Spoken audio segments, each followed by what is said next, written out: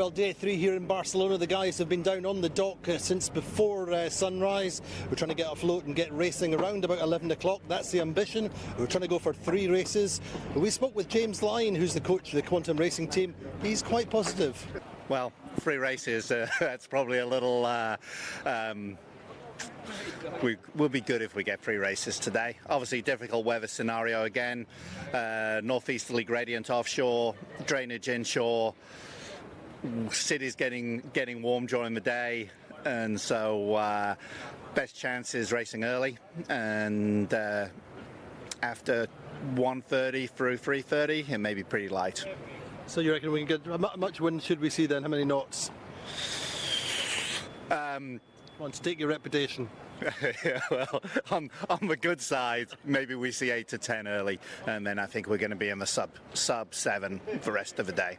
How's it going with the Quantum Racing? You've just moved a couple of points clear at the beginning of the regatta. It means nothing at this stage. Loads of racing out there, you know. We just got to focus one race at a time. Perfect, well done, thank you. Yeah. James Lyne, the head coach for the Quantum team, also works with the Gladiator and also the Value team. But we're joined by Guillermo Parada. Guille, it's looking like a patience and positivity will be the key attributes for the day.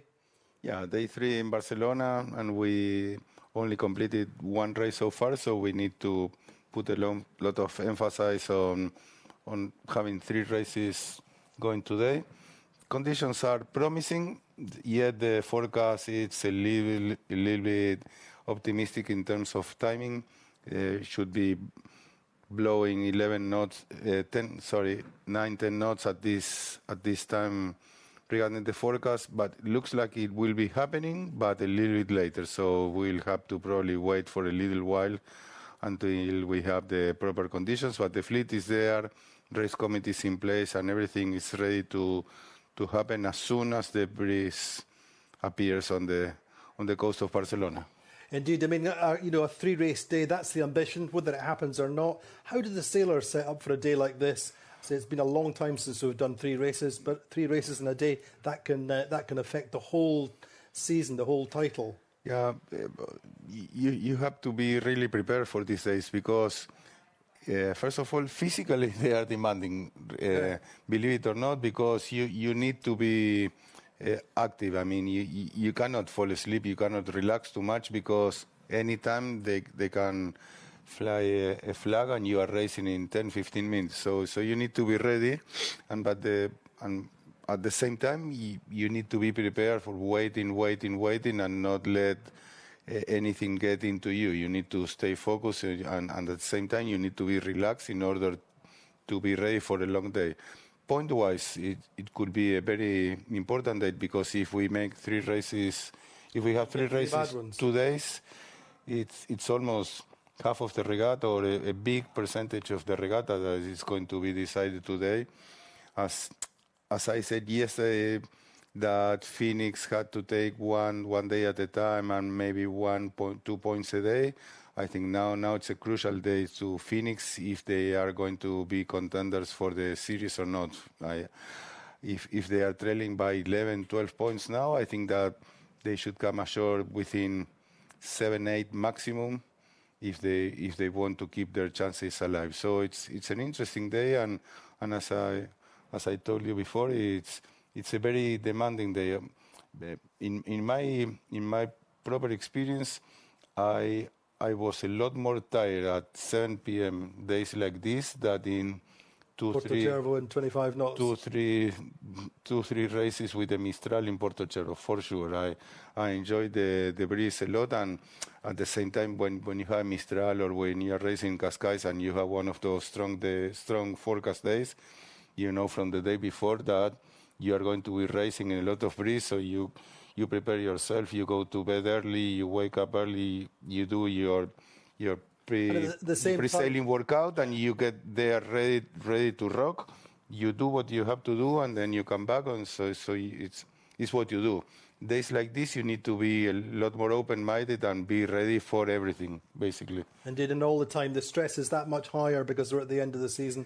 We've only got 2 potential days of racing left, and that adds to the fatigue, doesn't it? Yeah, I would say that every day counts double now because during the season, you are allowed to make small mistakes, and you have a little bit time to recover. Here, you don't have another opportunity. So I would say that now it's double points. Indeed. Anyway, that's our thoughts for the moment. We don't have a fixed start time as yet. It could happen any time. We've got 4 to 5, up to 6 knots. In general, we need to have 6 knots or a steady 6 knots to go racing. So keep watching it on our social media channels. As soon as we get a start, we'll come back live in Barcelona. See you soon.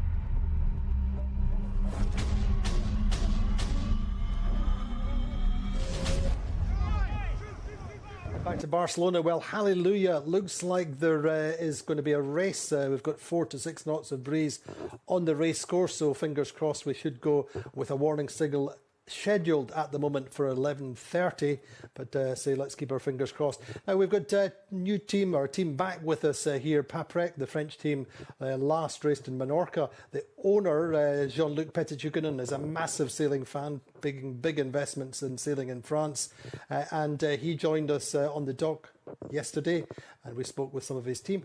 Also back on the helm of Phoenix is Tina Plattner, and she's just been a little bit nervous, just getting her eyes back in, a little bit ring rusty. So this is the Paprec team and Tina Plattner. Welcome back to Barcelona for the second day of racing here, the last regatta of this season. It's going to be another light winds day. There's going to be some waiting on shore. Now we're welcoming back in Barcelona the Paprec team, the French team, who in fact have been with us since 2012. They've had a little bit of a break, but they're back with a modern new boat. 2012 is a long time back, but we learn and we're still here. So it shows how much involvement and how much we love this type of event. We have so much fun. The level is so high, and I wanted to come back. We want to do 4 or 5 regatta with the TP 52 this year and next year. You know, for me, the main point is pleasure. If you look, I'm smiling. I'm always smiling on my boats. It's fun. It's so much fun, and I'm happy to compete with these big guys.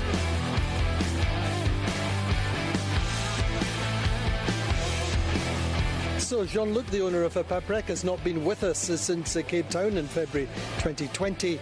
The same is true for Tina Plattner on Phoenix.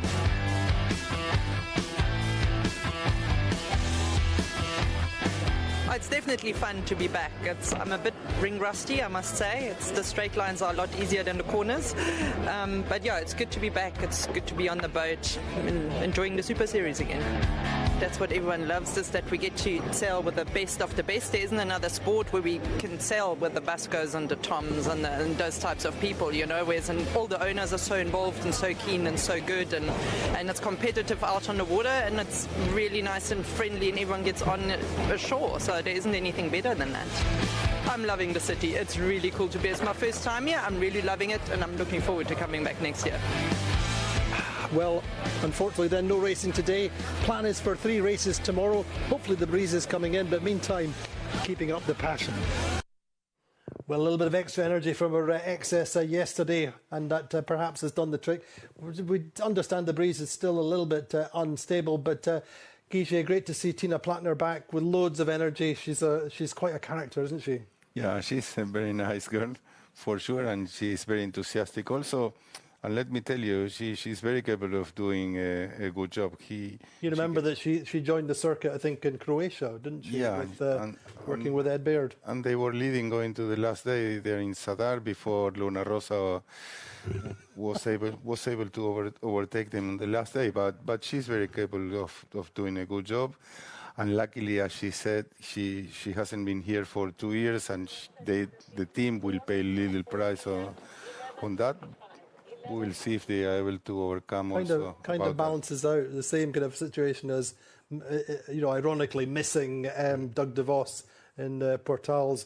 These changes are difficult, but she's looking to the long term, of course, and hopefully will be back on the helm next year. She had a back problem which has been afflicting her for a couple of years, so that seems to be sorted out. But they're definitely a team for the future. Yeah, she looks recovered, and she looks a lot more fit now. So hopefully she will be able to keep joining the circuit and make their team a regular team going for the wins and being stable on the podium. It's unbelievable how much you tend to think it's okay, 13 guys on the boat, you may change one and you will notice. In this particular case, she's the driver, so it's a role. It's a key role on the boat, so it's even more important. But even if you change a grinder, the pitman, the caddy, a floater, a trimmer, the navigator, the strategist, at some stage during the regatta, you will notice the difference, you will make a mistake, and that's because you are missing that people, which is not his fault, because he may not even know that he was expected to do something. I mean, no matter how many playbooks you have, how many times you can study in paper what the definition of your position is, every group works differently, and everyone has a specific role, and only practice makes perfection. And at this level, it is unbelievable how important it is to keep a stable team. I mean, that was one of the things you'd really focused on with Azura, wasn't it? Yeah, I think you made minimal changes over the years. I think that was one of our strengths, and as I always said, if you were putting our crew list in paper compared to some of the teams we were battling, perhaps we were looking weaker, or we didn't have the stellar names that many other Cup winners and the many other teams had, but we had a team, and we knew each other for a lot of time, and we knew exactly what to expect from everyone, not only in terms of performance during the race, I mean, what was his capabilities or abilities to do something, but also about their personality, how to overcome, who is making the jokes on the bad days, who is keeping the team together, who is pushing forward, who needs to be surrounded and more because they go down easily. So that's very important to know each other and to keep the team as tight as possible. And from that perspective, extra credit to the Quantum team for winning in Scarlino, where they had to make these key changes, with Warwick Fleury having to miss the racing just now because of his health problems, and also we had to have Curtis Blewett coming in and replacing Rodney Ardern at the last minute. I mean, for Chris Hosking to step in and, as Terry Hutchison said, replacing the GOAT, the greatest mainsail trimmer of all time, it's a big ask. But how would he prepare for that? You need to make sure that, first of all, you give him all the information you can about his role and what he's expected to do, and then make sure you support him a lot and trying to anticipate and tell him what you are going to be doing, so he can prepare and be acting and not reacting.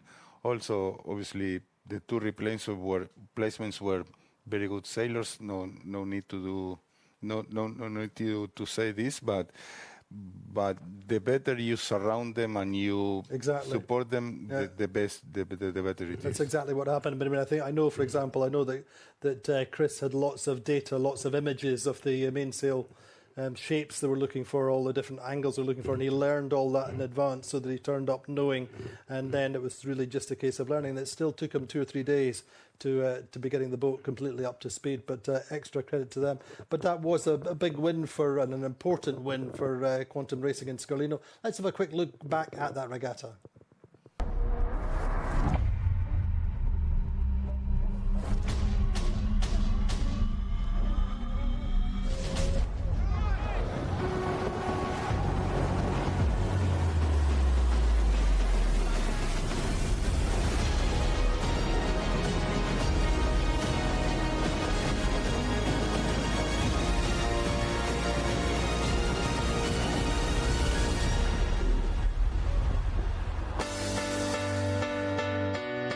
For the fourth regatta of the 5-event 2022 season, the 52 Super Series returns to beautiful Tuscany and to the Marina di Scarlino.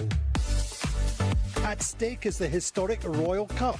After a 5-year break, the return to Scarlino in Tuscany is a popular one. Ashore, there is great local food and wine to be enjoyed, and on the water, well, it's a challenging, dynamic and interesting race area.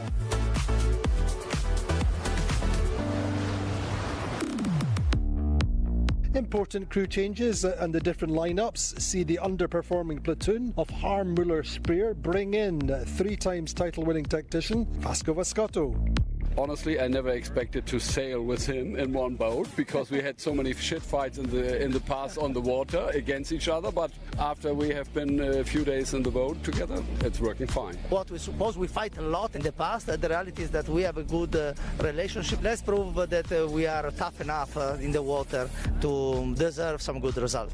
Andy Soriano's Allegri recruits young blood double Olympic medalist Will Ryan. I did want to bring some young people into the group. After some evaluation, we felt that Will was the right guy. So Nick chose Will and gave him the nod. We have to balance my age with a younger guard.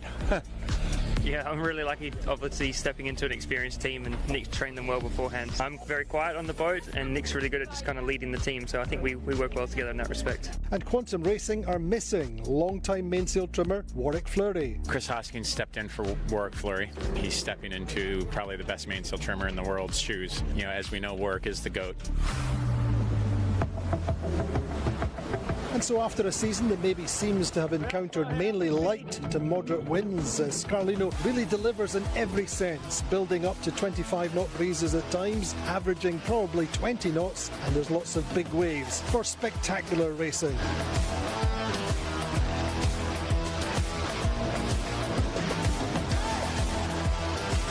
Newcomers Vayu opened with a win, but 2021's champion Sled streaked a run of form early on, leading in the early stages. Murray Jones and Francesco Bruni, the Sled afterguard, working a particular magic. Keiko and Murray are really doing the magic. They just see things that other boats don't see, and boat is fast. Mr. Okura is doing a great job downwind. So yes, all good. In the middle of the regatta, Platoon vindicate the changes with their best day of the season yet. It's just a matter to sail properly the boat. Nothing changed. It's still sailing. Still you need to pin the committee, pin the pin and choose one side. It's quite easy. And although Sled lead into the final Saturday showdown, Quantum Racing prevail once again to win their third regatta of the season. That's a well-earned win, and you have to give high marks to Doug and to the whole squad for it. So it's a good one, knowing that I steered the boat for Charles and we got fourth, and every regatta Doug has steered, we've won. So I think there's something to that DeVos guy. We want to win the battle in Scarlino, but we also want to win the war. Sled takes second and Platoon sneak onto the podium.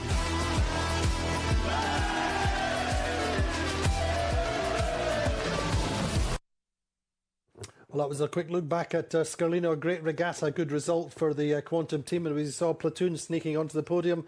How do you feel the Platoon prospects are here now? They're a team, one team that really need races. Yeah, I think that they will win races for sure. Hopefully they get the balance or the confidence to make the steady results, and they are contenders for the title on this week. Vasco, obviously, he's very motivated. He's very capable of winning regattas, and I think that the team and the boat like these conditions. So for sure, they are one of the teams to put your money on today. Yeah. Here we go. Here's hoping. How much? Anyway, things are looking better all the time. We've got a pin in place. The race committee are just laying the race course out, and the breeze is moving round to the forecast direction as we understand it, Gigi. Yeah, it was blowing almost from the north at like 20-25 minutes ago. Now it's from the northeast, where was the proper direction according to the forecast. So everything is developing nicely, and so that's offshore. It's going to be shifty and unstable, isn't it? Yeah, it could be shifty, but everybody knows how to play this game. So it's going to be the same for everyone. But the good thing is that the flags are horizontal now, so that means that the breeze is a lot steadier.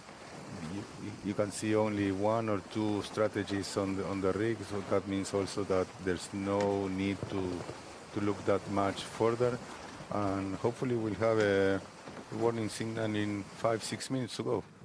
So strategists go up the rig. We regularly see Murray Jones going up the rig on the Sled. He's not the youngest of guys, but he still loves it, doesn't he? Yeah, I mean, there are many guys that love to go over there.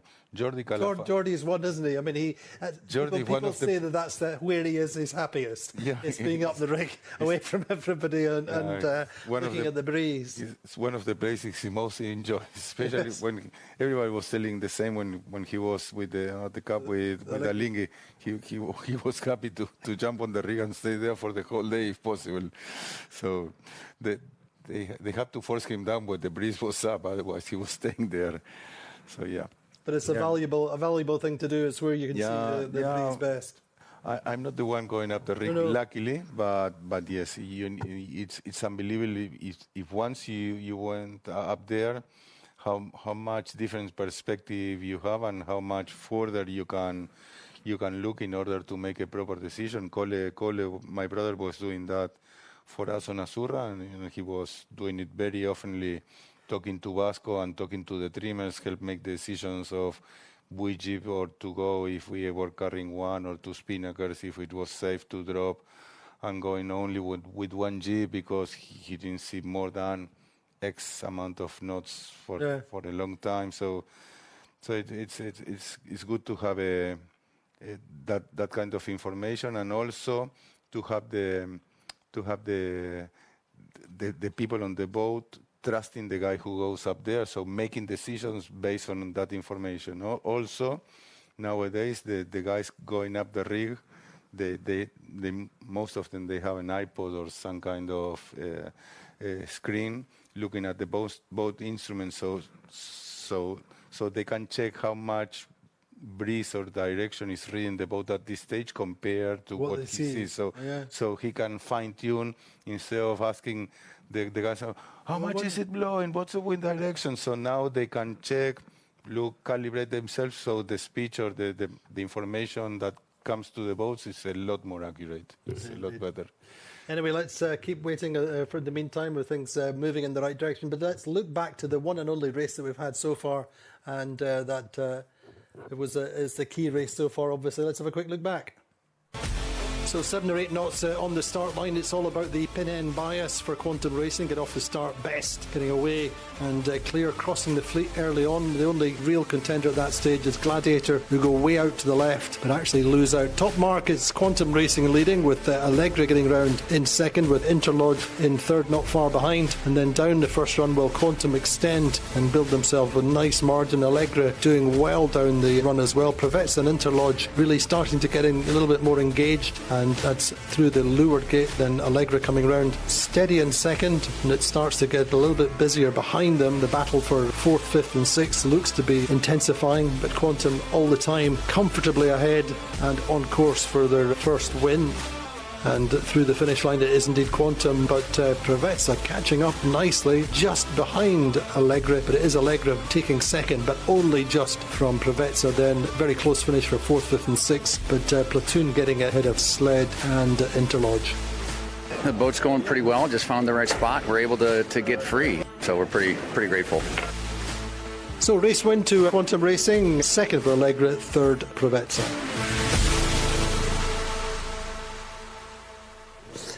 Anyway, that was looking back to our one and only race. The great possibility now of us actually doubling the number of races. We are going ahead with a 1.6 mile beat. The wind angle is 0.55, and let's have a quick look at the standings as we go into this race.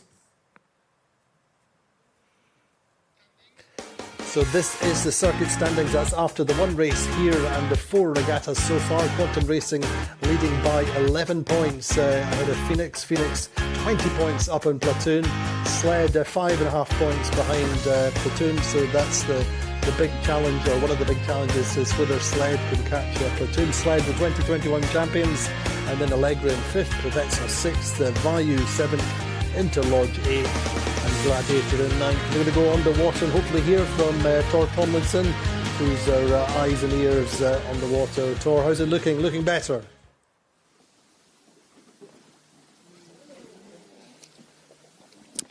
Yes, Andy, a bit of a breeze has filled in. It's just swung round from the north. Maria's laid a course at 0.55, so yeah, it's been flicking around from like 0.45 to 0.60, so yeah, it's going to be a shifty one.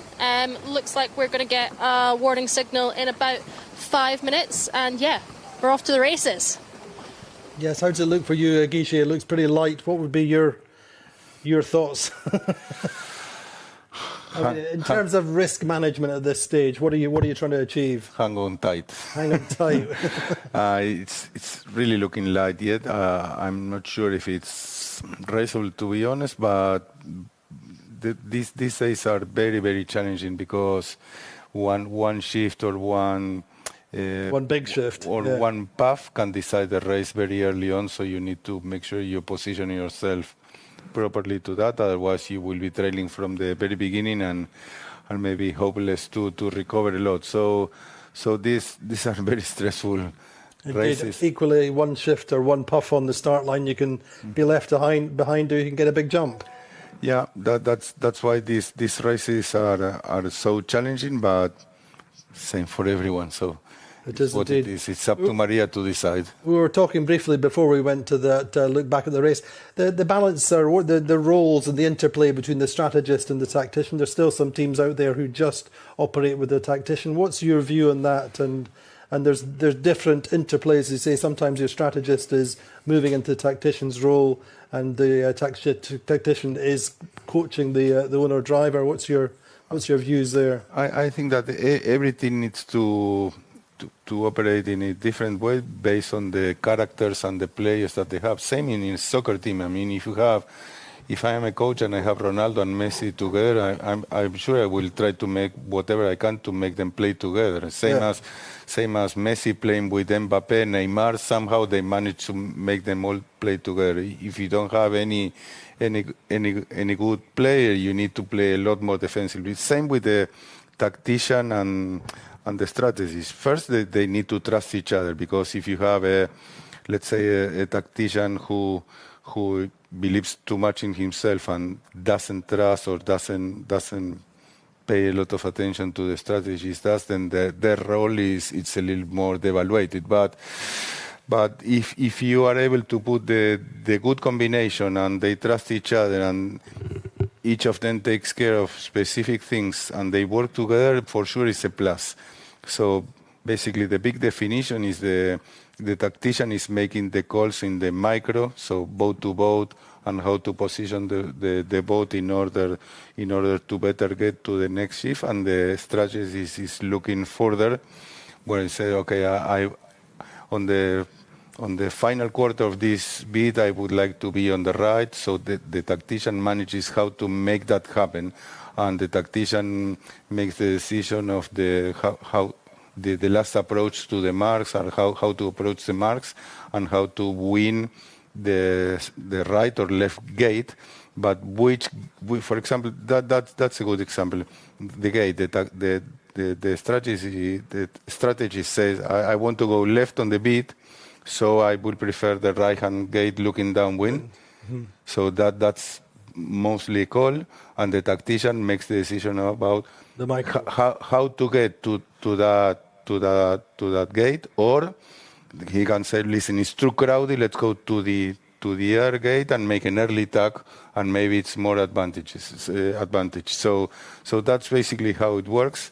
Depends a lot of the personalities and the amount of time that they have together. Mm-hmm. It's really a tricky one, because if you don't have it properly set up, then you might be losing an opportunity, or you might be losing one people that could be more helpful doing something else on the maneuvers. But if you have it properly balanced, it's a good thing to have. Indeed. I mean, one relationship that we've enjoyed watching develop, which has been in place pretty much for just over a year now, is obviously Francesco Bruni and Murray Jones. I mean, two characters you couldn't be more polar opposites, but it really works. And obviously, you know Keiko very well. Mm-hmm. Yeah, Keiko is open to get input. Some other guys are harder to get. For example, to call it took a lot of time to get used to Vasco and try to give information that Vasco was considering useful. Vasco at the same time was very used to make everything by himself, and he thinks so quick and he changes his mind so quick that for Colin it was very difficult to try to give him the input, to put an input, because he was just trying to follow what he was thinking about, and not the other way around, that Cole was dictating the big picture and Vasco executing. But at the end, with time, that's what we were talking on 10 minutes ago about. I mean, keeping the team stable. in the long run, they developed a good relationship, and they were talking the same language, and they were talking about the same stuff. And I think that Cole and the end was easy. I mean, was a lot more important in the strategist role. But for example, with Santi, Cole grew for Santi on the Olympics, and now he's coaching Santi for the last, I don't know, 15 years with his Olympic campaign. So they know each other a lot more. So from the very first day, it was a lot more natural relationship that they were talking a lot. And also Santi is a lot more open to get input. And when he's not sure about something, he asks. Vasco normally never asks. And it's hard to find, as Vasco talks a lot, it's very hard to find a space that Vasco is not talking to say something and not and that one on piece top of the remain other. relevant because it's so time critical. We're looking at the water now. We're less than 4 minutes, I think, before the start. Things looking reasonable. The boats are moving, and we've got a start line down. I say 1.6 mile beat. Tor, how's it shaping up?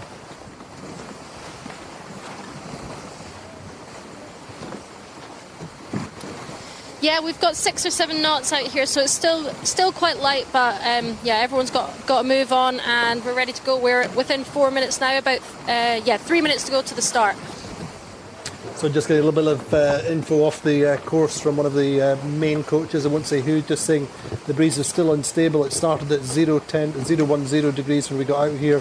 The breeze he's expecting is going round to 080, getting close to that number now, close enough for Maria to start. And still 25 degrees for the wind to go right over the next 2 hours to get to 080. So that's one of our key coaches on the water. Just give us a little bit of an update. Looking on board with Interlodge, Cameron Appleton back as a tactician on board there, Guy. Yeah, I think that he did a very good job with the team in the past, and they were looking forward for him to return. We all know, once again, that that's a fast boat, and if you position her properly and let the boat sail in its own piece of water, then they are capable of having good results. So yeah, I think that given the forecast, I would expect most of the fleet to fight for the right. I mean, if you are expecting the breeze to keep shifting right all the time continuously, so a persistent right shift, everybody will probably be looking the right with a lot more enthusiasm than before. So it will be interesting to see how it develops. But right now, most of the fleet is positioning to fight for the right. So let's see how does it play. So you can see now the pack is bunched on the starboard side of the line. Only Gladiator at the pin, which is normal considering Tony's over there. He will do something different, and he will take risks for sure because that's his personality. Just watching, isn't that Paprec tacking up to the bottom of the group? Quantum seemed to have a nice position there towards the committee boat end of the line. They have Bayou just below them. Yeah, Quantum is still over Leyland, but with so many seconds to go, for sure they will go for a push and trying to open that gap. The one who's really making decisions now is Alegre. Alegre is now coming down to protect on Provenza, so Quantum will have an opportunity because Bayou will have to defend. And 30 seconds to go. Quantum needs to be patient there to make sure that the gap opens. Looks like it slowly opens. The one that is in trouble, looking at what I see, is the one who is most to the right, which I think is Platoon and probably Sled. So we'll see if they have the time to get into the line. So Quantum found the gap, but they pay the price a little bit by being a little bit late. But still they managed to win the ride, which was the goal. At the same time, as we said, Sled, I think, and Provenza, they had to wait and probably start a little bit a little bit too late, as you can see. So sled is taking the right and tucking straight away, doing what we thought that they were trying to do. I mean, going for the right and fight for the right as much as you can. Quantum tucks to the right immediately, and the one who's in deep trouble now is Platoon, because they wanted the right, they didn't got it, and now they have two boats going to the right. They cannot tuck, so they will have to wait, and by the time they cross Quantum, probably someone else will be on port, and then they will end up wanting the right and position themselves on the right. They will probably end up on the left of the fleet. So another uphill battle for the German team. Now Sled, that was the one who started late. By tucking immediately, they have a good chance of recovering a lot. They are almost tied now with Quantum, who made a much better start than them, and even in better shape than Bayou, that started in before. So the one that started better compared to the line, and the best compromise, I think it was Alegre. Let's find out if having a good start, continuing a little bit and tucking in your first possible opportunity in clear breeze, it's more important than going hard to the right as Sled and Quantum are doing. Interesting to say now. So Quantum couldn't hold Sled, so they are tucking back again, and Sled is tucking again, so it looks like they got the right shift straight away, or they are running out of breeze. I don't know. One of the two will be. We'll find out depending on how are they crossing compared to the fleet. But right now looks like Alegre is having a good cross compared to them, and according to our virtual, Tony Langley taking the race to the left is now leading the fleet. We will have to see when the boats converge how this ends up.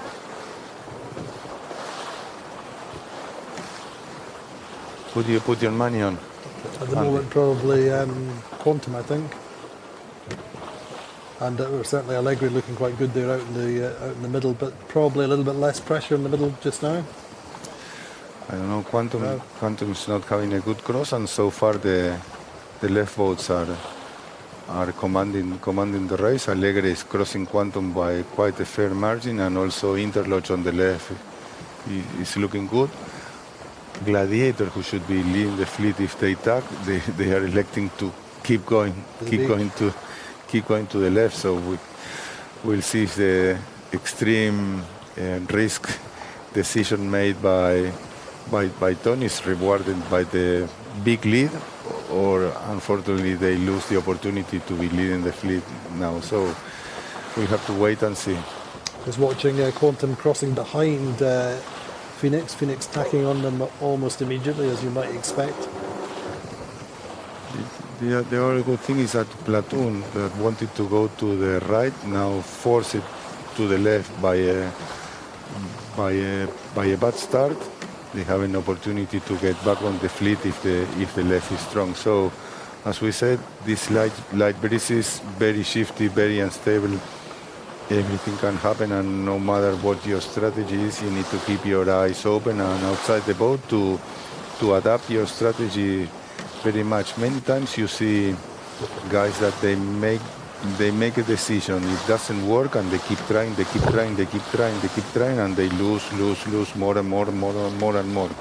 Sometimes in these conditions you need to accept that what you were thinking it's not working, and recalibrate your plan and execute plan B as soon as you can, so you need to be flexible and for sure not having an ego problem, because if you have an ego problem and you not accept the reality, then you can be in big trouble. Now everybody tuck again to the left, so it looks like a small righty now on the race course. So if that's the case, that's the lost opportunity for Gladiator that we were talking before. But too early to say until they don't converge. We don't have a real idea of what's going on. So Tor, how's it looking where you are?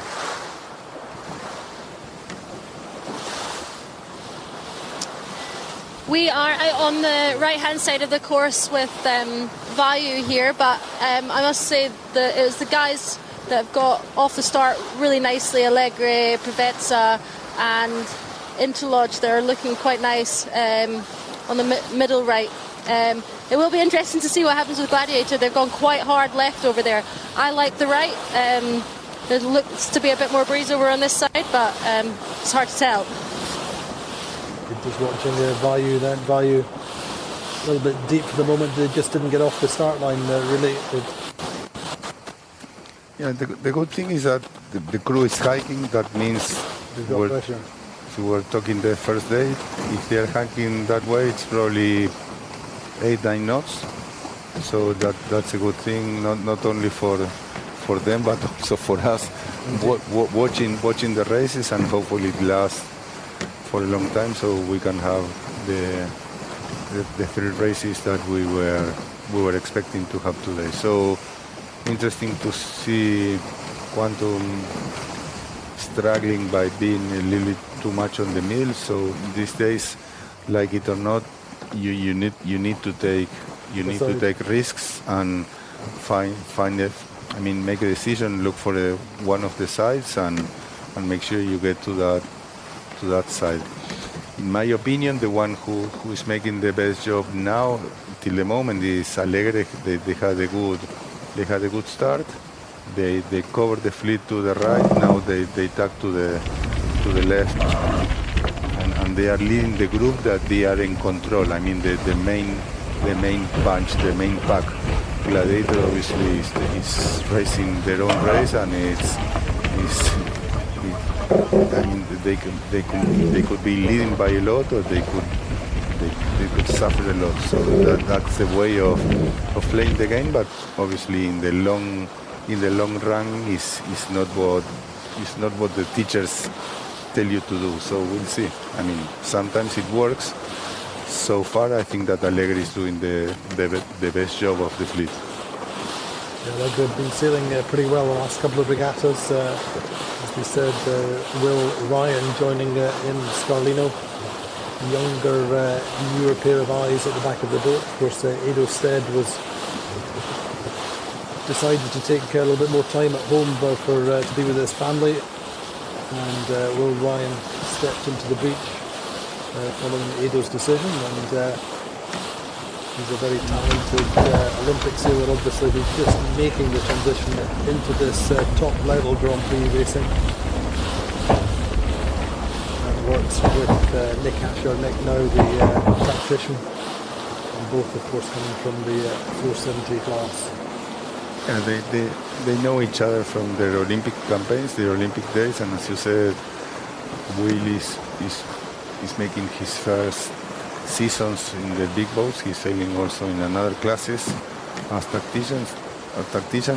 He said in his own interview that he's very quiet, so that's something that he will have to work on, because you need to be able to communicate a lot when you're a tactician in these boats. What are you looking for? What do you think that it will happen? Trying to anticipate and let the trimmers, let the crew, and let everyone, the helmsman, know what you are thinking about, so they can prepare and execute in the best possible way. So now Allegri tacks on sled. Sled make a nice recovery also on the left. So looks like Gladiator will be leading this one by a nice margin, because the left so far has been strong.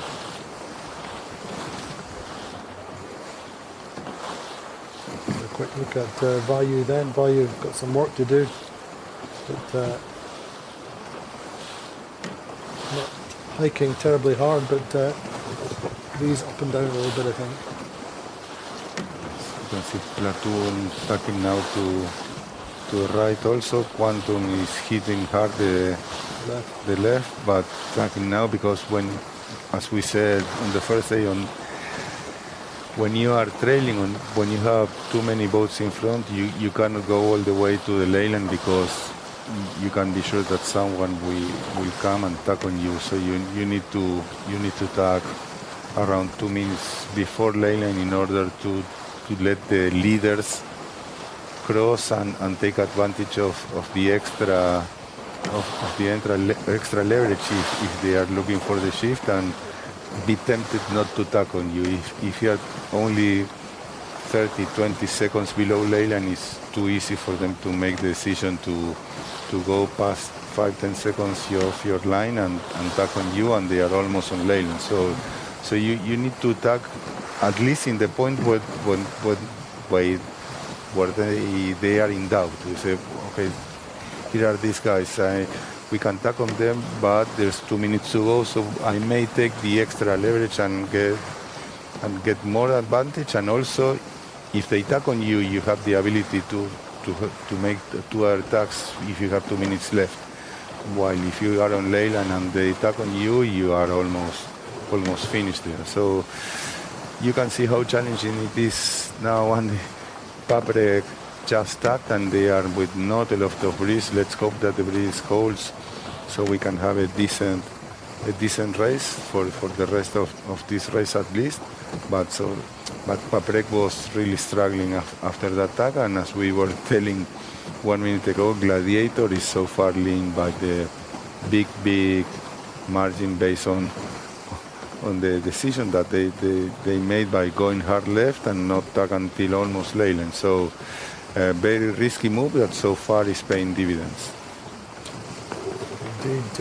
And meantime, credit to the platoon team after that start, getting out to the left, getting up to 4th, chasing sled hard.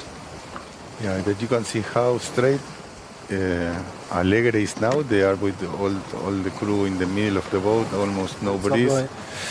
Platoon at the same time is with a lot of heel and with the people hiking, so very unstable conditions, and let's hope that Maria decides it's fair enough to continue and we have a race. But as soon as they are getting to the right of the race course, the breeze is dropping dramatically, and now I think it's Alegre who Takan is crossing just in front of Platoon. So from being Alegre or Sled, probably.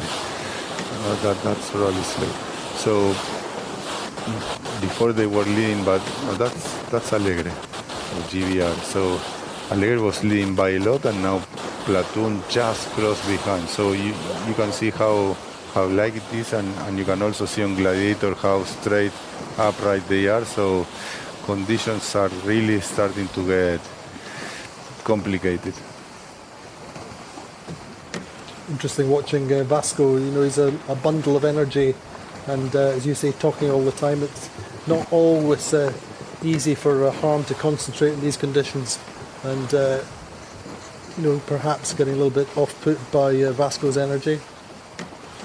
Well, I think that Vasco is very good with an owner driver, because he always knows what he wants. So he's very good at letting everybody know what he knows, and also he tells the helmsman what to do every time. He runs all over, walks all over the place. You see Jordi pushing him forward because he was getting back into the boat. So Vasco, he's unbelievable. You can see the difference in angles now in between Interlodge and Platoon. The race is starting to be very hard.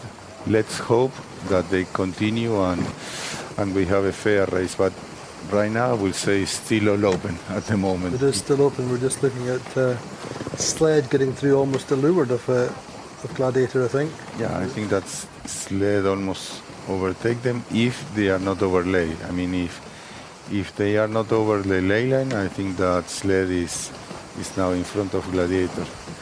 But right now, Interlodge with that righty, they are back into the conversation again, because all the other boats are almost on ley line, and Interlodge has a lot of opportunities because he's in an open spot where they can decide if they want to tack under ley line or continue or do whatever they want. So it's changing very much, and it's very hard to say at this stage who is going to be leading at the top mark. So far, the two more struggling boats are Bayou and Quantum, which are in the middle and back. So it's harder that they will make good recoveries. But Quantum now, it's a little more on on the way of interlocks also. So maybe if the righty stays there for a while, they can come back and get into the mix. So it's all changing so much so quickly that it's very, very hard to say. In for us that we are watching from outside and we can have the virtual and we have a lot more information that probably some of the boats there have. It's very hard to predict who is going to be leading at the end. Indeed, we're probably well over halfway up this first beat. We could change of, I think probably 2 or 3 change of lead in the last few minutes. It looks like Allegra doing quite well against the Gladiator. Yeah, I mean you can see how close the dots of the boats are, so that means that the speeds are going down dramatically. The more distance between dots is because the boats are going quicker. It's 1 dot every X seconds. So if the distance is bigger, it's because the boats are going a lot quicker. Now they are almost lines, continuous lines. So far, Interlodge looks to be leading by positioning themselves with options. That means that they can choose where to go yet, and that's a big advantage compared to the rest of the boats with are all bunched up at the port lane line, and I can anticipate that whoever gets away at the top mark will convert this into a very, very huge lead, because everybody else is so packed and so close together that they will slow down one against the other one. It really is changing all the time, isn't it? Just looking, Phoenix and Quantum were quite close together. Yeah, that's in fact, Phoenix ahead a few minutes ago, and now Quantum leaving them, just sailed away from them. You saw the strength of this right hand. You saw Interlodge stacking and how wide they had to the go. They had to go in order to accelerate and recover speed after the tack. That's an indication of how light the breeze is. But still, they have the crew to windward. Even they are not hiking, but the breeze is just holding to have a proper race. So we'll see how it shapes up to the top mark, but right now looks like Platoon, according to the virtual, also made a nice recovery on the other side. So Interlodge is stacking to leeward of them. So Vasco find the line of breeze on the right in order to get to the front of the fleet in the last couple minutes. Unbelievable.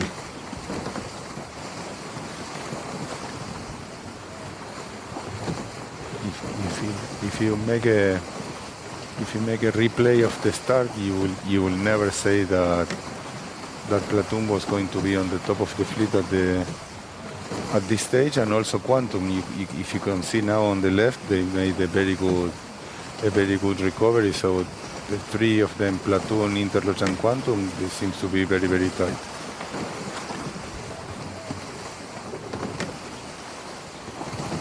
Just looking down at the ley line, down the starboard ley line. As Gigi said, looking quite good for Platoon and Interlodge. Platoon just maybe a little bit under ley. I think that from there they will be able to make the mark.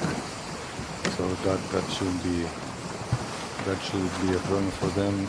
Interlodge is not making it.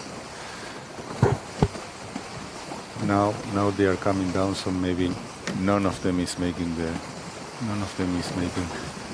mark. It's pretty painful, isn't it? Yeah, I think that Interlodge will tack and go behind. It doesn't look like they can tack and cross. We'll see. We'll see.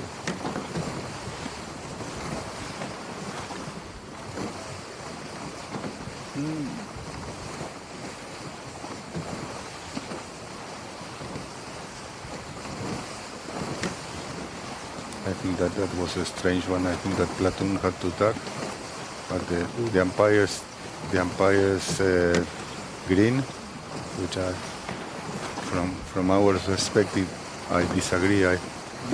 maybe Platoon had to wait a little bit more before attacking because they attacked before Interlodge was too close, and that was the reason of the green. But it was a normal port and starboard. You see how it's this is very funny because Vasco is trying to keep Harm under control, and Harm is the one who is more excited than Vasco. So Vasco was trying to keep the guy calm. Point the boat at the mark. I don't know why Platoon is not hoisting the kite yet. Because you can see Interlodge starting. They're going to try and jibe them. No. Now they are hoisting, no problem. They touch the mark with the sail, but that's not a problem according to the new rules.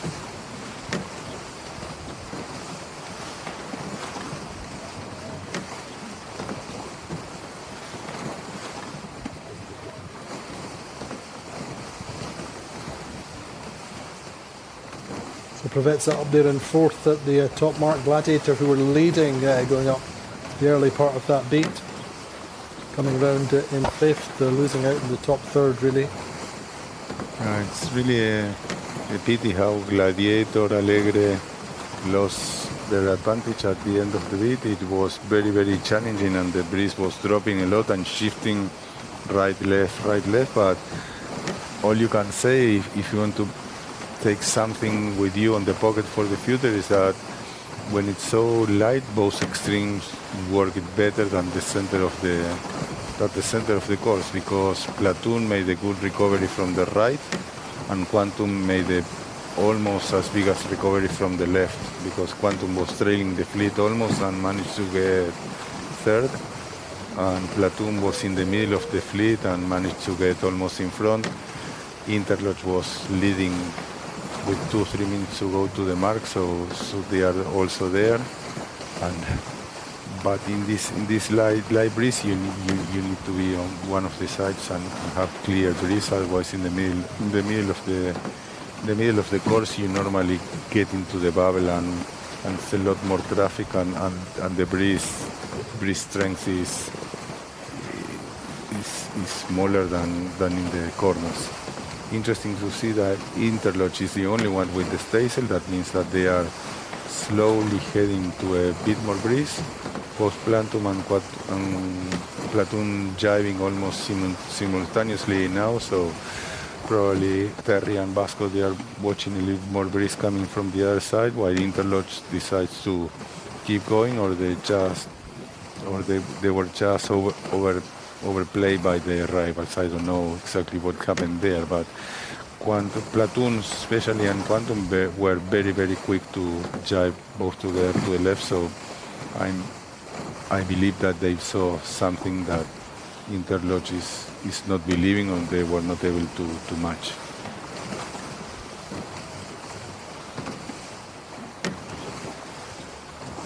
So now they are furling, so probably they are driving also. Yes.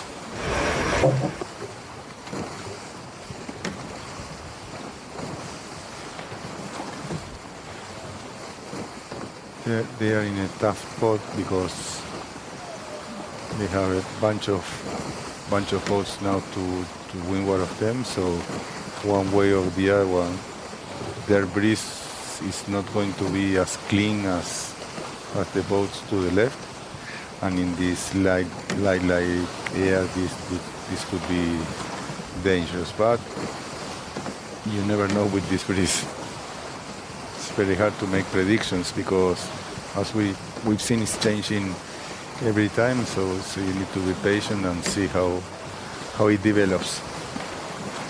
It's looking a little bit better for Platoon down that left side, certainly left of Interlodge, looking downwind. Quantum putting pressure on Interlodge as well. And Prevets are just losing out slightly, I think, in terms of distance.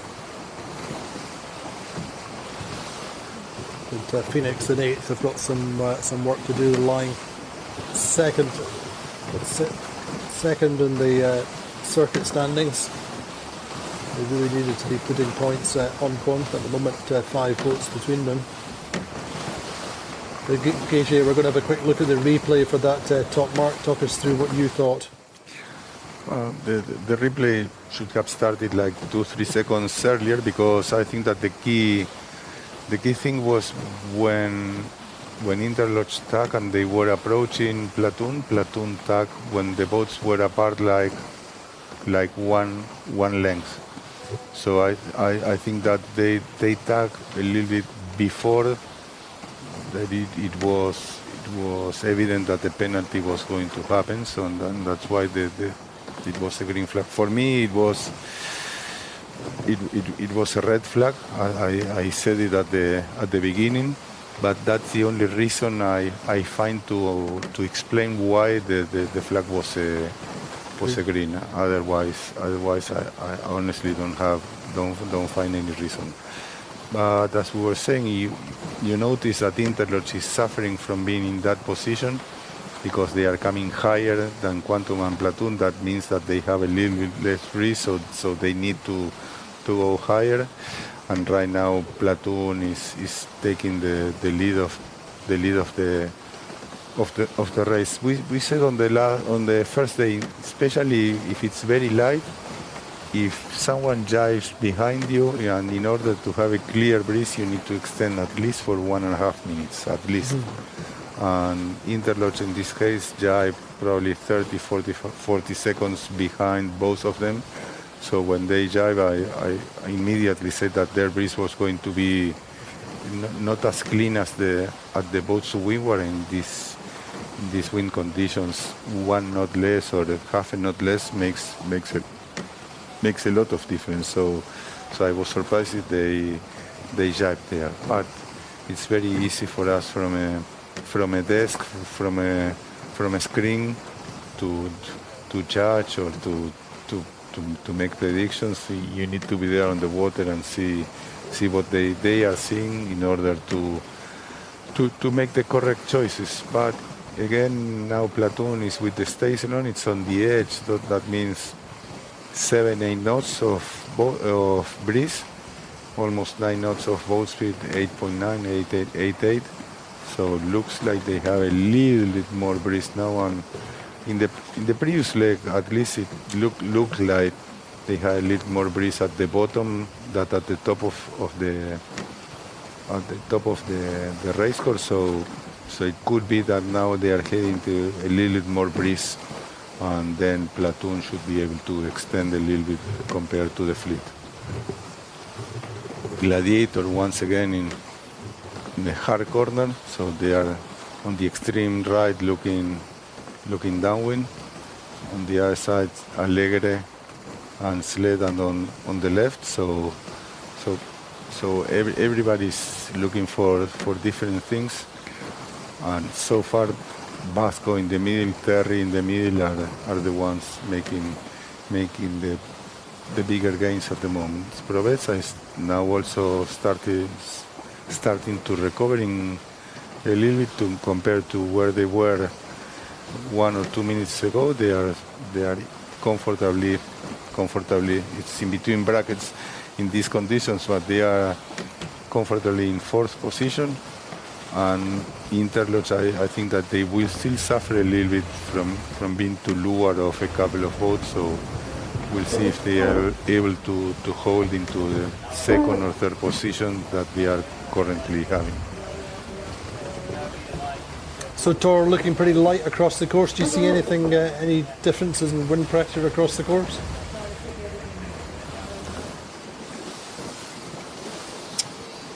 It's pretty patchy out here, Andy. I think it's been clocking right a little bit throughout this race. Yeah, it's pretty patchy, and everyone's just looking for those little puffs. I actually got Phoenix coming down in a nice little puff furthest to the right, looking upwind. But yeah, it's got to be a hard one for all the tacticians and strategists. Just coming into the bottom mark now, and Platoon have just done an amazing job after that start. What a first beat. Indeed, looking at Phoenix seem to be nicely powered up for the moment. Observation again from one of the coaches on the water. This is a day, Guige, for sailing the course, racing the course, rather than trying to sail against your opposition. Yeah. It's all about pressure, isn't it? Yeah, for sure. You need to keep your eyes outside the boat and looking for pressure, and your bigger enemy is the wind and the weather and the race course rather than anybody else. We saw Vasco and Terry going right and left, and they both recovered. So that's the perfect example that they both found breezes in their areas and they were looking for, and they both made the recovery. So that's what you have to do. That's what you have to do today.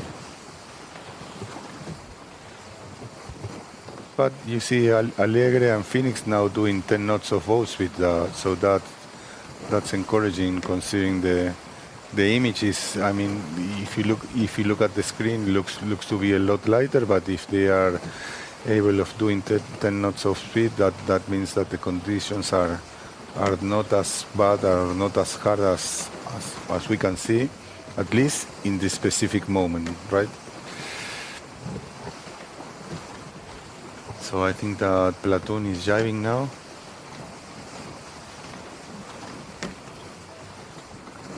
And Quantum will follow quick very soon. So they are jiving now also, yes. So they are very close to the gate ley line. Interesting to see which gate are they going to approach, both of them. Interesting to see Sled getting up. I think they were 7th at the top mark, getting themselves up to 4th. So a good run for Sled so far. Correspondingly, Provezza were 4th at the top mark, now down to 7th. So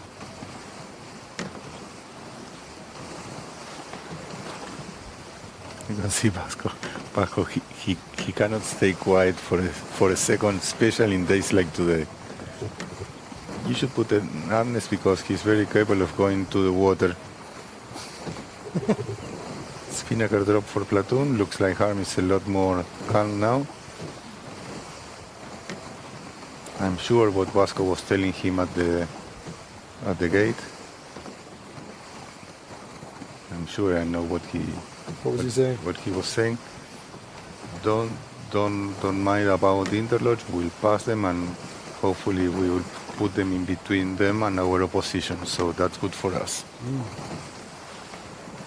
I know that Vasco thinks that way. He's a winner and he always believes in himself, and he's sure that he will beat whoever is around. So if you have a boat like Interlodge, which is not counting for the overall standings, and it's in between Platoon and Phoenix, I think that Vasco preferred Interlodge to stay there. So potentially it's one more boat in between them and Phoenix, and it's one point closer for the overall of the circuit.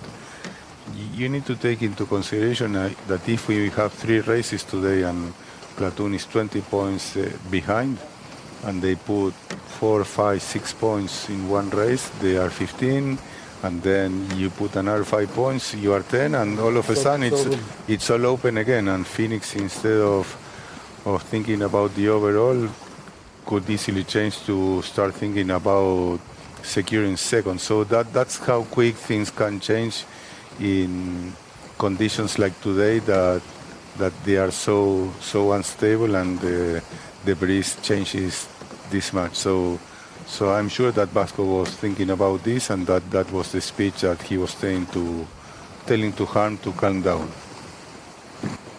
So Quantum looking nicely powered up there. It's unbelievable, right? An Italian calming down a German. Exactly. Hard to believe. It should be the opposite, or the other way around. I think Harm, the one thing, I mean, for sure is Harm is one of the most talented owner drivers in the fleet. He's a lifetime racing sailor, and he gets a great deal of credit from all the teams that sail with him, all the different crews. He doesn't need to be told how to steer the boat, even in the tight situations. He's a very fast helmsman. He only needs to improve to be a little more constant in the start. He's capable of doing brilliant starts, but also he's capable of having really bad starts, and that's something that I think that he should work on to get a little better average, which is where I believe Doug DeVos is right now. He's also a very good owner driver. He's very quick, both upwind and downwind. But one thing that he improved a lot is on the starts over the last couple of years, and he's a regular good starter. He's not taking so many risks, but he's normally having a very good average, which is a good thing for the starts. Interesting, you were just saying about Vasco trying to get one boat between him and Quantum, and that seems to be the case for the moment, though. No, in between them and Phoenix for the overall, I think, and also for trying to win in this event.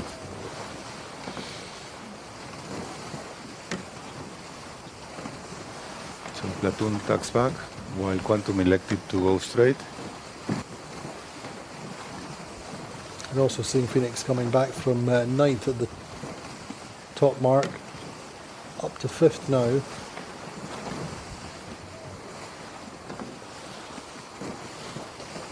Sometimes it's hard to read through the screen, because it depends of how does the computer places the wind direction, and it positions you against the fleet, and sometimes it's not as accurate, because I believe that Phoenix is behind Alegre now, which is in fact is happening now. So that's if you move a little bit the wind direction on the computer, the positions of the boats are changing a lot. So that's only to be taken as a reference, and not as nothing to put in stone, especially in days like today that wind strengths and wind directions are so shifting and unstable that it's so hard to, even if you have to say, okay, which is the wind direction now, you should use that for what boat? Because I'm sure that everybody is reading a different wind direction now. So imagine if you have to put a mean true wind direction for the fleet, it's very, very hard. Indeed, we started in a wind direction of round about 055 off the start line. We're now at 075. The course has been changed twice since the start to take account of that shift. And you can see the right shift was very, very much capitalized by Quantum, who is now crossing ahead of Platoon, that elected to make two quick tack to the left, and they pay the price to Quantum that now they are crossing by a fair margin. And also Sled came to the right, so if the direction stays like this, they will probably make a good recovery. So it's very, very hard to say. You see right now Platoon is very upright compared to Interlodge, that they are heeling and having their people hiking. So everything starts to change again, same as in the last bit, that everything was moving too quick, even for us to commentate, because we were saying something while at the same time it was already changing. So it's very hard in these days. I can understand the tacticians or the strategies or the people making the decisions on the boat. It's very, very, very frustrating sometimes, and it's not fair, but it's the way it is. As I say, the cream rises, and Quantum Racing, the circuit leaders, now taking the lead from Platoon up this second beat. We're only in the second race of the regatta. We're day 3 of the Super Series Barcelona Sailing week. It's been a long week so far, and I say this is just a second race. But Quantum looking good.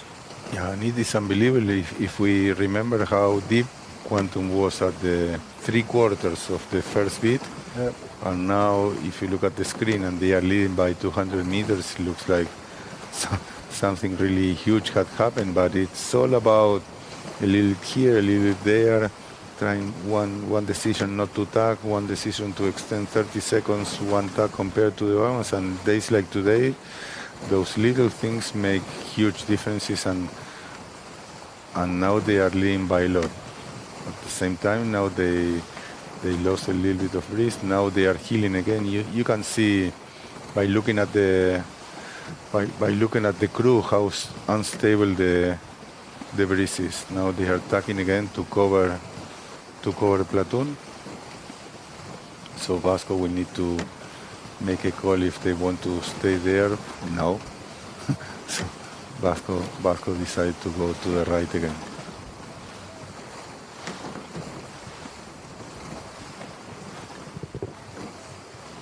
The same thing applies, you say, looking at the early part of the race with Gladiator and Provezza both well up there now, 7th and 8th.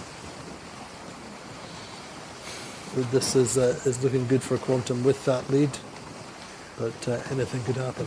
Yeah, you cannot get anything from gratitude in this race. It's happening all the time. It's continuous movement, but as you said, at the end, the good teams come to the top, and that's what Quantum is, exactly what Quantum did. But still open, still many things can happen and will happen.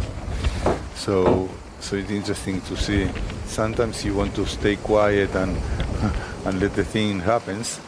So, but we are here and we need to see what we think or what we see.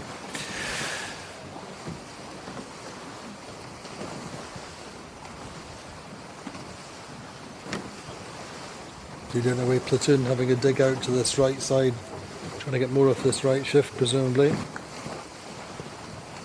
Yeah, platoon is taking a little of a distance to the right compared to the fleet. Looks like Vasco or wants to recover the leading of the race, or he really saw something strong, making him believe that the right is the place to be, but he will be tacking shortly. So wind angle at the top mark now 080, which was the forecast direction. I said a few moments ago, started off in 055.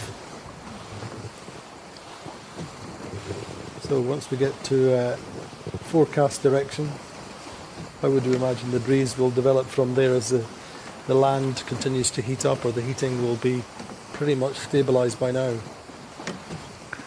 Let's hope so, Andy. We'll see. So as soon as Vasco or platoon tagged, we saw Quantum trying to look over their shoulders and probably tag to cover and protect while they're still able. You see platoon's crew hiking now compared to Alegre, which is probably 100 meters to Lua, and they have nobody on the rail. So that's how much the breeze is changing from, let's say, 5 lengths, 6 lengths apart from one boat to the other one. So pretty nerve-wracking and demanding to everyone out there. So effectively, Quantum tagged and covered, and now they are going to try to stay in between their next mark and their opposition.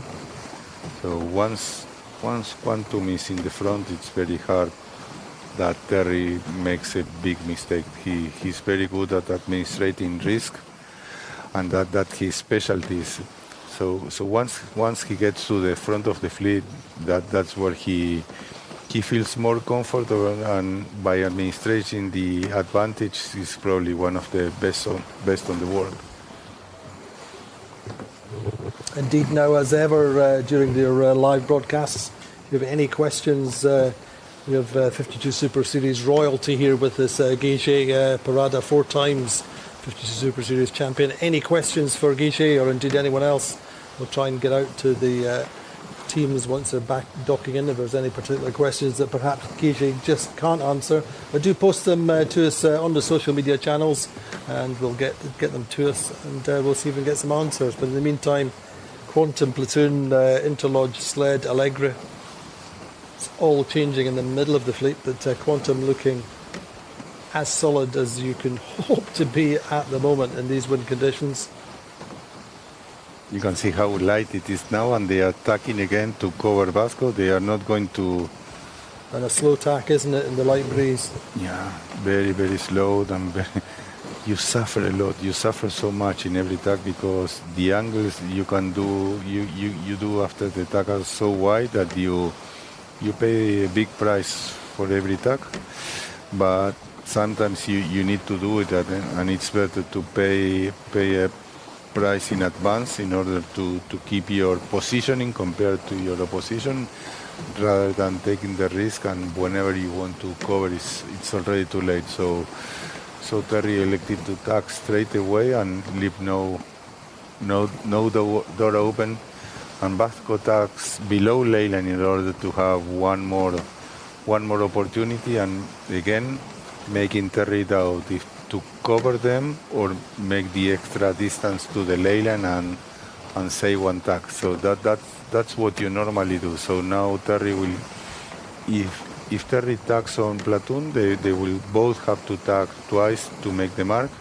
If Terry elects to go to the ley line, then Vasco will be able probably to sail with clear breeze, and he will be able to continue. So that's part of the manual in these situations.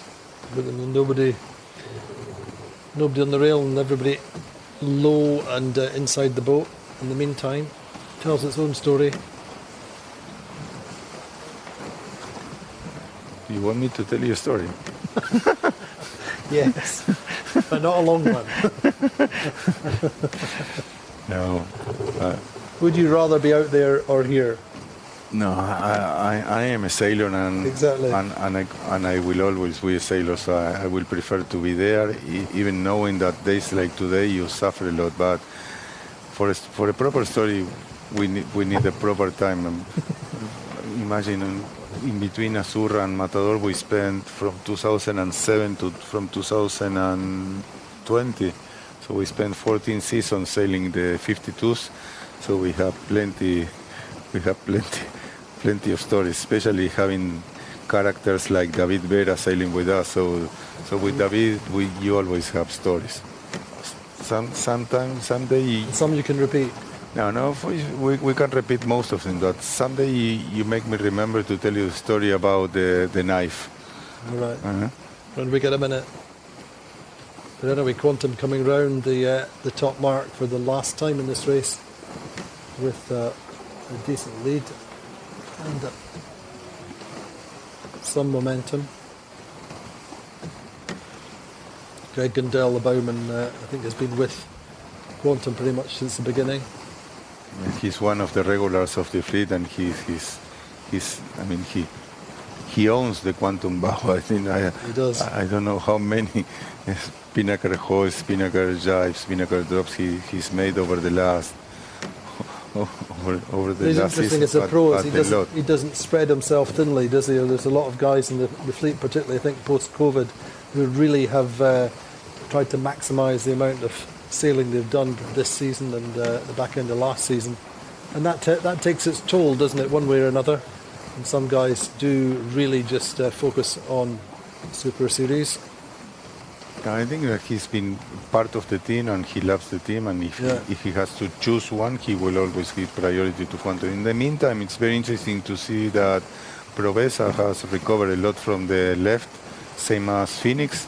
Both of them were deep in the fleet, and they came from deep in the fleet to second and fourth, and Platoon is the loser of this bit by going from second to third and losing a lot of ground to Quantum and also to Provesa. So once again, conditions change a lot at the very end of the last of the second bit, and the positions of the boats also change big time, you know.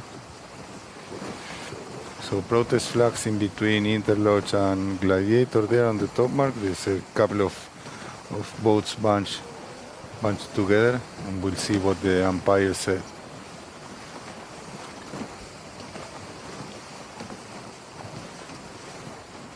Looks to me like a penalty to Gladiator because they are not hoisting now.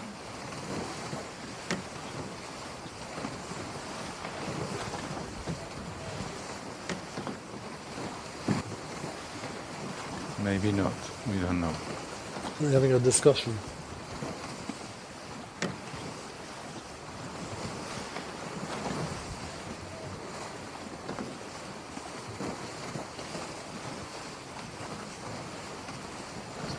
Right now the virtual has a little bit of delay because it's showing Provesa first and Quantum second, and that's not the case.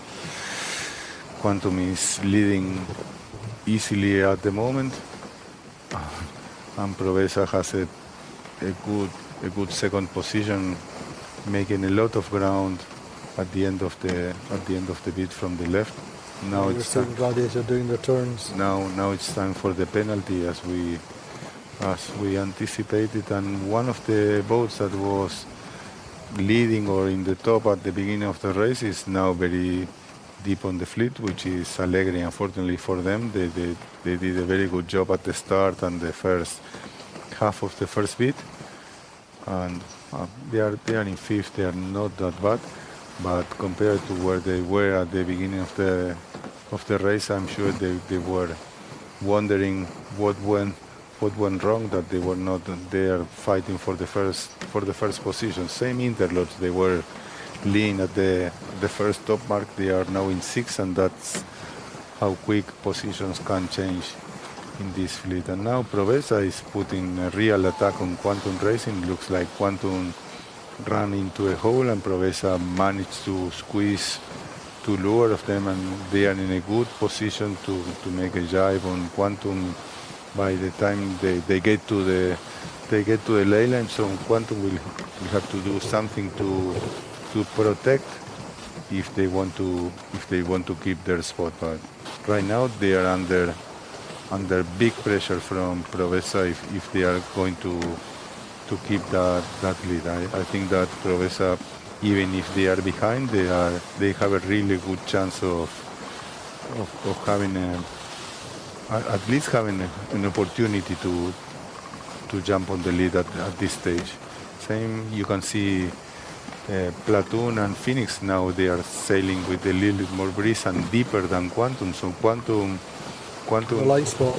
Yeah, Quantum went very, very quick from leading comfortable to be in trouble. So now they are jiving, and I think that Provesa it's in front already. They don't even have to jive on the breeze, and Vasco, who is always anticipating stuff, is very quick to jive, same as Phoenix. So it would be very interesting to see.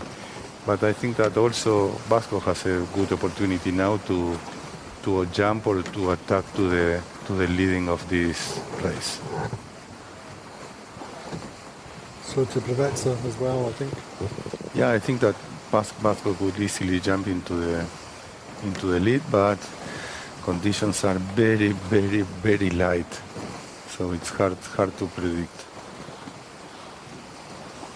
Right now, Platoon and Phoenix are higher than Provesa and Quantum, which is the opposite of what you expect if the breeze is stable. But as we know, Provesa, Phoenix and Platoon, they were carrying a puff, and they jive as soon as the puff passed, and probably that puff is now arrived to Provesa and Quantum, so it's their turn to extend a little bit. So good opportunity for the prolic boats to jump into the lead of the race, and also we know that they are quick in these conditions, so it's a good chance that they can do something with this. What makes them quick in these conditions then? Say it again? What makes them quick in these conditions in terms of the whole form? I think that they have a little less wetted surface. They are a little skinnier at waterline. They have less rockers, so that means that they are longer. And in these conditions, they have a little advantage. It's very tiny. I mean, you see the differences in between the fleet are very small. Now you can see how both Platoon and Provesa are parked, and Phoenix is sailing quicker than them. So it looks like another puff is coming from behind. Platoon is going to be the next one to grab it properly, and we'll see when it arrives to Provesa.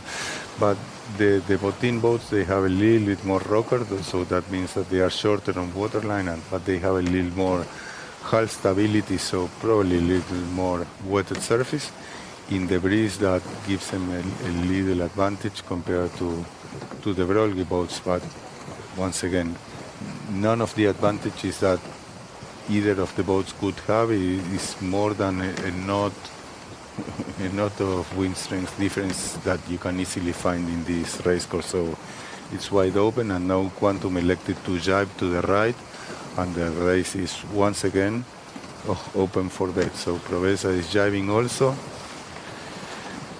and now we have a split. So Proveza and Quantum heading to the right, Phoenix and Platoon heading to the left, and everything it's on the air again. It's roulette, isn't it?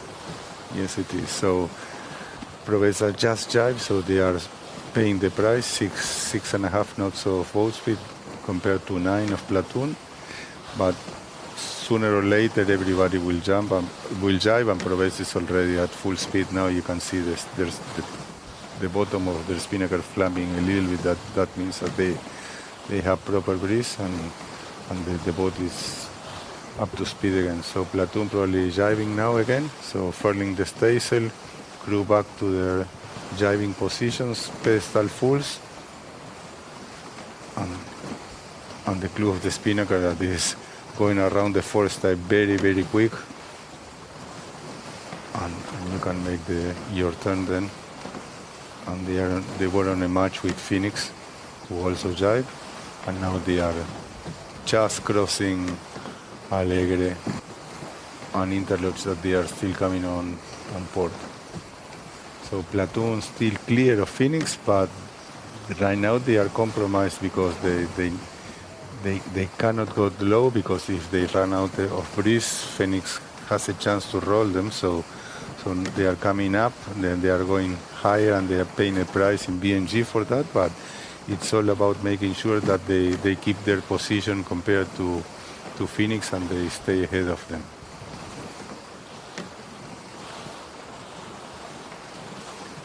I would like to see an overhead shot now, showing where the finishing is. So, but looks like Proveza is on the middle of the course, while Quantum is that's the one we were looking. So right now it's looking in between Proveza and Platoon, very, very close. Quantum lost some ground making that jibe, and it's unbelievable how Quantum, who was leading by, let's say, 200 meters at the top mark, is now in 4th position and under threat by Alegre and Interlodge. That's how challenging a light air race is, and now Proveza got the path and is jumping in front, but they will need to jibe before Platoon does. So Platoon will have a small opportunity to jibe on top of them probably, but if Proveza can hold this path and extend to the pin and jibe and be protected by the pin, they will probably be able to make one jibe and in. And if the path stays there, they have a real chance of snatching the race. It's going to be a close finish one way or another for sure, but as you say, Quantum Racing leading round the top mark, potentially looking at 4th and having Phoenix ahead of them. Phoenix just crossing, certainly in front comfortably of Quantum just now. So here they go, Proveza is jibing. Look to me that they were having a little bit more breeze than Platoon, but now it looks like Platoon also got the path, so it's going to be interesting to see how they go. But Proveza should be in front. So they are coming very, very hot to the pin, but I think that they are still safe, and they will win by probably 2 lengths compared to Platoon. So indeed, Proveza wins the first race, Platoon gets 2nd, and Phoenix is 3rd. So a good finish for Phoenix.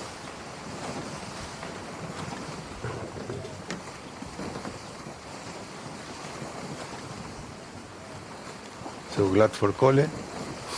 Yeah. On the Turkish boat, glad for Ergin and the friends on on the front of Provesa, there's a wind that they were looking for a lot of time already. So, and of course the coach, sorry, not coach, sailor, observer, male athlete, Santi Lang in the coach boat. And disappointing then really for Quantum Racing, losing one of their points to Phoenix in terms of the overall standings. They're 11 points ahead. It will now be 10 points, as Gigi said, in a 3-race day. Anything can happen. Yeah, it's still all open, so it's very early to say, but Phoenix did a very good job of recovering from a very bad positioning at the first. Ninth at the top mark they were. At the first bit, so things were looking complicated for them, lying in 9th and Platoon leading and Quantum in 2nd or 3rd.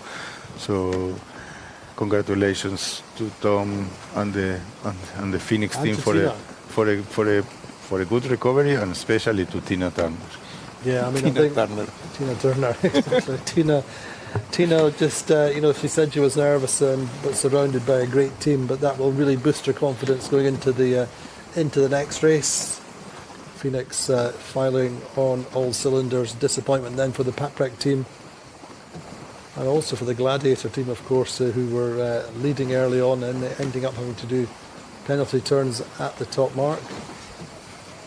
So Paprec getting through in 8th. I think that's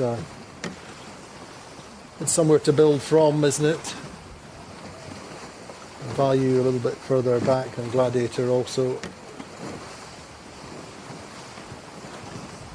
It's strange that Gladiator, even with the turns, did manage to stay in front of Bayou, but that's the way it is. And the boat, which is in paper the best lighter boat of the fleet, which is Bayou, because of being a previous generation boat, which is even we saw that in smaller water surface even than the latest Paprec boats, is struggling in the lighter breeze. So that's an indication that the differences in the boats can be very easily overtaken by one knot of breeze.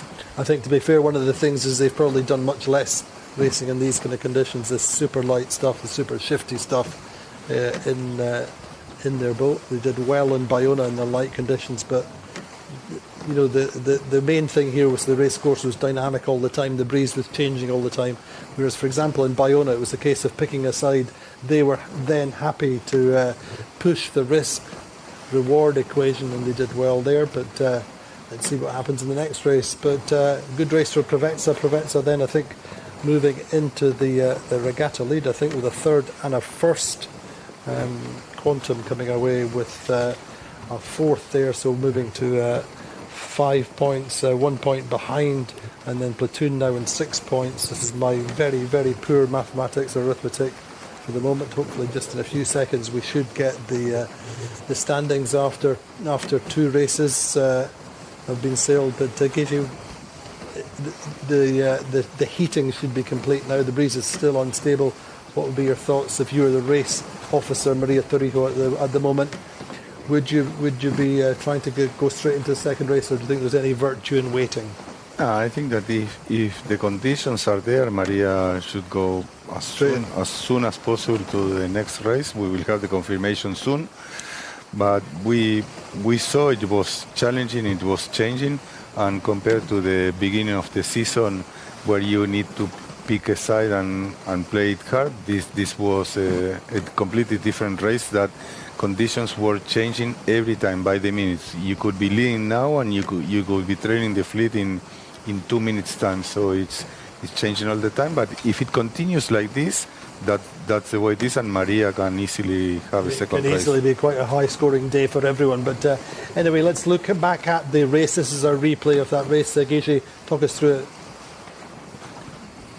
Yeah, so most of the fleet tried to win the ride. So that's where Platoon, Quantum, Alegre, Sled was.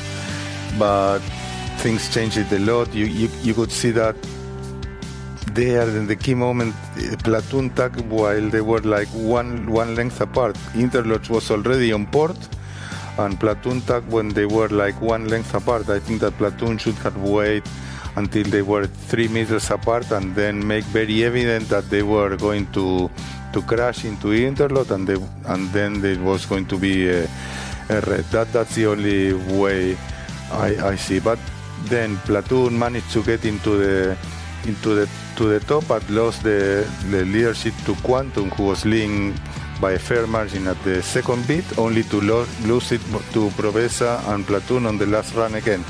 So that's very hard racing. Indeed it is, but say perhaps the disappointment for Quantum, but a good race for Provezza and also for Platoon. But I mean, what did we learn from that race course? You know, what would you be taking as your strategy for the next race? Is there such a thing? That you need to be on one side of the fleet, off the start line.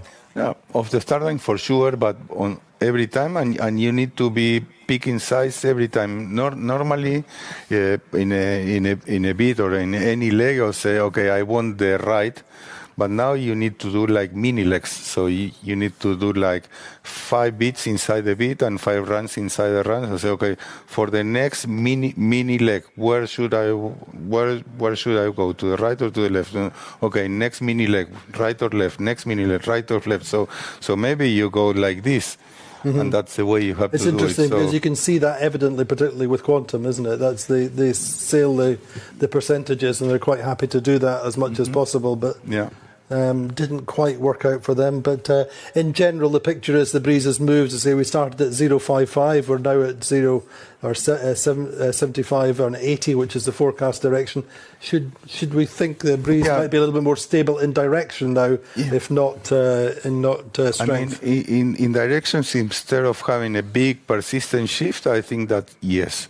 Yeah. But I think that within the 80 degrees range, it will still be very unstable. So maybe you can see from 65 to 95 going back and forth, but I do not expect to go from 20 to 80. I mean, even shifting, but with the persistent right shift as we saw in the first race. So I expect to be shifty, but in this 60 to 95 wind range. That's what I see. That's what the forecast says, at least. And let's hope Maria is watching the same, and we are having a second race soon. Here's hoping. But let's look at the regatta standings after 2 races, after race 2, which we've just seen. Then, as we said, at the top of the table now is Provezza Ergen Imre's team on 4 points, 1 point up on Quantum Racing, who are now on 5. Platoon on 6 points, Allegra 7 points, so really nothing in it between the top 4 at the moment. Then a 3-point gap back to Phoenix, started the 7th and a good 3rd in that race. Then Sled on 11 points, 13 points for Interlodge. Vayu on 18 points also for Gladiator, and also for Paprec Recyclage, the French team. So battles all the way through the fleet, Guichet. And then now looking at the circuit standings, well, as we said, 1 point eroded from the Quantum Racing lead. Quantum on 135, Phoenix on 145, and now 19 points. 1 point eroded from the Phoenix lead by Platoon. So Platoon are now on 164 points. In 4th are Sled still. Allegra 5th, Provezza 6th, Interlodge 7th, Vayu 8th, and Gladiator are in 9th. So looking at Vayu then, Vayu are big advocates of bringing young Thai talent on board their boat. That's one of the key things they like to do. They've had various different young Thai sailors coming over, really ever since last year when they joined us at the invitational regatta that we had in the middle part of last season. That's where they appeared. Ever since then, they've tried to bring young Thai sailors on board. And Kevin Whitcraft, one of the 2 brothers who own the programme, is in fact president of the Optimist class. He's a big advocate of the Optimist. And the Optimist World Championships are locally here, just up the coast, on the Costa Brava. We spoke with Kevin yesterday, and he was explaining how important the Optimist class is in world sailing. Kevin, talk to us about the Optimist class and what an influence that is on our sailors, and who we see around the dock from the Optimist class. Yeah, cool. Optimist class, largest youth sailing class in the world. It's where most sailors in the world learn to sail and start in there. Its results have been excellent from people leaving the Optimist class going on to win Olympic medals. I think most medalists, majority by far, started in the Optimist class. So here around the dock or on our boat, the majority of our sailors are Optimist sailors, started in the Optimist and grew up to win Olympic medals, and then our tactician Nick Rogers, and then went on to now join the TP Super Series. So it's a great way to start sailing. And what's your role within the class? Yeah, I'm president of the International Optimist Dinghy Association, so volunteer basis to, goal is to run the class, keeping it as a one design, looking after the large events that we host for continental championships and the world championships, and trying to grow the class, get more sailors on the water, get more kids on the water, so we can have more boats in the TP Super Series 20 years from now. So. It's a good thought for the future, but tell us, Thailand very strong in the Optimist class. So I'm from Thailand, and Optimists in Thailand have been around since the early 1970s. We've hosted 2 world championships, and we've had 2 world champions in the class. In terms of team racing in the Optimist, Thailand has been dominant the last 10 years. It's been in the top 3 or 4 countries in the team racing championship as well. In Asia, Thailand dominates. So it's really strong class in our country. And part of the effort we're doing on this boat is to try to get Optimist sailors into keel boats and continue people sailing beyond, going into the larger dinghies, 470, 420, 29er, 49er, but then on into keel boats, keep people in our sport. Fantastic job, well done. Thanks a lot. So that is Kevin Whitcraft, to say one of the 2 brothers who are the owners of the Thai-based Vayu team and big advocates of the Optimist class. Now I've got Pep Subarats with me in the studio. Now you're planning for the Optimist Worlds, I believe.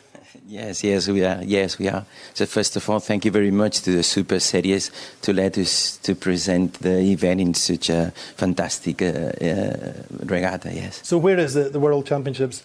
Well, the venue is Club Bella La Ballena Alegre. The club is located in the bay, Roses Bay, Costa Brava North. So it's close quite to a bit France. Up the coast, isn't it? Yeah. Yeah, close to France, yeah. And how are the preparations going? How many boats are you expecting?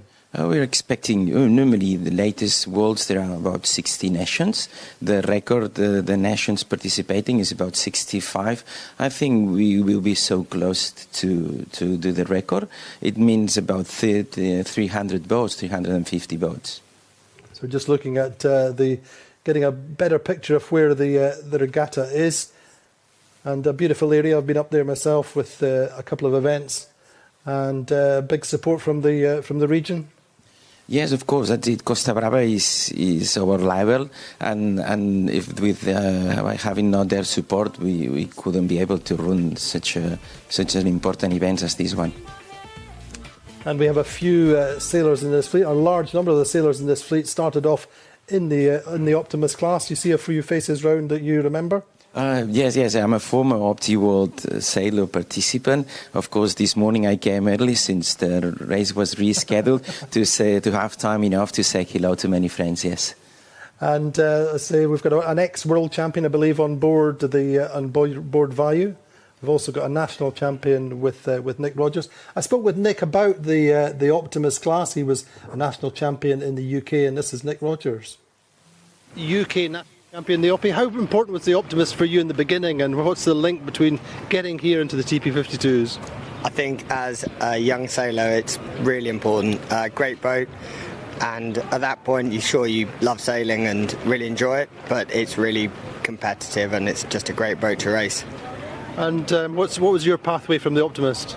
I was small enough, as you can probably tell, that I sailed an Optimist till I was 15, and then from there we went straight into a 420. I did cadets as well, actually, and then 420s and 470s. And the next generation of Rogers are in the Optimist as well, I believe. Yeah, my son Dirk and Johnny, they're just kind of climbing up the ladder at the moment, so they're doing really well. Are they better than you were? For sure. Good, well done. Thank you. So that is indeed Nick Rogers, the tactician on board Value, ex-Optimus sailor, national champion. But sustainability is big. You have a massive regatta going on there. What are your plans there, and how important is that to the World Championship in Costa Brava? Just listen, it is very, very important. It's one of the main axes for the event. By consolidating that in the sports parts, we are going to try and perform at our best. A few of our staff is participating in the Super Series. Yes, markers and juries and so on. The sustainability is very, very important. I must say that the club is located in one of the best resorts in Europe, who has received the recognition of the best sustainability resort in Europe. And we are building a project which means that in 3 main axes, which is the Mediterranean Sea. So we are working in order to be as educative as possible for the kids, to the kids recognize which are the problems that the Mediterranean Sea, the temperature, the plants, the invasive fishes, and also there's the sailor, in which we are working just to make some collaborative program, which means that how all the Optimist family is able to reduce the CO2 step that we are going to reduce the impact in the local area. Yeah, and also reducing the impact. The resort work is always in the local providers, so it is also show the participants how important it is to I mean, one of the things, I mean, obviously Super Series has become a benchmark for sustainability. One of the things we do in the Palma Regatta and also here is our excess food, the food which is not used, is then passed on to individuals who need it more in the city. And when you have these big regattas, I can't see why more big regattas like World Championships, where it may be just a few sandwiches here and there, but it's always useful. So maybe that's something that you could. That's a good idea. Yeah, that's a good idea, of course, because we could have also a social program associated to the event. That would be a good idea to run also. Yes. Indeed. Anyway, I wish you the very best of luck with your regatta. We'll be watching to see, an area that I really, really love in the north of the Costa Brava. That's the World Championships of the Optimists next year. As we say, sustainability, one of the key axes of the 52 Super Series. And let's look at what we're doing to improve the planet for the future and safeguard the planet for the future.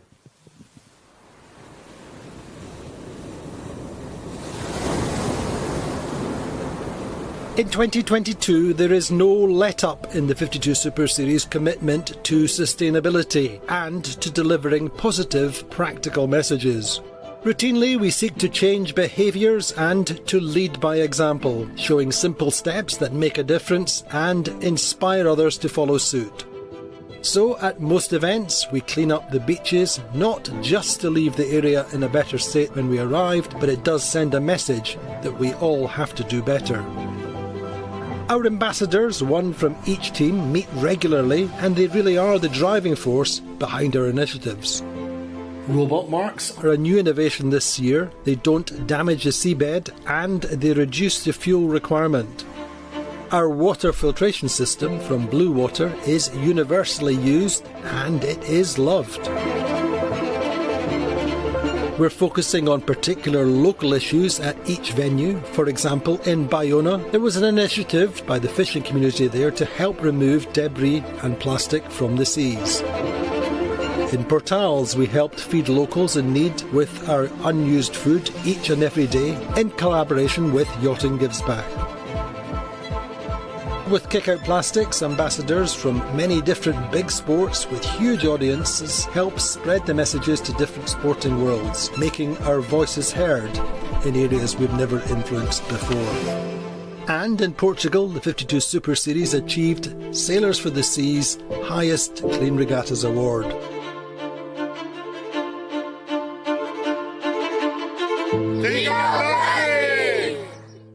Well, Gigi, welcome back. What are your thoughts on this next race then? I was just checking at the forecast, but looks like we are going to have another nail biter. I had one of our coaches who were on the water saying that was an extremely stressful race for him to watch, and his team was certainly top 2, top 3, no names, no pack drill, but it's pretty stressful watching here, isn't it? Yeah, I got plenty of messages from friends looking from all over the world. All over the world. Saying they are nervous in front of the TV. So you can imagine how the people on the boats are. I mean, these races are very, very stressful. I got questions, why are some boats using the staysails and some other not? And that's obviously depends a lot on a couple of factors, especially the sail area. I mean, the smaller the sail, the lower the range that you can use it. Then the cloth that you chose to build the sail, because the lighter the cloth, the lower the range, but it's a sail that you only build one for the season, so you want it to last. So we've seen Phoenix, they have a 3DI staysail and for example, Platoon has a very light staysail. So it depends on the area, the clothes, and then also the clue height and where's the sheeting angle, because in these very light conditions, the spinnakers, they fly very close to the boat. Yeah.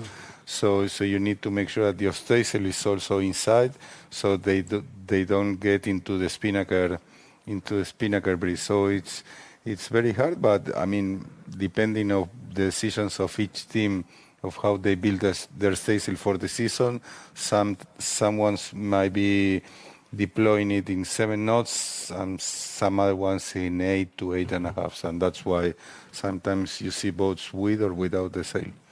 I mean, while we've got you talking about sails, explain a little bit about the Botin system and how that limits the number of sails that can be built in the year, if you like, or that can be brought on stream, and how you choose what sails to button in, and how it's been difficult this year because it's been generally a lighter season than we expected. Yes, it was. So normally, statistically, I mean, starting off, the teams look at the statistics for each regatta before they start building sails. For sure, you look at it, and especially when you are going to a new venue or when you are going to a venue that you know, but in a different time of the year, you ask your weather team to prepare like a report of the last 10 years. So you have at least statistics of from which quadrant, which wind strengths, what would you expect, and percentages. Then, of course, you have your own inventory that you keep track of the hours, tacks, and jibes of each sail. So really? On Azurra, we knew exactly how many minutes every jib have, how many tacks, how many hoists, how many drops, how many jibes every spinnaker have. Everything, so you have that, and also we're taking like 3,000 pictures a day from the boom and from the deck that they were automatically sent to the boat computer, and they were measuring the sails and sending the sail shape to the trimmers like 25-30 seconds after they were taken, and also we were having the sails properly measured on shore, and we were having real checks of the sails, how they were. So we were doing a lot of refresh of maintenance on every sail. So we were adding laughter to the jibs very oftenly, same as the mainsail. So we were making sure that the sails were as fresh as you can, and we were having a very good report on the amount of use every sail had. But historically, the sail that you replace the most is the light medium jib, so the J1.5. And then normally so how many would you use A1.5. Well, J1.5. Well, J1.5s we made up to 4 or 5 a year. So same as with the mainsails, normally you have at the beginning we have 2 coats.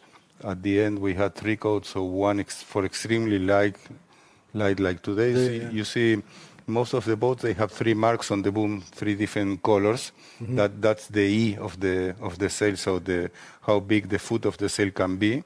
So, and then each mainsail has a dot very close to the clue, so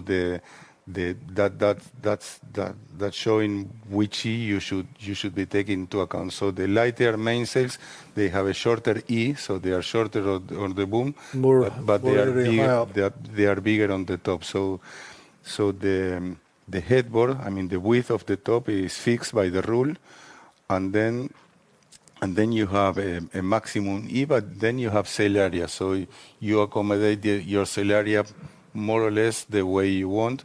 So the extreme light air mainsails, they have a much bigger head, even if you pay a little bit price. So the overall area decreases a little bit, but because the top of on the top of the sail, the area is multiplied by 2.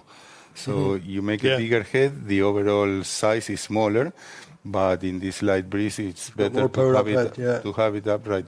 While in the breeze, you have a longer E, and the sail is smaller because the sail is flapping, so everything that flaps is drag.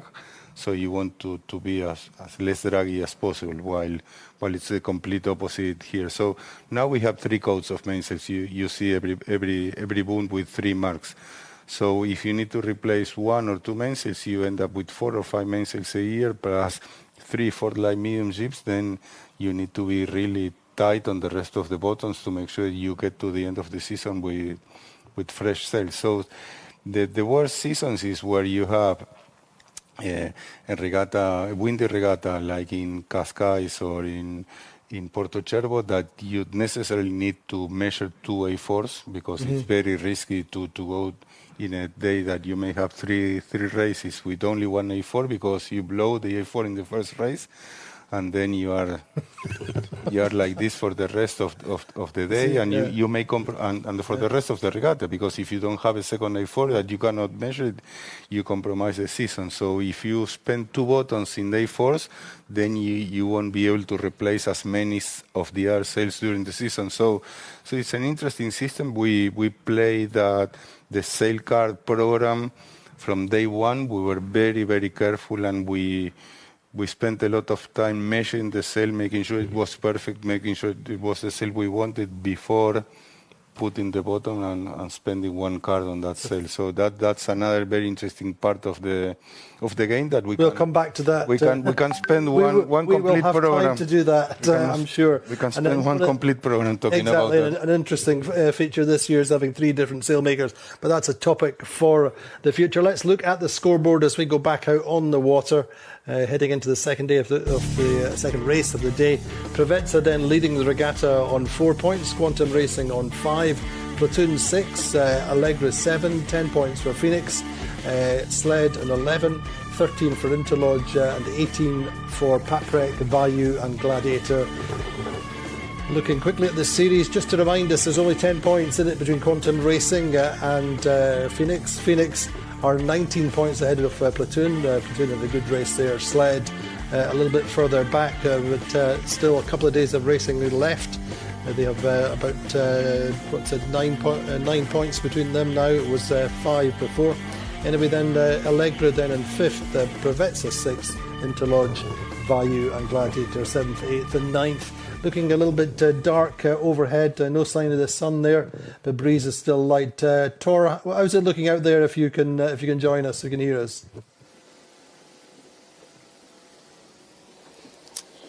Yes, Andy, it's light and shifty again, just like deja vu from the last race here. We've got the fleet sort of lining up on the right-hand end of the line there with Platoon and Quantum and Phoenix all really close to each other, so it looks like it's going to be a good one. So what would your preference be here in terms of the position on the start line, Guige? I would prefer to be leading, if possible. Of course, coming off the line with the 2 boats at maximum speed would be nice, but... Yeah, but there's 9 other boats looking for the same, so it's always hard. Beating to the top bar 065, 1.5 nautical miles, which is on the short side of the racing length, so that means 6 degrees. You need to be careful. You can see how light is in the horizon on the last scene that we've seen. So it's still very challenging and demanding. Interesting through the scoreboard, the 2 Brolic boats are 1st and 3rd. That statistically means that they are both performing well in this light stuff. And with 40 seconds to go, once again, Gladiator wanted to take the left, while the rest of the bunch is very, very much looking for the committee again. So the same players on the committee, that's Sled, Platoon, Quantum, Phoenix, Alegre on the right, and then Bayou, Gladiator, and the rest of the Paprec and the rest of the fleet to the left. 19 seconds to go. Gladiator was way too high on the ladder, so they make big come down. 10 seconds now. There's one boat, Phoenix, also very, very close.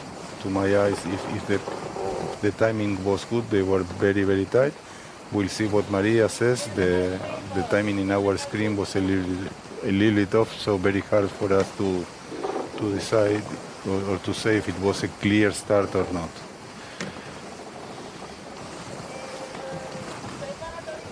Interesting. And Regatta not quite as good a start, but Regatta leaders coming off the.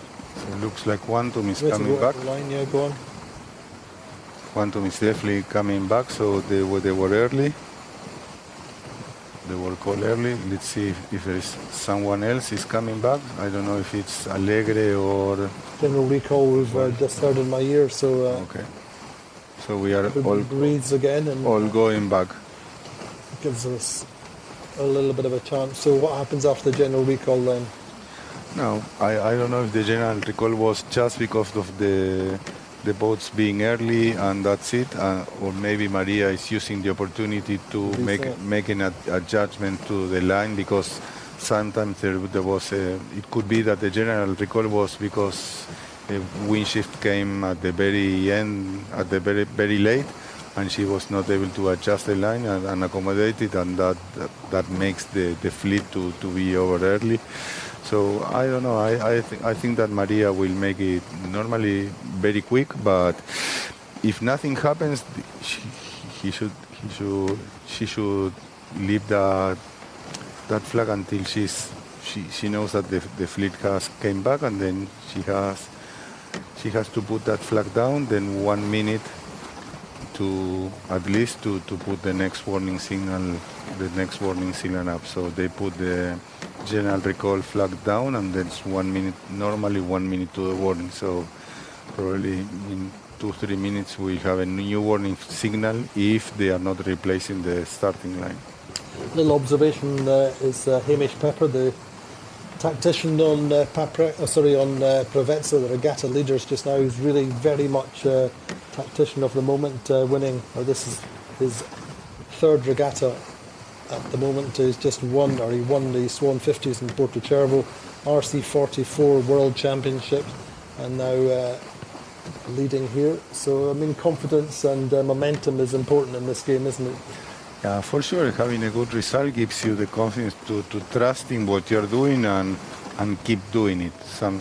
Most of the times, especially for the tacticians or for the ones making the let's say the non-repetitive jobs, it's very important to trust and to believe in yourself, and it gives confidence to the team, of course. Yeah, obviously the mood on the boat. You can. It's very hard to explain, but even happened to us on Azura during our campaign that we got to venues when we started training, and after 1 or 2 days of training and the regatta didn't even start, we were feeling that you were going to win, because the mood, the attitude, everything, the atmosphere, everything on the boat, on the shore, at night, everything was good. And so there was so much energy on that group sometimes that you knew that you were going to win the regatta even before it started. That happened for me, for example, on the last regatta on Mahon in 2017, when we won the season by, I don't know, 6-7 points, but we won the last regatta by 2-3 points. But we were on the lead from the very first day in a regatta like this one, that was very, very shifty, that was very, very unstable, and we also had light breeze, heavy air, waves, wind from the north, wind from the south. Everything was changing, and we were leading from the very first race to the end, and we won the season. But if you jumped on our boat, you could feel that we were very confident, and we were trusting each other, and we were always positive. Never was a joke about anything else that wasn't losing. Mm-hmm. So you can see Maria is readjusting the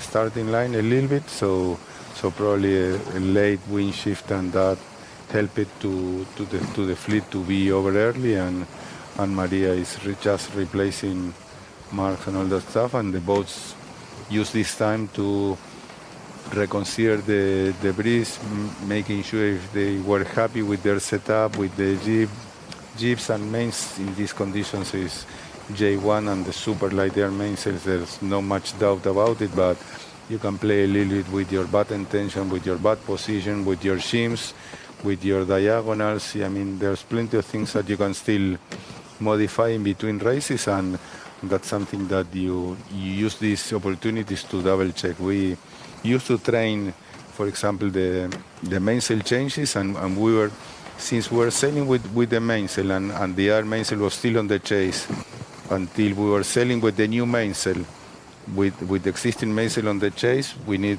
only 5 minutes. So you actually practiced that, and that was... For sure, we practiced. It was in our playbook, and we knew exactly what everyone had to do during the procedure. So the helmsman with the engine, making sure we were ready for the change of sails. Which mainsail was going on top of each other when we were both with no mainsails, who are the ones going to the rail to grab the new sails, who were on the boom, on the front and on the back of the boom, prepare the ropes to reattach the new mainsail, who was on the grinder, who was on the handles, who was doing everything. So we were able to repeat the movement, and we knew that we were able to execute a full mainsail change in 5 minutes. So that gave us the confidence or the advantage that, for example, we had a general recall, and Maria was saying, okay, next warning signal is in 7 minutes, and we were in doubt. Okay, we can go for a mainsail change, and we knew that we were able to do it. So there was no doubt, and we were going ahead. So that's kind of the details I'm always telling, that at the end of the season they make a difference, because being able to change a mainsail, being able to readjust your rig, being able to do something gives you 1 point what here or about there. contingencies on the water when something happens? You know, what were the other things in your playbook in terms of damage or sail damage? I mean, typically, remember the end of last season when we saw the Phoenix kite blowing out. Is that something that most teams would practice at some stage in terms of? We practiced during the training days every time. We were pretending we were breaking kites. Obviously, we were not breaking it in reality. But after the dive, suddenly I said, "Kite is broken, peeling, guys." So we are boom.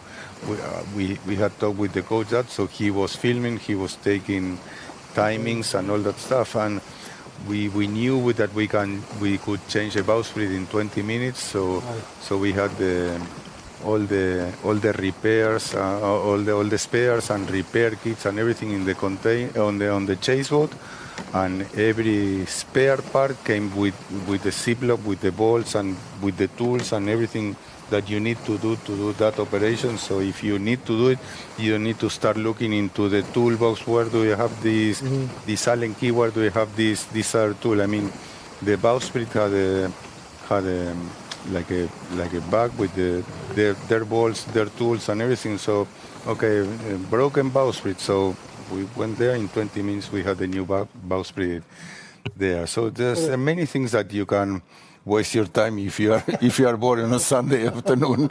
I can think of better things to do. But listen, a quick comment coming in from Kim Panel on our social media channels. Commentary by Guillermo is incredibly detailed, gives so much in terms of understanding what the different boats could be experiencing, how the teams are planning their next moves. She says your commentary is so exciting. It's a very, very stressful sport to watch. Though. Yeah. It's pretty stressful for us as well, isn't it? I think Ken is a cousin of myself. So thank you, by the way.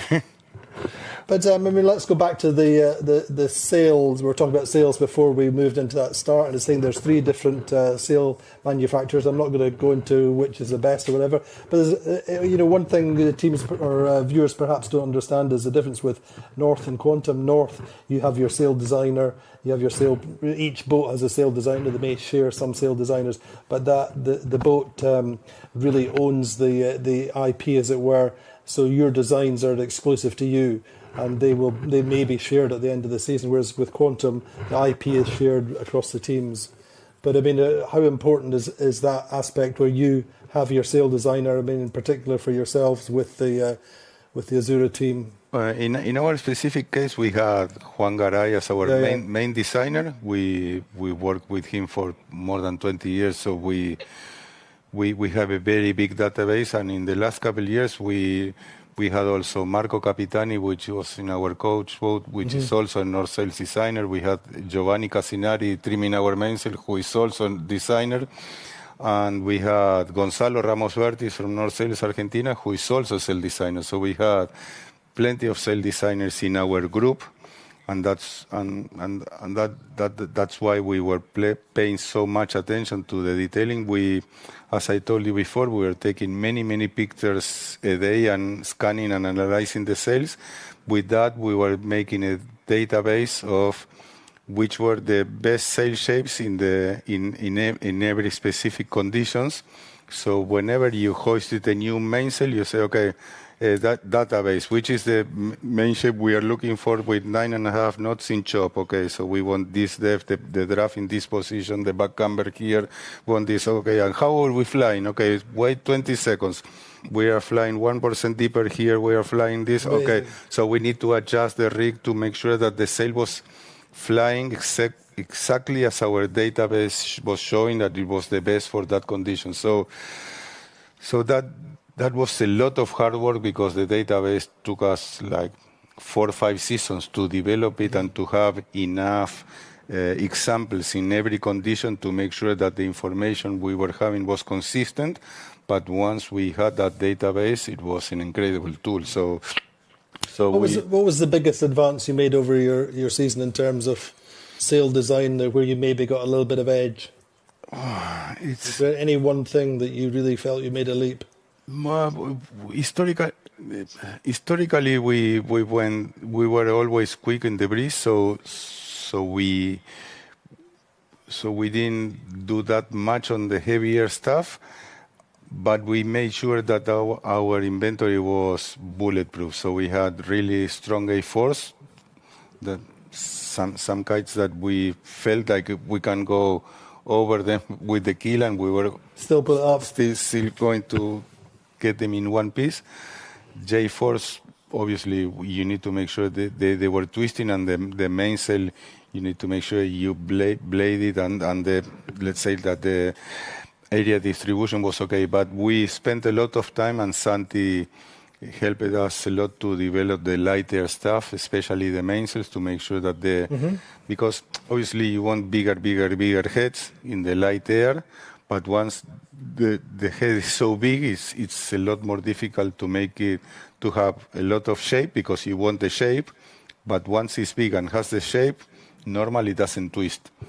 And then you want the twist the top to twist as much as you can, and that's a real challenge. So we played a lot with button positioning, how much spoke we were having in every button, and how to angle that button and the compression into the rig to make sure that it was allowing the twist, and making sure the laugh curve was there to help with the twist, because in the ideal world you want the main sheet to be as tight as you can, so having the middle leech very in, but you still want the top of the sail to breathe. So the middle leech is what gives you the pointing. The twist is what gives you the ability to breathe and go forward. So having a mainsail that is powerful with a very big and powerful head and being able to twist was the biggest challenge, and where we worked a lot more over the last couple seasons. And I think that we were able to do a very reasonable job, because at the end we felt quick in the light also. Good. Anyway, it's a whole documentary series in terms of the topic. We will come back to that. We do have a warning signal on the course area, but it's still pretty light. I wonder whether we could hear anything from Tor Tomlinson on the water. Tor, are you hearing us? Yes, we're within 5 minutes now, Andy, and it's light again. We've reset the pen, and I think the course has just moved to the right a little bit. So yeah, everyone was a bit keen on that start, but it's also given Maria the opportunity to square up the course a bit more. So yeah, we're just coming up to 3 minutes, I believe now. Racking up similarly to last time. We've got Phoenix, Quantum quite close together on the port end of the line, heading up to the starboard end. I imagine the line's going to be a bit more square this time, so be a bit busier in the middle. That's right. So, Guy, what's been the discussions on board in that interim period since the start was abandoned? I mean, I'm sure that the strategists and tacticians keep talking about what they are watching, where do they see more breeze, and what do they expect with the next wind shift to do, and how to position themselves. And obviously now they had to repin the line and find out if there is any trade-off in between bias and the decision they want to go. If the starting line is the bias is on the committee and you want to go right, then it's very easy where you want to be. If you want to go right and the bias is on the pin, then you have a choice to do. So that's what they are talking about, and obviously the navigator, it's there to provide you with the information, because depending on the length of the line and the amount of degrees of bias, is the amount of length that one of the ends is favored. So I was always talking to Bruno, okay, how's the line? Line is square 280. True wind direction for the last 3 minutes is 75. So it's 5 degrees on the pin. Okay, how much 5 degrees? Because 5 degrees could mean a lot or nothing. Okay, with this line, 5 degrees is 3 lengths. Yeah. Okay, 3 lengths I understand. If you win the pin, you are 3 lengths ahead. Bruno Zarelli, who was your navigator, is now with Gladiator and really enjoying it. Yeah, Bruno is very, very precise. He's himself an electrical engineer, so he used to work for very big companies in the past. So he's very precise with numbers, and he's a very, very intelligent guy that sometimes gives you information that is unvaluable and unbelievable. So almost 2 minutes to go, and looks like if our timing is good, looks like the fleet is very, very, very close to the line. So it's going to be interesting to see how do they manage it. But coming back to Bruno, I was always asking, okay, how much time to kill? How much time to kill if I do a double tag? How much time to kill if I jive? How much time to kill if I tag? So I was always making him question. He always had the right answer. So Bruno was also a big part of the Azzurra success. So they are now in the final approach. So it looks like our timing is not good. I will say that it's 10 seconds to go. So probably our timing is 1 minute off. So 2 seconds, 1, and again a very tight start, except for Paprec, that they misjudged the line or the pin compared to Baggio, who easily won the pin. And now it's time to wait for Maria to see if it's a clear start or if we have boats called earlier or not. So it's 7 knots from 70, so that means that the wind shifted right like 5 degrees from the last race. Okay, and it's a clear start, so everybody's on time. A reasonable start from Value then, just young Don Whitcraft steers the boat with Tom Green as main sheet trimmer. Yeah, not a very nice start for Provesa and Quantum this time, unfortunately, so I think Sled, Gladiator, Interlodge, Alegre and Platoon, they had the best starts of the fleet so far. So a little bit of pressure coming in there. Yeah, now time to see which of the ends is prevailing. Sled obviously not had too many options. They were in the middle of the line and they lost the position with seconds to go to the gun, so they decided and they start on port already. That the decision that at least recover them the distance to the fleet, at least in these very first meters. And we'll see now Interloch is holding Alegre and Platoon from tacking. Quantum is tacking to the right, and we'll see if any of those 3 boats is tacking on them or they let them go. Because that Interloch is tacking on Quantum, and if Quantum is not free, they will have to tack again, and that will be a price on their part. Hopefully they have clean air and they can continue. Hopefully for them, I mean. I don't mind what they do. But the breeze seems to be a little bit more solid. Just that last shot. Looks like so the pressure come into value. Looks like 8 knots. To the left there. Yeah, looks like 8 knots more or less now, and Interloch indeed stuck in a position where Quantum it's a little uncomfortable, so they will probably extend a little bit more and probably will have to tack again shortly. And we'll see now if Alegre is able to hold Platoon and not let them tack. But yes, Baju now from this shot they are in a good position. But we all know that cameras and angles they are not always very, very precise. So we need to wait. What's their options from there? I mean, they can't. I mean, unless they are crossing. Unless they are crossing, that is unlikely.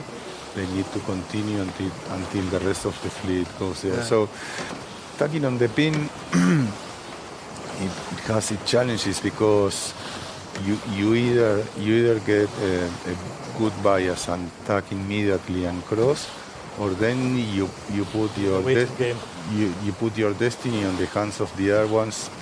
And sometimes when it's normally the rule is that when it's very, very shifty but it's oscillating that it goes back and forth, it's a lot safer to start on the committee because you have the ability to be always in phase. So if you tack and you're on a lefty, you can tack. If you start in a righty, you continue.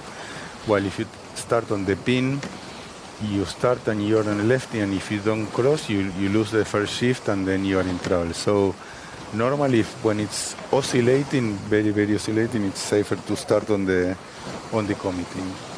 In these conditions, it's a different game. Than now Platoon tacks, and now Provesa will follow soon. So the two Brolic boats on the left, and good thing for them is that they tack and they hike immediately. So it looks like on this side of the course, at least the breeze is good enough to hike. I mean, you can see Provesa now. You can see them coming out of the tack, powered up, and the angle is much more favourable as they come out. Already hiking, and I expect Bayou to be tacking really close, really fast also. So in fact, Bayou already tagged, and they are looking good so far.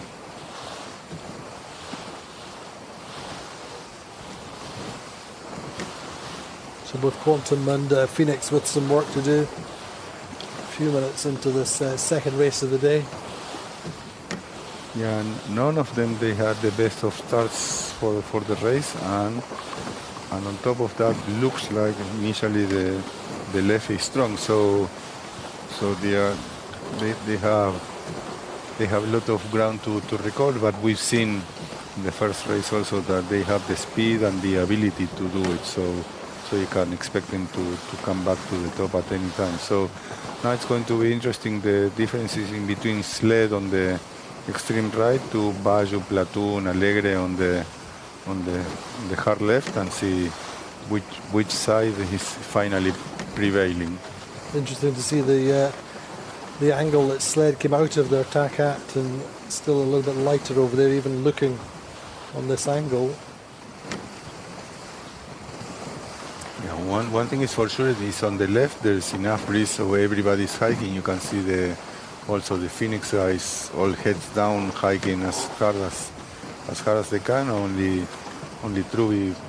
Morgan Truovic, the jeep trimmer, legs in, trying to make sure that he can adjust his sail, I mean, every time. So now he trims a little bit, and he will probably go back to the rail. But the good thing for them is that they have enough breeze for everyone to be hiking. The only one who's not fully hiking is a strategist, which has his heads up, looking forward in front of the mainsail trimmer, helping some slings with the decisions. But everybody else is hiking the same as if it was 25 knots, as you can see.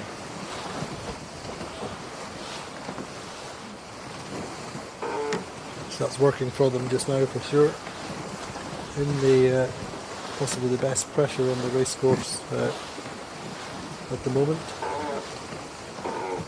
Yeah, but the interesting thing is that the virtual is showing that the right boats are in front of the fleet right now, so it's either that they also have the breeze in there, which is a possibility. Yeah, we did see that the last overhead we saw, that the sled came out of the tack quite wide, but they powered up fairly quickly, and in the end, on either side of the course, they were both sailing quite high angles, so perhaps a little bit of right shift and more pressure offshore. Yeah, now it's showing Phoenix as a leader boat, which we saw they were crossing behind the couple boats, so everything is again very unstable and things are changing all of the time, so it'll be interesting to see how they converge into the top mark.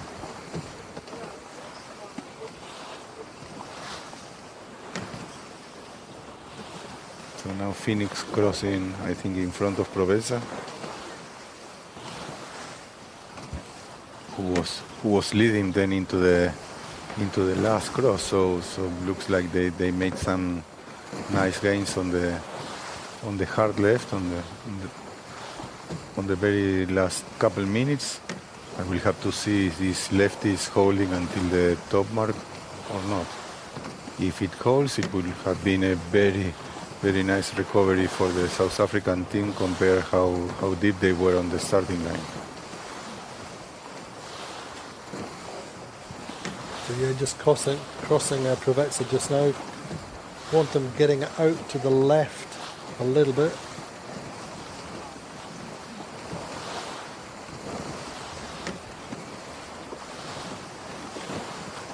Provenza also with good wind. Collier struggling a bit, isn't he? Oh, well, he's taking on the forestay, which is very, very hard, because obviously you are trying to pull the forestay against the jib and against the runner. Yeah. So that's a lot of So much load have we got in the forestays now? Maximum is 8.5 tons, 8.5 tons. So normally here you can have up to 6.5, 7, depends on the puffs. But you have a good amount of load, believe it or not. How's that changed over the years that you've been in the class? At the beginning we measured it in pounds. So in the first Matador, our maximum forestay load was close to 10,000 pounds, 11,000 pounds, and then on the last Azurra we were 18.5, 19. So almost double. So it's 90% more. So it's been a lot more. So 8.5 tons is more or less 18.5, 19, which is what everybody is using now. So over the years, the loads, they only came bigger and bigger. On board with Interlodge, Austin Fragaman there, the helmsman, maximum concentration, maximum focus.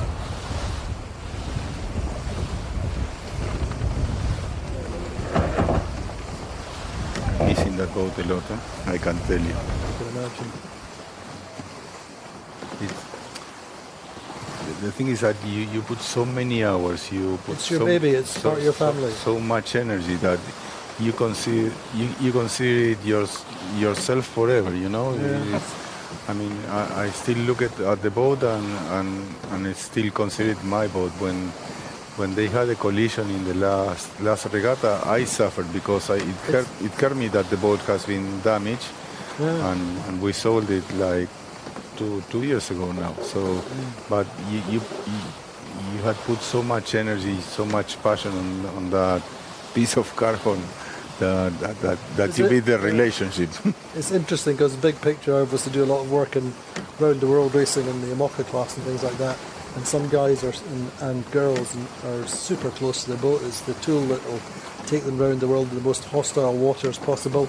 And others, it's just a tool to do the job, and they're completely impersonal and have no real relationship with their boats and ready to move on to the next one. But in the meantime, Allegre going quite nicely just now, just ahead of Phoenix no more. And no more looking at Provezza going back on port. You can see how much is changing, because Phoenix went from deep in the pack to ducking Allegre, who's leading the fleet now. Quantum was also very deep, while Platoon was in the top, and now Quantum is ahead of Platoon.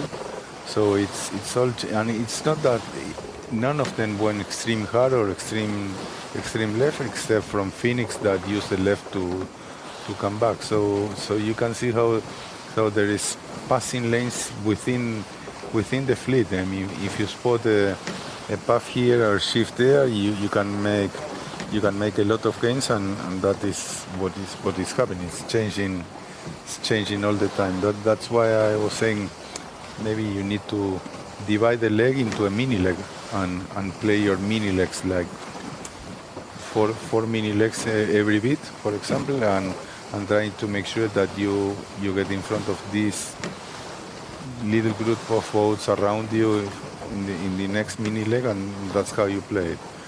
So Allegre crossing Quantum now. Platoon just clear of Quantum bad air, but Allegre tacked on Platoon and I'm on Quantum, and I'm not sure if Platoon is clear from Allegre. Platoon is clear from Quantum, but I'm not sure they are clear from Allegre, and now we have to see Baju and Sled coming from the right, and Phoenix just tucks in the front of both of them. Unbelievable that Baju came from winning the pin and going hard left, and now they are one of the most extreme right boat of the fleet. So it's interesting how things are changing from one side to the other one very, very quick. And now the one who is suffering is Sled, which is the ham on the sandwich in between Baju and Phoenix. So I'm almost sure they are preparing to tack. So Quantum is incredibly holding there behind Allegre. That's the ability that the winners have to sometimes hold in a very, very, very tough spots. So they are holding there no matter what. I mean, even if they have to pay a small price in performance, or if they are losing a couple of meters, if strategically you need to stay there, they have the ability to do it because they cover the fleet, because they are close to a lane, and whatever the reason, they have the ability to do it. And now the next important crossing between Phoenix and Allegre. Looks like Allegre is attacking the Phoenix and Baju, and now Baju is in control depending on how far they are compared to the ley line. If they are very close to the ley line, then Baju may be able to hold Phoenix beyond ley line and tack, but now they are losing ground too quick, so it looks like Phoenix will be commanding this fleet by the top mark.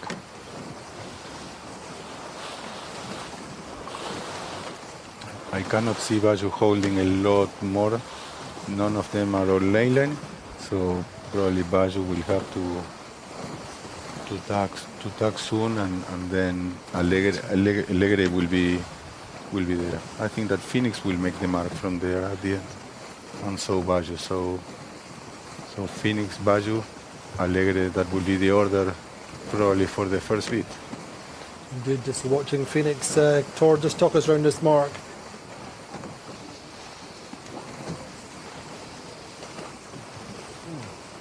So Phoenix have just come in, they're just managed to squeeze up onto the ley line with Bayou doing the same just behind them. It looked like it was going to be really close whether or not they were going to make it. So yeah, Tina did a really nice job just climbing up to the ley line now. She'll be happy to be in first place going round this top mark. Allegra just getting round the outside, and then Quantum, is it? Yeah, Allegra is in third, while Quantum is in fourth. I think that now is Sled coming in fifth and Platoon in sixth. A little bit disappointing for Platoon. We're in the mix early on. Yeah, same as Provesa, leaders of the regatta so far. They are in a tight spot now because not only they are behind, they are very tight with the mark, and we'll see if they are able to make the top mark. You just feel this regatta is warming up all the time, don't you? With Phoenix now having 2 boats between them and Quantum Racing. Phoenix taking a point off Quantum in the last race. If it stayed the same, would be all to the good for the South African team, and clearly putting Quantum under pressure. Sled's the only one going for a jibe set. So a Sandokan or a Mexican or a Sambuca, however all the different teams call the maneuver, but it's basically a jibe set. You keep your spinnaker to the left, but you turn the clue around the forestay, and while the time you hoist it, you turn it around and jibe. So that's a maneuver that you also need to train a lot in order to make it smooth, and the timing of trimming and then dropping the jib is crucial to make sure that first you don't rip the kite with the button of the full button of the jib, and then for the kite to pop and to start working immediately.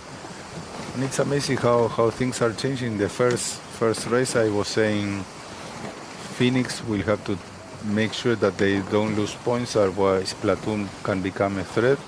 And from there on, they record 1 point to Quantum in the first race, and now they are recovering 3 more points in the second race so far. Obviously, it's too early to say. So, if this race finishes the way it is, they will be only 7 points behind Quantum in the overalls with 5-6 races to go. So that's how fast things can change in these conditions, and indeed they are changing. And in that respect, Gigi, I mean, you can talk science till we're blue in the face, but you also believe in luck, do you? I think that, yeah, for sure you need to be lucky. At the same time, you need to help the luck to happen. Obviously, not. I mean, only the champions are very lucky. Absolutely. That's a way of saying it. But once you put everything from your side, and once you did everything you can, then of course you need a little bit of luck, Mother Nature to make it. It's part of the job. But reality is that you can only do what you can manage to do, and that's where you need to focus. You cannot complain about bad luck or about anything else, because at the end of the day it's almost irrelevant, because you need to focus on what depends on you, on control the controllables, and making sure that you do what you are able to do. So if you did that, you should be in good shape. You can see here how much Alegre lost in the jibe. They were ahead of Quantum, and how much ground they lost after the jibe by having to go very, very high. That's probably because they jibe in a hole of wind, and they had to come out of the jibe very, very hot to make sure that the spinnaker was filling and was starting to work. And while Baju took a lot more separation and had a better jibe and didn't lose that much ground, but from now on it should be in a gray area where the breeze shouldn't be as clean. Even if the windexes, or if the air boats are not straight into their air, I'm sure that the air boats are affecting the mass of air that is arriving to Bajo.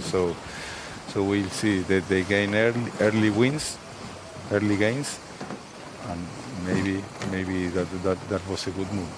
The good thing for them is that it seems that they are in more breeze than the boats to windward right now. So I can see Phoenix Quantum and Alegre with not a lot of breeze, while they were sailing a lot quicker at the moment. So good move by Bajo, who is now taking advantage of this little path.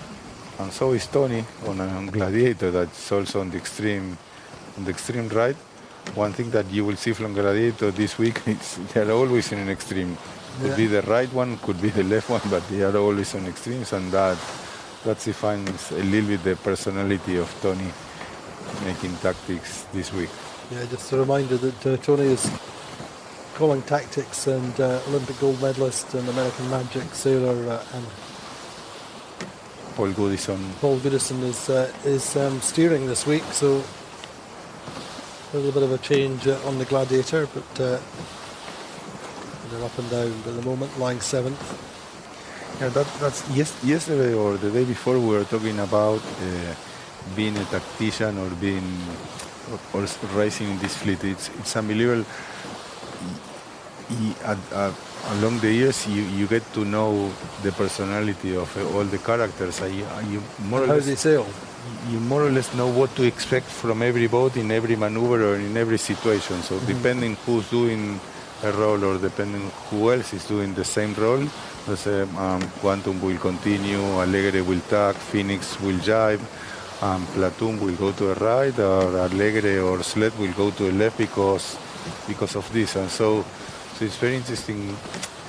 Every fleet has its secrets, and in this 52 fleet, for sure, having experience in the fleet or experience in the class, I think it's an added value that for example, you go sailing J70s where you have a fleet of 100 boats, and it's a completely different game because you are racing against a mass of boats. So you're racing the fleet, aren't you? You are racing against a lot of boats. So it's very, very hard to predict. But in this fleet, which is normally 10, 12, in between 8 and 12 boats, you normally know everyone on the fleet, and then it's more predictable what everyone is capable or is expected to do.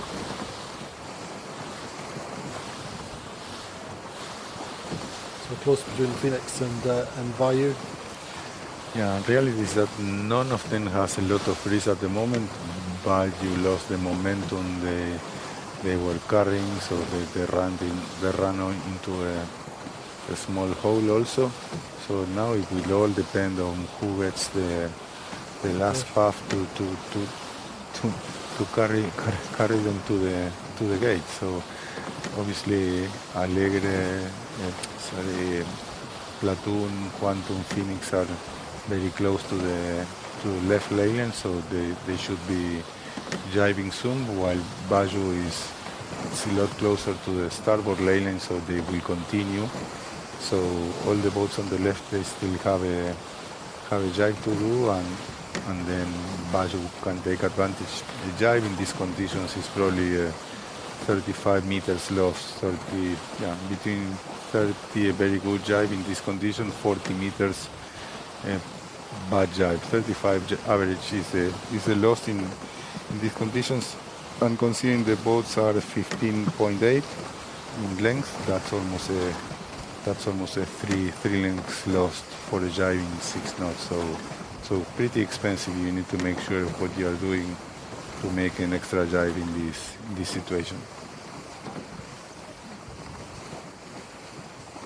Yeah, for sure the breeze lighter on that left side. Looking at Phoenix very slowed. Bayou seem to be still trucking quite nicely. As you said, they have their options at the moment. Phoenix is just crossing ahead of Alegre, I believe. They will no problem with that. And now they are coming to intersection with Baggio, while Allegre is going to jive on Quantum, and Quantum is further in the staysail because they will have to leave there because they are very, very close to Leyland. So one way or the other one, they will have to manage to go deep and clear the breeze behind Allegre's apparent wind angle. And when you are doing that, the staysail is not working. In fact, it's bothering the spinnaker. So you furl it and you drop it straight away in order to survive there in the best possible way. You see Quantum going very deep, and then Platoon is also going to take advantage of that because they will probably try to jive and attack Quantum also. In the meantime, Phoenix was just able to cross ahead of Baggio, and they will lead into the bottom mark, and Quantum will have to try to survive there to stay inside of Platoon by the time they get to the bottom mark. So Phoenix then leading through the leeward gate, led at the top mark. Value were second. Looking like the order will, in fact, in the end, stay the same through this leeward gate. And it's close between Allegre and Quantum. Yeah, but I think they are going to different opposite marks. Certainly Quantum have just chosen to go to the right-hand mark, looking upwind. While Allegre is following Baggio. So at the end, Quantum was able to survive just. Same Platoon will follow Allegre, while Sled will follow Quantum, and so is Gladiator. So half of the fleet to each side, and the race is still very, very open.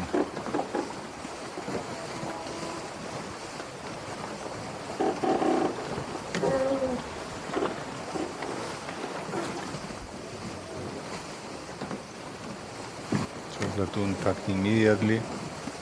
They didn't tack in a very nice spot because we said yes, the bubble is there, and now Gladiator tacked, and they need to make sure they cross Gladiator, otherwise it's going to be a huge lose for them. But I think that they will manage to cross just.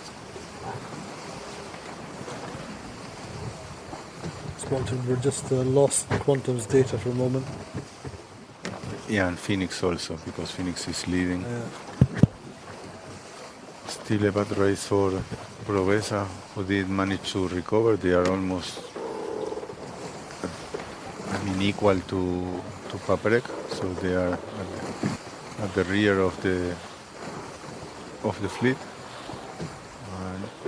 And it looked like Platoon was able to cross in front of Gladiator, so at least they saved that one.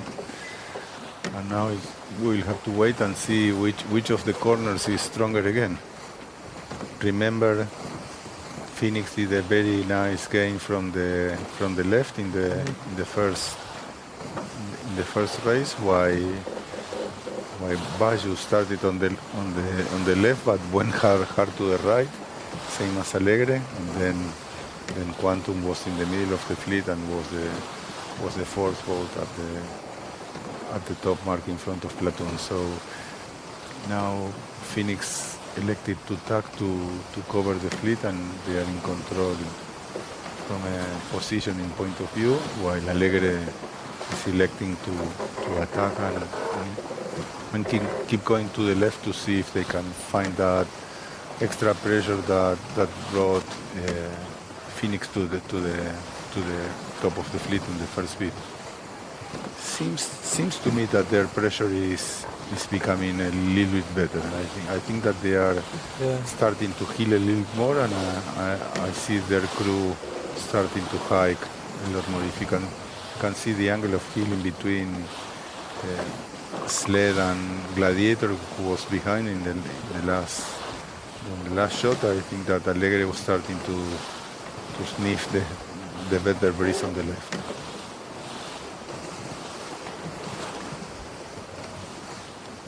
As you say, split into thinking Allegre going to the left with Gladiator Corvette's attacking out of that corner.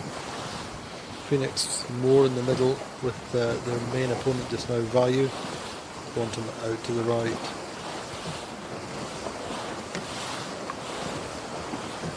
So what's the kind of Phoenix strategy from there in terms of who's round about them and the overall? I think that Phoenix is now playing by the book. They are in the lead. They have, let's say, as much as a stable breeze as you can expect on a day like this, and they are making sure that they are ahead of Quantum. And if possible, they will try to make them suffer and put as many boats in between them as they can. So I'm almost sure that if Phoenix has the opportunity before the end of this leg to hammer Quantum and make them lose a couple positions, they will no doubt do it. That's the balance, isn't it? It's the risk reward, or whether they're trying to focus more on Quantum or. Right now, this is very easy for them because they are the more left of the whole pack, except for Alegre. So they say, so in Tom Slingsby's head now, I say, okay, if a big lefty comes, we should be at least seconds because Alegre is way back, still way back. So in the worst of cases, if a big lefty comes, we are second, and Quantum is probably going to be among the last. So it's almost better if a big lefty comes. Even if they lose 1 point, Quantum may lose a lot more points than them.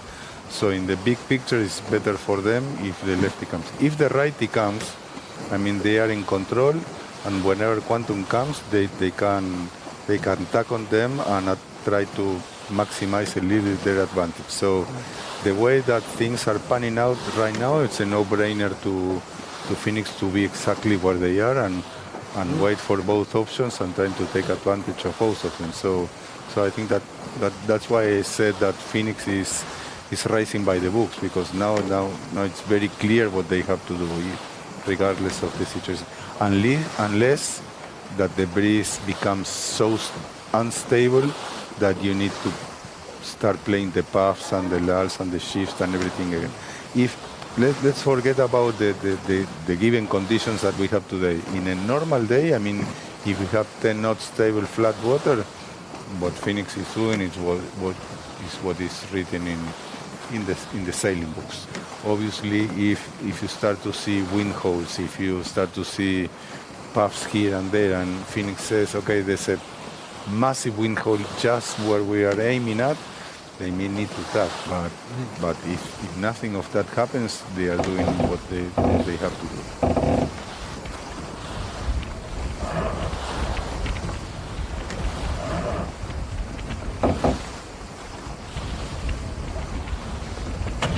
And here you can see clearly the 3 lines on the boom with the dot on the mainsail. That means the light air main with the orange dot with the shorter E. That means that the lighter air main that they have, while the blue line on the boom is the AP mainsail that goes normally. These mainsails go up to 11 knots because in more than that, the top, which is so big and deep, they start flapping. You cannot manage the top. I mean, you cannot control it. Even with the deflector, backstay, mainsail, whatever you do, they start flapping. You cannot control them. So then you go to the blue line, which is an intermediate mainsail that will be the only mainsail that you measure if you only had a chance to measure one. But it's a mainsail that better performs in, let's say, in 10 to 18 knots, while the white line is the heavier mainsail that goes from 16 and more than that. So that's where you can clearly see the differences we were talking about.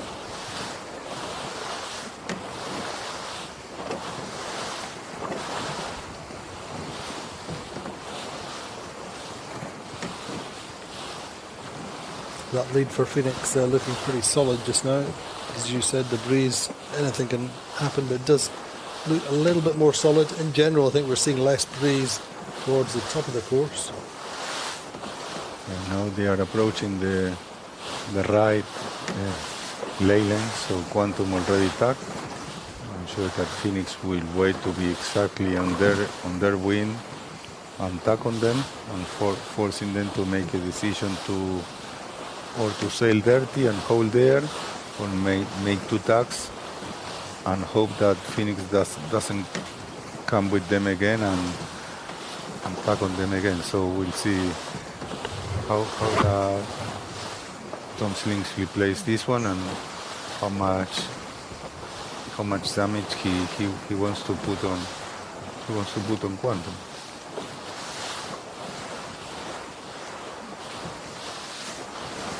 Platon tacks now in the middle of the fleet, and looks like Phoenix did exactly what we were talking about. They tack on Quantum. Quantum was forced to tack again, and they will now have to go all the way to the lane line, which is always dangerous, because once you played all your cards, if the airboat comes again, they won't come, because they tack very shy on Phoenix, so Phoenix doesn't have room to make 2 tacks. But at least Quantum made these extra 2 tacks, and Phoenix can choose to make 2 more tack on Quantum and hurt them more, or maybe they consider that from their position they are able to make the mark, and they continue and only extend their lead. Good thing again is that everybody's hiking, the boats are heeling, so everything looks good in terms of the race, and that the race is going to be completed. So we will have at least 2 under the belt today. So everything looks good, Andy, compared to what we had yesterday, right? Indeed, and it's looking like we may have enough breeze to go into the planned 3rd race. Yeah, we all hope so, because things are only getting exciting, more and more interesting the way we go. So very, very interesting to see how things are going. Now we see Alegre and Platoon. It's interesting though, isn't it, when we, let's not curse it, but there wasn't many navigators going on the water today saying, yes, we're going to get 3 races. Everybody seemed to think that when the maximum wind velocity was reached, then it would start to dissipate as the temperature reached maximum. But it's looking better for the moment. Yeah, I think that Maria did a good decision by moving the starting time to 11 o'clock, even though they were not able to race in time. At least they were able to race as soon as the breeze was raceable. So that gained them time and gave her the best possible opportunity to have the 3rd race. If it's going to happen or not, we will probably know by 3 p.m. But so far the 2nd race is been a lot more normal than the 1st one, and hopefully the breeze will hold to give us the opportunity to have the 3rd one of the day.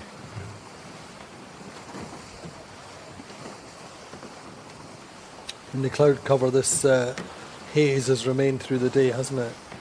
Yeah, I think that Capi, the weatherman, was saying that today, in the opposite as the other days, this is a great wind. The more cloudy it was, the best chances for the breeze to hold, because it was not going to be a battle between this gradient and the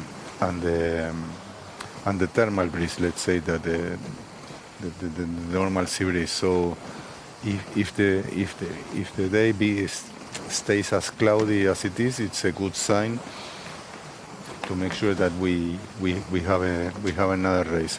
So now's the crucial part when Phoenix is crossing in front of Baju. Baju probably will be in front of Quantum, which is what Phoenix wanted. If Phoenix is not making the windward mark, now it's where they can infringe a lot of problems to Quantum racing. If Phoenix is making the mark, then it's going to be Baju and Alegre who will be tacking on Quantum, Phoenix will make a lot of ground. So a key stage of the race then for Phoenix and indeed for Quantum. Yeah, so far Baju and allez had tack on Quantum, so Phoenix doesn't need to tack if they are making the mark. In the meantime, they did what we thought they would. So putting the tack on Quantum and slipping Quantum from seconds to at least fourth at the moment. And we'll have to still wait and see if someone else comes from any of the corners and maybe put another position in between them. But so far, it's Phoenix, Bayou, Alegre, and Quantum. So credit then to the Phoenix team. And it is, you talk about the talent that is Tom Slingsby, but it's a team with strength and depth. Really, Cameron Dunn, the strategist, has been with the TP52 class since before Super Series was born. Is working well. So in the end, Phoenix having to shoot the mark now. A little bit of deja vu on that first day, but there was more pressure. They've got more speed to get round the top mark. Remember on the first day, the light breezes, they ended up almost head to wind. Yeah. And anyway, so Phoenix getting round with a decent lead.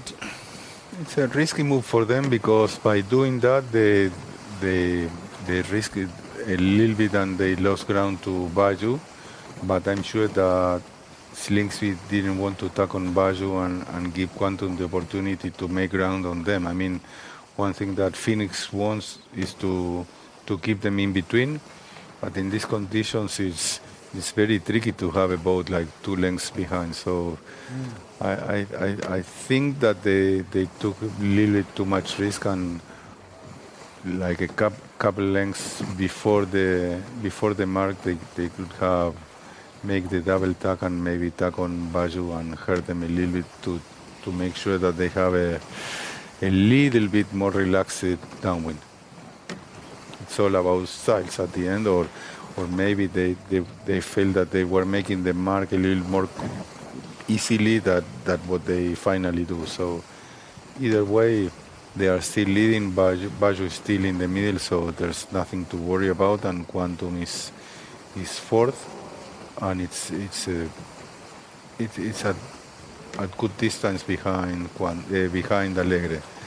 But we can all remember how much advantage Quantum had in the last run of the last race, only to slip to fourth. So we know in these conditions you need to wait until they cross the finish line to say something or to put it in stone. Otherwise, you take the risk to be a very First of the stupid mount. commentator. To be one. We can very easily be the Muppet Show instead of the Super Series. So Jive set for Quantum, the first one of the leading group. Phoenix, I think that they jive already, and same is Baju. So Quantum is following them. So that makes life a little bit easier for Tom Slingsby at the moment, because Baju, Alegre, and now Quantum are all following. Jive set also for Platoon. So a little bit of peace or tranquility, at least for Phoenix in this very last run. So no under real threat at the moment. Also, Baju has a little bit of gap or to lure compared to them if they suddenly run out of breeze. But so far they are in a controlling situation or position. Remember, they were only two lengths in front, so Baju can easily attack them if they get into a hole. So we still need to wait until we can say that they are effectively leading, but they are where they need to be.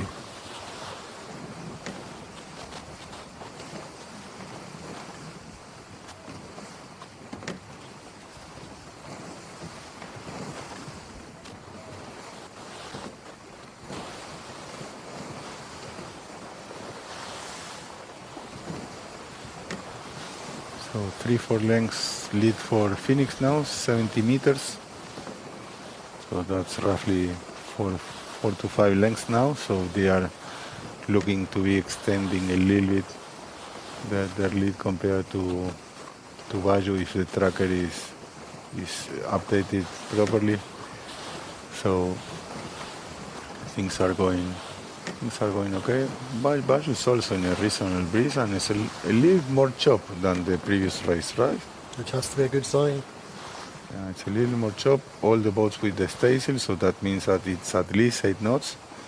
And I like the position of Baju at the moment in order to make an attack on the next jibe. If they can keep that gap to lure of Phoenix and they jibe simultaneously, Phoenix will be a little dirty on their starboard tack. So Baju has a real chance of putting something there. A good day for the value if we could pull off a second, for sure. 10th in the previous race, but made a good start, stuck to their strategy, going out to the early left. Now Baju also runs out of a little bit of breeze, while it looks like Phoenix grab another puff and is extending a little bit again. So it's all changing by not even by the minute, I will say by the second. Yeah, but I mean this is what we saw before. In general, less pressure as we get down these runs.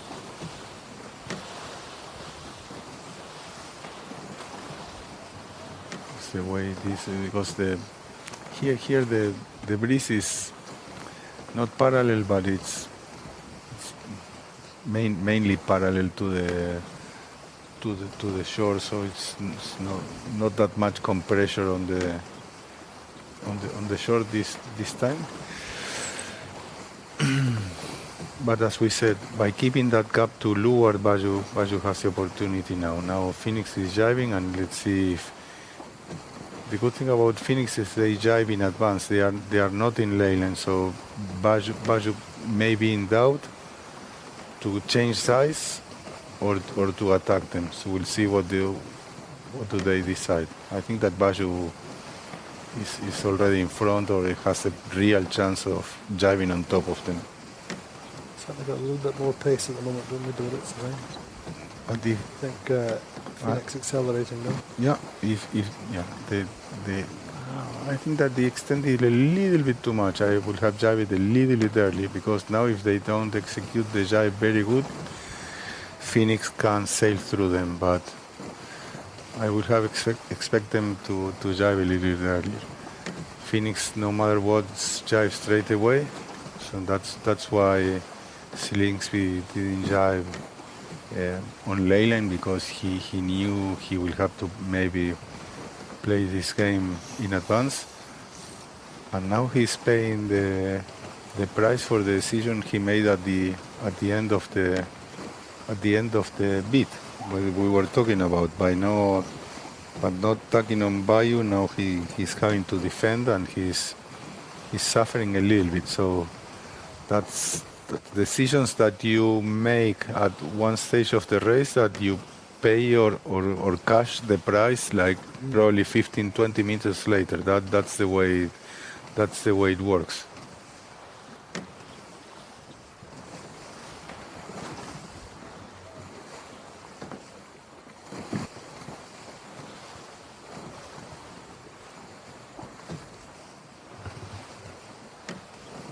So looking good in the meantime for value.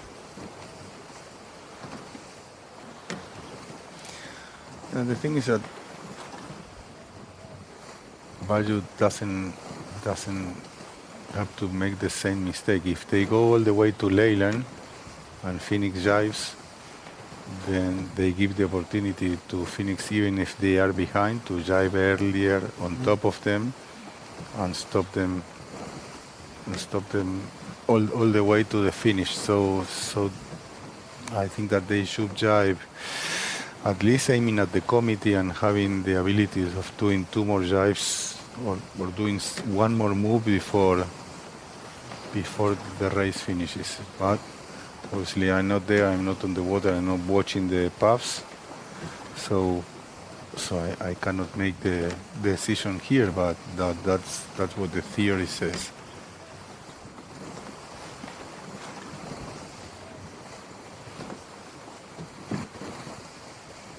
Very, very tight at the moment between the both of them.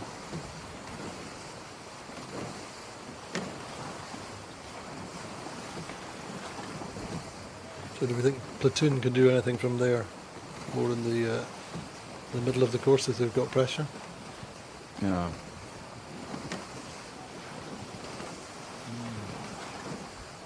It's a little too far back. The only one who can attack is Sled on starboard tack. So when I think that Quantum is safe with Platoon, but when Sled tacks, Platoon may have a chance to make a jibe on them. So Bajus at the end did what we were saying. They jibe, but they have now options, because if they don't go across, they can jibe, or they can either choose to go behind if they like the other way, because they have room to both. The thing is, arrive to the intersection with options.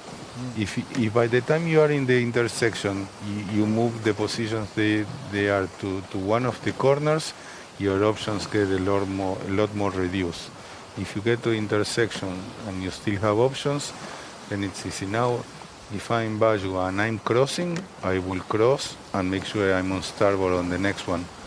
If I'm not crossing, but I'm ahead of them, I will probably jibe on them, and then you have options, you know.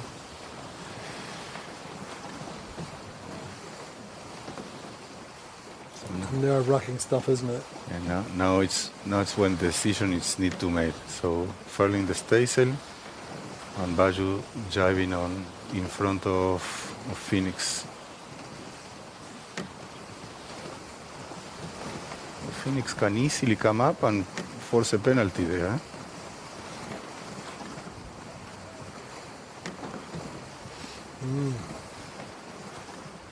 The flag? There was a flag for sure. Is that the red?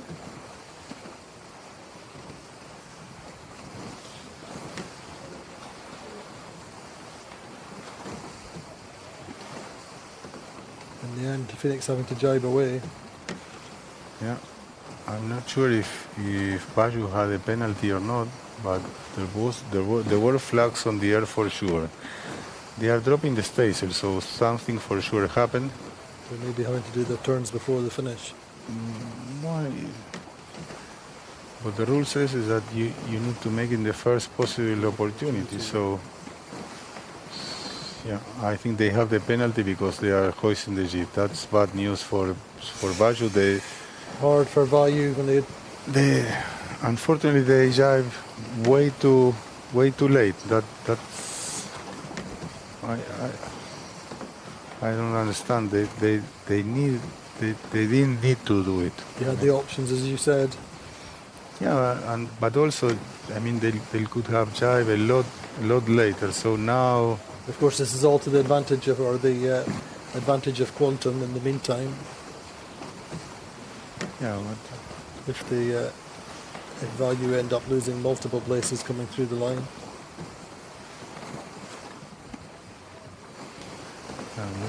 We'll see if Baju remains in third, then the decision for Slingsby is going to be for free. If Baju loses to Quantum Racing, then the decision by not covering them at the top mark could have cost them 1 point for the season, which is a lot at this stage, as we said. So we will see if Baju manages to finish in third in front of Quantum Racing or not. It's looking reasonable on the track at the moment.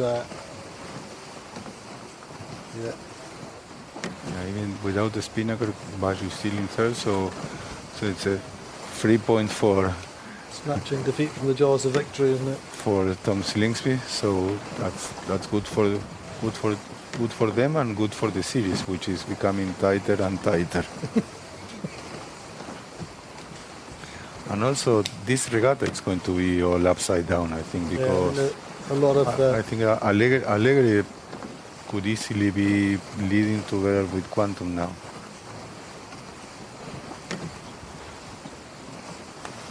So Quantum Racing then through in 4th place. And I think that also Platoon, as we said, was able to finally overtake Sled, indeed. So Platoon will get 5th, I think. Mm-hmm. And Sled 6th.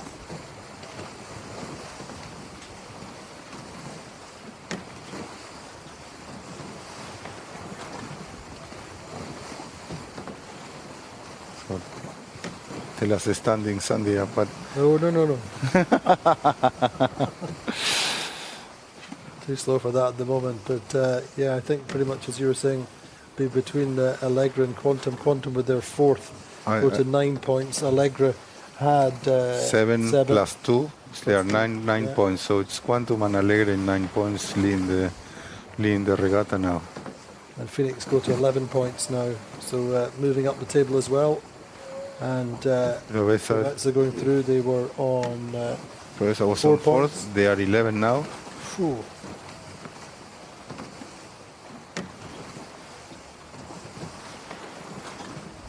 So at least 4 boats in 2 points, right? Yeah, it's incredible. But we 5 boats. We expect nothing less on the 52 Super Series these days. And it was interesting because even speaking to some of the guys in the Quantum team, coming here with an 11-point lead or a 12-point lead, they're saying that they still expected it to go to the final days, same as last year, with only a point in it here and there. And it's looking increasingly like that. This hopefully getting into a 3rd race. At the moment, Phoenix putting the pressure back on Quantum Racing, the world champions this season, the winners of 3 of the 4 regattas this season. Phoenix, the only other team to have won, and they put a win on the board overall in the regatta in Puerto Portals. And that was something which gave them a huge amount of confidence, having come so close. Particularly the back end of last season at the World Championships. Remember the moment when they lost their kite, coming down with a lead on the what proved to be the final day.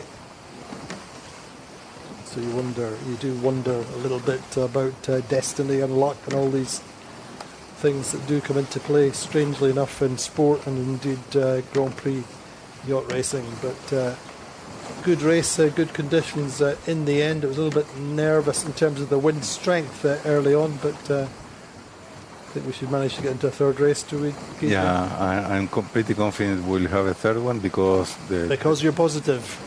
Because I'm positive, and second because there was a lot more breeze at the end of this race also. The last run was with decent breeze, so I think we will have a 3rd race. And from the top of my head is Quantum and Allegre on 9 points, and then we have Provezza, Platoon, and someone else on 11. There are five boats in 2 points, and for the overall, I think that Phoenix has reduced the gap from 10 to 7, so everything's looking, I mean, we talked very good. In the early part of the day, almost speculatively, when we were talking about a 3-race day, we were kind of crossing our fingers and hoping it would happen. But it's a big, long day, lots of roller coaster of emotions through the day. Quantum being put under pressure by Phoenix. Let's have a quick look at this race, Guiche. Just talk us through it. Here's the start. Baggio nailed the pin. Provezza didn't have a very, very good start, neither did Quantum. The key thing was that Phoenix got into pressure, didn't they? Yeah, Phoenix was trailing the fleet at the middle of the bid, but elected to go all the way to the left, and that paid a lot of dividends, leading at the top mark, with Baggio and Allegre in between them and Quantum. Quantum somehow managed to snitch to second at the second bid and playing the hard right, but they had the main opponent on top of them waiting like a shark to make them hard, and that's what they did. So they put again Allegre and Baggio in between, taking some risk with Baggio, so they had to be very aggressive on the end, and they put a penalty on their rivals, who luckily were able to stay in between them, and they were able to put 3 points back on Quantum for the overall. So not only this regatta is tightening a lot, because now Phoenix is also in the mix together with Platoon, Proveza, Alegre and Quantum, but also the overall for the season is getting tighter. It is indeed. We're going to take a short break just to catch our breaths and get a little bit of fluid and a little bit, perhaps a little bit of quick lunch, but join us again in a few minutes as we go back out to the race course for the third race of the day. It's getting more exciting by the moment. Don't move.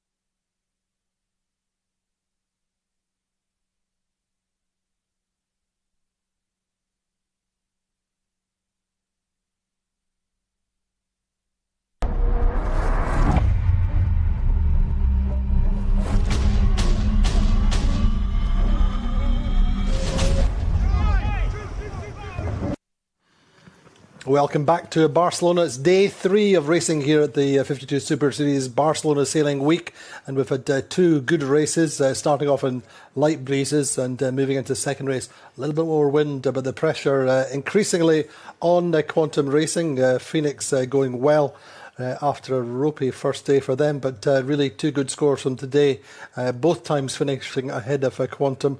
And looking then, first of all, at the regatta standings, as my colleague Guige said, 2 boats on 9 points. The Quantum Racing Allegra now on 9 after 3 races. Phoenix 2 points behind on 11, as indeed are Provezza and Platoon, all on 11 points, and just 2 points between the top 5 boats. And Sled in 6 points behind, got some work to do.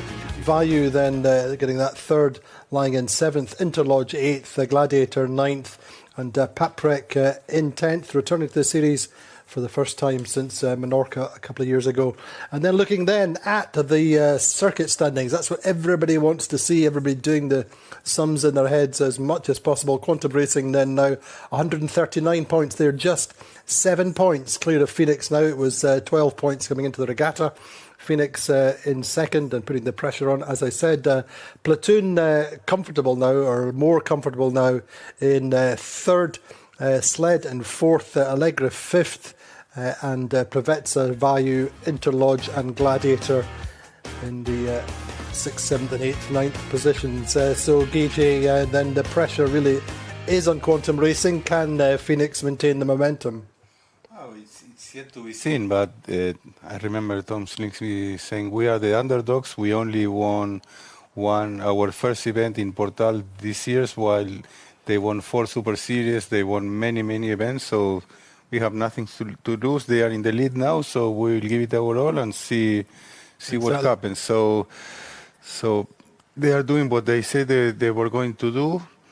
Correspondingly, Quantum Racing and Ed Reynolds coming into the regatta saying the pressure is always on the team, the favourite team, the team which has been the benchmark over the last few years in Super Series. They have a target on their backs. So Azurra, you mean? As well, of course. We miss them. But yeah, I mean, it's hard to be the top team and the benchmark team, as he says. He's always got a target on their back. Yeah, obviously, and everybody wants to beat you. So not only Phoenix, I think that it's more sympathetic for everybody. I mean, in the case in point, you know, with Value coming into the finish, Value are wanting to beat the champions here and there. Yeah, for sure, everybody would like to have a different winner on the season. I think that having Sled winning last year was something that the fans and everybody from outside the fleet enjoyed. So if we can have another one in Phoenix, that could be even better. But obviously, Quantum, I still think that they are the benchmark. Indeed, they are. They have a very solid structure, and they won't make it easy for Phoenix to make it happen. So it's still a long way to go. One more race today, 2 more racing days, hopefully with breeze, so we can have the full program or almost the full program. And it was very interesting to see the scoreboard, because you have 2 boats on 9 knots on 9 points and another 3 on 11, and we made already 3 races. That's right. So the average of 3 is always a winning combination in the Super Series. Average of 4, which in this case would be 12, is good enough to be on the podium. It's good enough to be fighting. Yeah. So if you were now on 12 points, you say, okay, guys, we are good. We have our options open, and everything is depending on us. Because many boats have a better than 3rd average at the beginning of a regatta, but then when you are getting into the final stages of the regatta that you need to defend or you need to attack, you start doing a little more random things, and normally the averages go up. So 3 is for sure a winning combination. 4th normally is good enough to be fighting. So it seems that the rule is still applying. Indeed it is, and anyway, I think the pressure will be on this. It's going to be all about this start. Breeze seems to be just a little bit lighter. Tor Tomlinson, How's it looking from your perspective out there on the racecourse? Yes, it feels a little bit softer out here than the end of the last race. We saw them just in the end of the last race there, you know, just softening as they were coming down the run a little bit. So I think that's carried on into this race. So yeah, it'll be another light and shifty one. One more race in these conditions today. So yeah, they'll be putting all into it and seeing how we go. They're just lining up. It's slightly different to the other two races now. We've got about 3 minutes to go. Most of the teams are heading down to the pin end of the line, and then I guess they're going to jibe or tack round and then all line up towards the committee boat end again. So let's watch this space.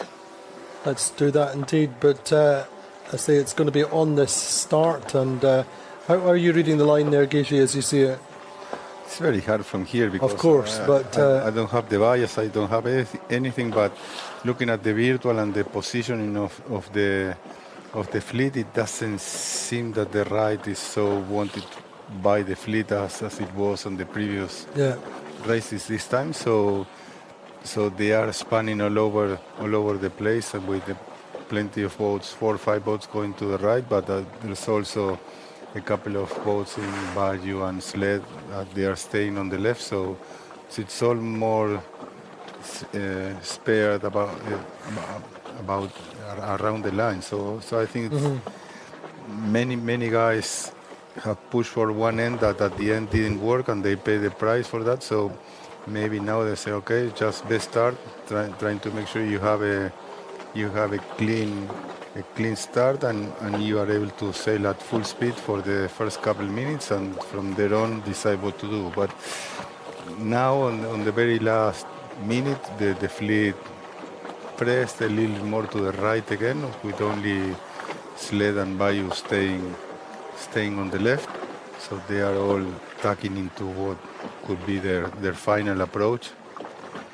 Bayou also tacking to lure of the pack, and we'll see if Sled wants to go for the full bias, or if they tack close to Bayou and trying to keep the gap tight. Looks like they will keep it tight because they are following Bayou, and they will tack almost simultaneously to lure of them, not letting them go to the other side. Gladiator at the right end of the line with Allegra, Prevezza and Phoenix. Phoenix bow forwards on Prevezza. Platoon just below them and protecting their position as best they can, keeping the bow up. And not surprisingly, Quantum and Phoenix very close to each other, with Platoon in the middle.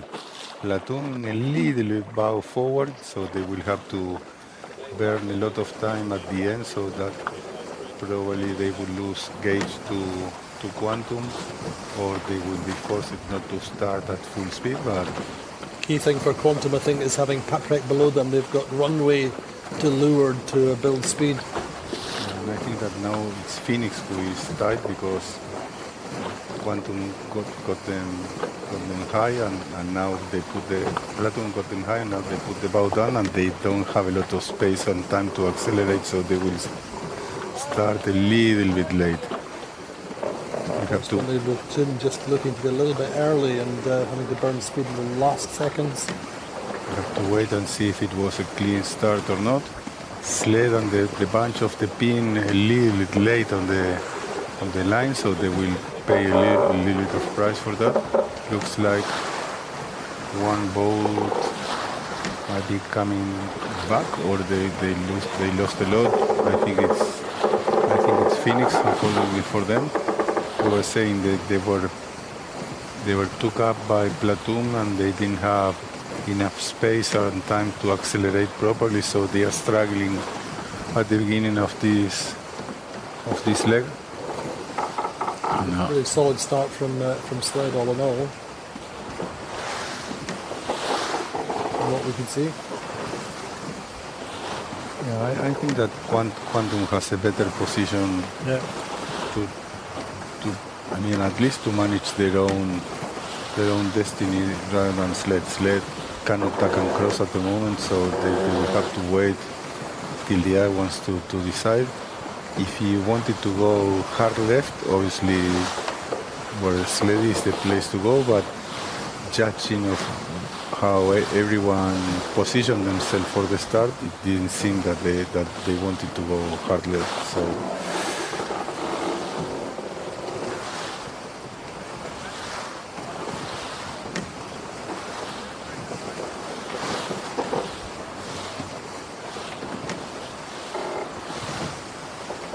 on board with Team Value there. not a very good start for them neither. They are on the shadow almost of sled, suffering there, waiting for the gap to open. They are blocked at the moment by Paprec.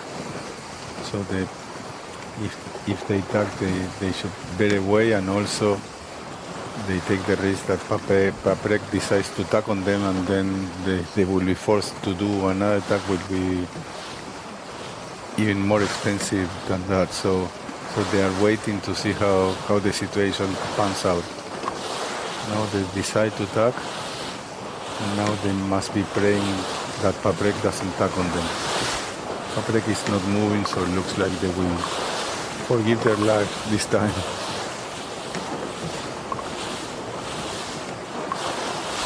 So certainly the boats on this left side, looking at the tracker just now, seem to be in a righty, a little higher. Whether that's pressure or shift. Interlodge Privetza way out on the right, and Gladiator. Yeah, but once again, we said this week, we said already too many things that we need to retract less than 30 seconds 30 seconds after. So I think that all I can say is that Quantum is leading the left group, and Gladiator is leading the right hand group at the moment.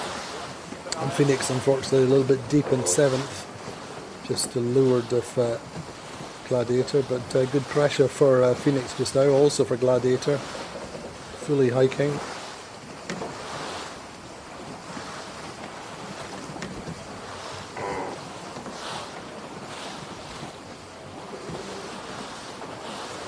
It's amazing how physically demanding these boats are for the crew in these conditions, because you need to hike.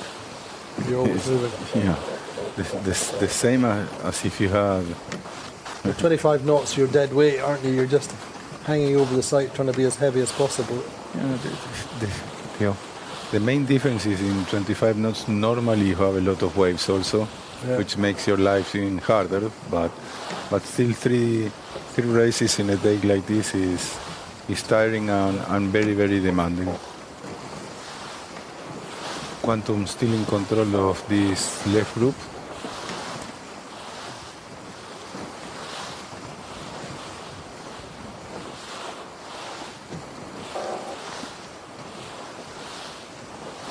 In the end, as we said, I think Phoenix had pulled back 4 points over the day on Quantum, but at the moment Quantum responding. But it's very, very early days on this third race of the day. Nice shot of Quantum going upwind, main sheet track high. It's amazing how high the jeep clues are. Normally in this kind of race you can trim it at 3.5 degrees, which is unbelievable. Considering where the rig is.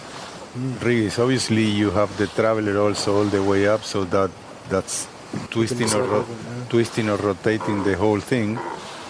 But still, it's unbelievable how inside you are able to put the. How does that feel steering the boat? No, the boat feels normal, but as soon as you lose the flow, you need to very, very quickly tell the trimmer, I lost it, so you need to put the bow down and make it work again before you come back up.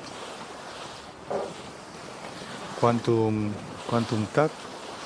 From my point of view, they realized that the left wasn't working as expected, and they wanted to make sure that they go and cross in front of Phoenix before they can recover and maybe lose some more ground. They were good on the left group, and probably if this was the first race of the season, they would have continued. But considering the situation and how deep we are into the season, they decide that enough is enough, and they are now the opposition. They are not covering Phoenix and make sure that if the other side was working, it's not going to be so painful. So close up of sled there. Navigator there with the tablet in his hand is Andrea Vicentini. Mr. Akura steering, and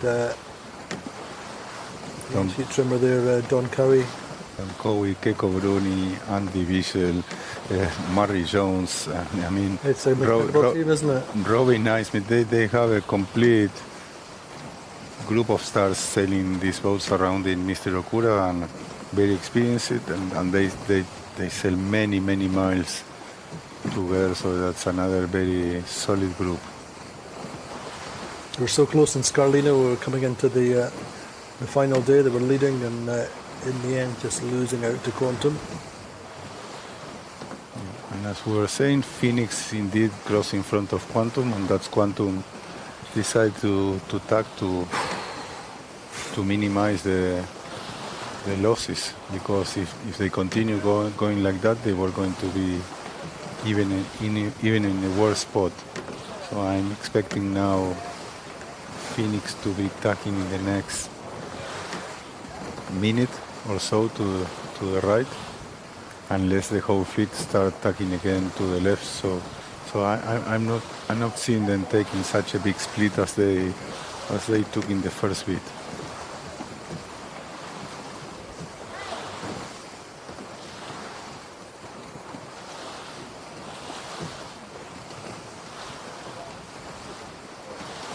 So it's also showing good breeze on the middle right. So it looks like we are going to be lucky this time. In terms of getting 3 races. In terms of having 3 races. I don't think we could ask for more today at all, considering the forecast and considering the weather modelling. We've got everything we could have hoped for. So you and great sport, great racing. You know, it's not flying around in 20-25 knots of breeze, but it's really precise. Positions changing all the time. It's a war of nerves, isn't it? It's a different sport. In these conditions, everything is about coordination, finesse, trying to make sure you don't stop the boat, that the maneuvers are very smooth, that the whole crew is coordinated, and obviously all your afterguard and the decision-making team is spot on, making the right choices and position yourself where the best breeze is compared to the fleet. So it's very good. But going back to the luck or no luck that we were talking in the second race, I think that also applies to Maria. I mean, Maria, I think you need to be lucky to make sure that you have the breeze, but also you need to help the luck, as Maria did, by being there early enough and by being very quick as soon as you have the breeze to have the show going. So obviously you need to be lucky, but you need to do your homework also. I mean, I think credit to Maria. She takes weather information and the opinions or the ideas of the key navigators. Everything is shared from that perspective in terms of the time windows when the breeze will fill in, when the breeze will peak and how it will shift. Same way as I think she's done a good job from that respect today. As you said, getting the fleet out early. One thing little local anomaly, if you like, is that we have a bridge which connects the bottom of Ramblas out to the Mary Magnum shopping centre, and that determines when the fleet can go out on the water to a certain extent. So they were out early and all prepared for when the breeze came in. Well, yeah, but that's no difference to many other venues when you have some other kinds of limitations. Here you have the bridge, but no, nothing prevents you to go 1 hour early with the boat with four people and take the rest of the crew with the chase boat at any time. Same in places like Miami, when you have the high tide at 5 o'clock in the morning and you need to dock out at 5 o'clock, and then the racing crew goes out by 9 or 10 a.m. and the boat captain and the short team is outside there with the boat waiting for the last 4 or 5 hours. So many places have their own restrictions, and you need to accommodate yourself to be there in time no matter what. I mean, obstacles are not an excuse as far as you have the resources to go around them. So, important cross now with Tony crossing in front of Phoenix and Platoon. Obviously, Tony knows that Phoenix is fighting for the circuit, so we'll see how kind he is with Tom Phoenix. No, he hasn't been kind. So he tags right in front of them, which is what you would normally do in the first race of the season. At this stage, you might expect maybe he forgives or leaves some breathing space, and he stays in control, but he decided to tag there, and we'll see if Phoenix is able to hold or they will elect to tag again. We cannot see, not even on the screen, neither on the virtual at the moment, so we'll see. Just watching Platoon then coming back. The breeze seems to be lighter from where they are. Yeah, but sometimes the colors or the contrast, the water, they don't show the reality, and because they are still hiking, everybody is still hiking. So looks like Phoenix is elected to stay there, so maybe they have some clear breeze, and the apparent is in front of Gladiator still, so they are not so much affected. Looks like Platoon is going high mode in order to be able to stay there, and maybe Phoenix is just enough to lure so they can stay there all the way to the Leyland. In the meantime, Quantum, who was leading the pack at the start, is paying the price for not going earlier to the right. I mean, they wanted to be in front of the fleet, and they were in front of Phoenix at the beginning of the race. In the first 3-4 minutes, they didn't cross and bank it, and now they are trailing them again by 1, 2, 3 positions, whatever it is. So everything very interesting, and it's very useful also to watch races from the outside in order to learn and to take lessons and to keep taking notes and learning for the future. Never is too late.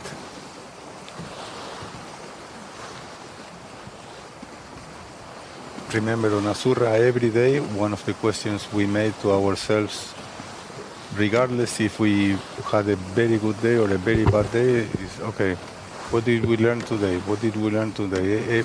You need to have that attitude of learning something new every day. You know, it's otherwise you are losing opportunities, because you have examples. You are having many races and many examples of boats, tacticians, maneuvers, crews, everything making choices and making things happening that you need to be able to learn every day something new, and that's what you try to do every day here. Indeed, Platoon going quite nicely. Yeah, Platoon was able to high mode. Platoon was able to hold to lure of Gladiator. Looks like Sled is able to cross in front of Phoenix also. Sled is coming full speed from the right. So once again, the right at the end was very powerful. We'll see where Platoon, obviously Vasco, takes a risk and tags to lure, even knowing that they are not making the mark, and hoping that the boats that they are all punched up on the starboard lane, and they will pay a price, and a gap will open at the end, and they will hopefully make the mark from there. So that's the strategy that Vasco uses oftenly. So we will see if this time it also pays dividends to them or not. So Tortugas round us, Mark, we're just seeing a sled with the Gladiator just inside them. Incredibly close round the top mark.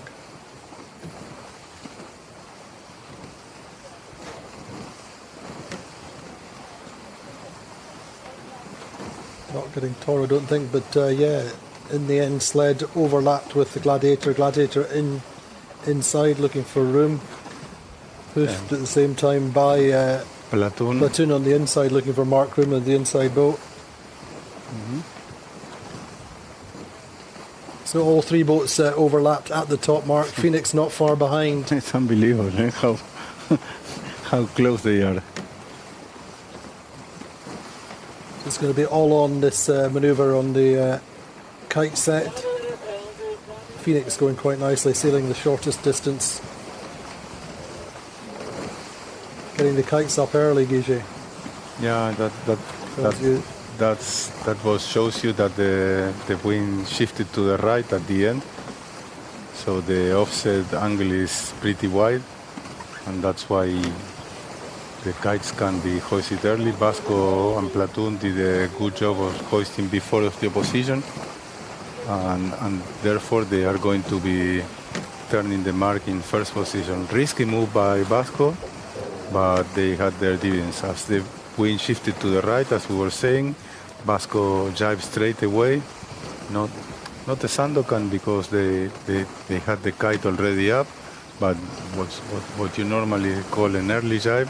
They are paying a big price because, as you can see, the spinnaker is flapping because they have so much bad air. But as soon as they clean that bad air, they will be on the, in theory, favorite jibe, heading into the right direction. So another good move by Vasco so far, and in the same time the other option is the sled one. They were not able to jibe, so they say, okay, let's maximize the speed, let's go to the other side, and whenever the fleet or the bubble has disappeared from there, we will reconsider if we want to jibe or we continue here. So Vasco decided to pay an early price, or an early penalty, let's say, in order to position themselves properly compared to the new breeze, while Keiko didn't have the chance to do it, but elected to. Which is normal in the right-hander, isn't it? Yeah. In the meantime, a penalty for Gladiator. Apparently, they didn't stay clear of either of sled or Platoon at the top mark. So unfortunately for them, they had to drop the kite, tack very away, and now they have quantum so that prevents them to jibe, so they will have to jibe back and rehoist. So it's big. Tough moment for them, eh? Big loss for them, unfortunately. Self-inflicted, or? Well, I think that the first mistake was that they didn't judge the ley line correctly, because if they have tagged one length before, they were going to be bow forward of sled, and Vasco wouldn't have been able to tag where they tag, and they were going to be leading. Once you make the first mistake, that takes you to the next mistake, and that's normally when the snowball effect starts.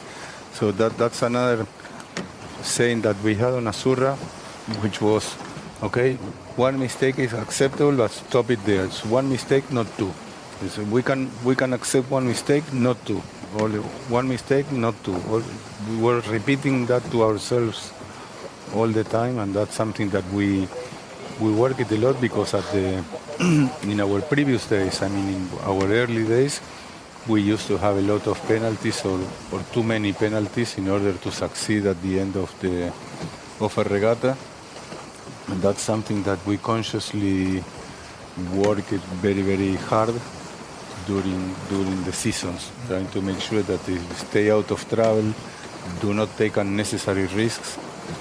Only risk whenever the big reward is on the table, or whenever you really have to risk. When to do it and how to decide if it's worth or not, that's the hard part. But at least in the theory, we had clear to say, okay, is this necessary to have a risk? No, okay, no risk. And the tactician, everyone was always, when we were approaching a cross or we were approaching a maneuver, and say, okay, we jive on top of them. Always they were giving you the degree of risk that they were trying to assume.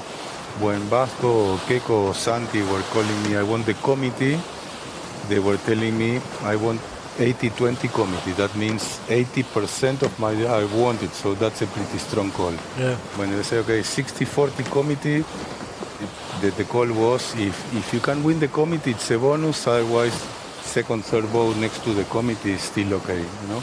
Problem was what Vasco was telling me, 70-50. But he was never big in maths at school, was he? So I think it's a very good system to put the weight on in every call. You put how much weight you want in every decision in order to charge the amount of risk that you want to take in every jive. For example, in the previous race, the jive of Baju on top of Phoenix, that was an unnecessary risk. I mean, they were almost crossing ahead, and they were in perfect control of the situation. They could have jived half a length before, and there was a clean jive, and Phoenix would have to jive again, in the same, no matter what.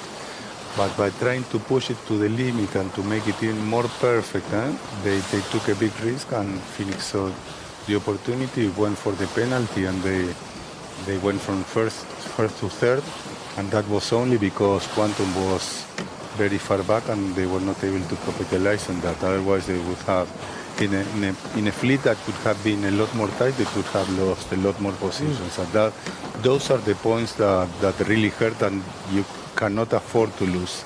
Yeah. I mean, the ones you prefer the left, that at the end the right was strong, and you end at fifth, and you work your way up to fourth, that's okay.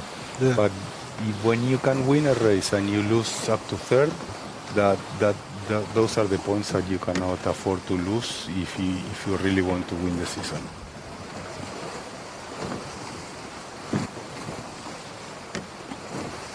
It's a bit of a split then down this run. We saw the boats which jived early. Platoon and Phoenix seem to be profiting from that in the meantime.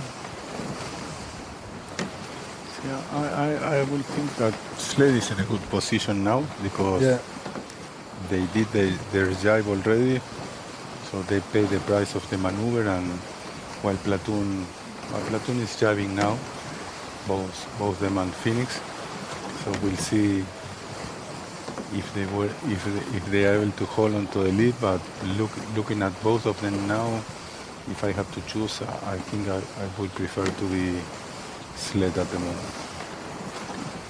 Very far away and way too early to say that. Even if the virtual is showing Platoon slightly ahead, I think that Sled is in a better position right now.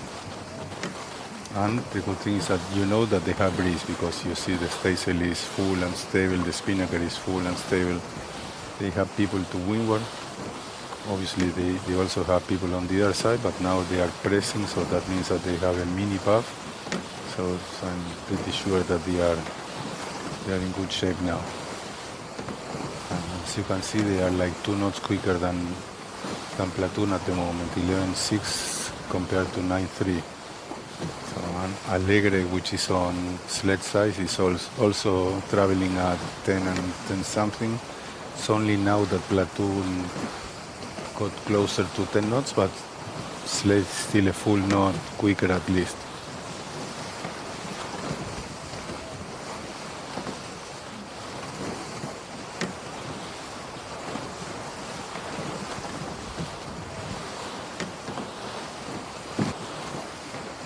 As expected, Sled slowly opening distance, opening the gap, not only in the lead but opening the gap. Looks like they came up a lot, so maybe they lost some of the breeze they were carrying, but they will still be leading at the bottom mark. They are leading by 7-8 legs to platoon, so they are comfortable at the moment. You can see that on the water, really, can't you, with them a little bit quicker than platoon, and they're just to the right of their kite.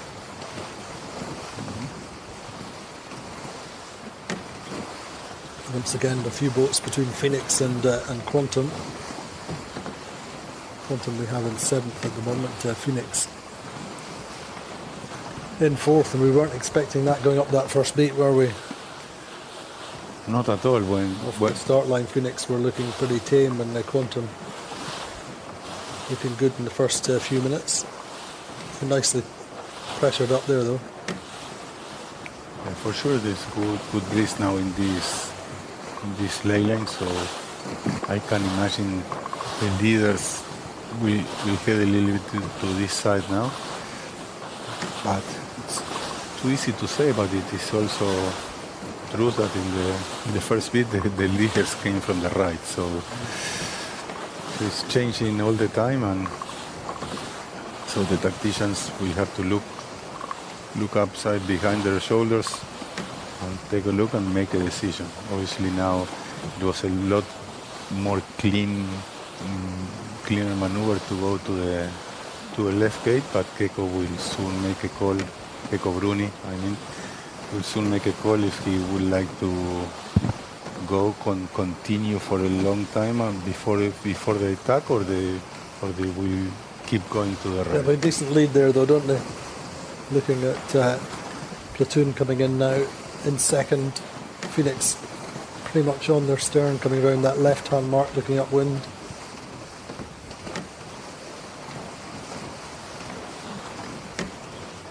Allegra in the mix. Phoenix ahead of Allegra, or where?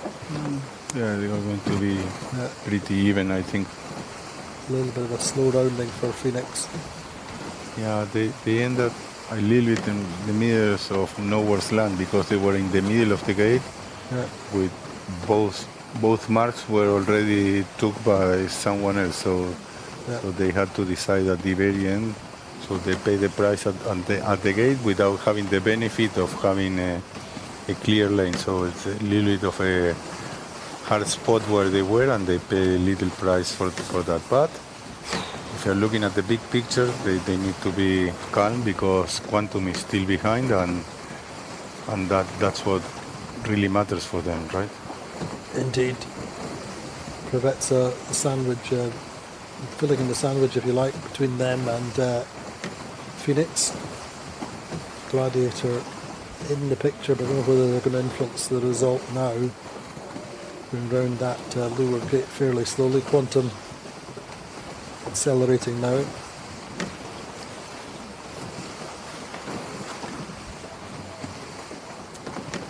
Quantum are coming away from that mark better than Privet's were on the right side.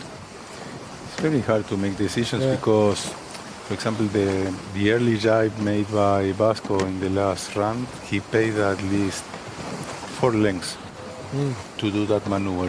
It's a lot of gain that you need to make during the rest of the leg in order to recover that, and also to make a gain. Because you're going through the disturbed air of the kites coming across, particularly in that situation. And also you are making a maneuver. I mean, in a maneuver that nobody else is there, we said that in a jibe you were losing 35 meters. So that's almost 2 lengths. If on top of that you are dirty, you put at least 2 more lengths on top of that. So it's 4 lengths. Yeah. So 4 lengths is 60 meters that you need to recover and still make gains on top on it to make the decision worse. Because if you risk and sail away from the fleet, you pay 4 lengths, or only to recover the 4 lengths, it's better to stay where you are. So if you are paying 4 lengths, it's because you at least are expecting to have 6, let's say. So it's risky. Sometimes it works. This time it worked for Sled. Keiko again is electing to minimize maneuvers, and that's why he continued to the right, trying to save one tack. And it looks to me that the fleet is hanging on the lefty, so looking like Platoon is a little bit higher than the fleet in front of them. You can see how sled slipped away from Alegre, which is, I mean, to windward of them, so it looks like they lost some ground. So sled went into a little bit of a hole, and I think that Alegre is crossing sled on that angle, so I would expect Platoon to be leading now by quite a margin. I don't know why don't they watch the virtual during the race, because we were saying that in this left-hand side was going to be more breeze. A lot of it's on in a lot of the coach boats, and for sure, there's little snippets of information that they pick up for sure. I remember, funnily enough, in where was it? In Cascais, I think, we had Harm Muller-Spear going through the finish line. As soon as he came through the finish line, he was on his phone. And I was saying, that's Harm calling up his broker to see how the markets are doing. And Harm came ashore and he said, "You're dead right, the markets are up." So, if you're listening out there in the coach boats, good afternoon. I'm sure they are listening. I know we're close up of the Tina Plattner family's Phoenix. Tina, nerves of steel today, really. Pumping the forestay on interlodge also. Whenever you have a big attachment on that boat, you go to this pedestal. Whenever it was a small adjustment, you had a manual ratchet on the hand, so you just pull the string a couple times, and you pull the forestay a couple centimeters. So that's what this guy was doing by pulling that string.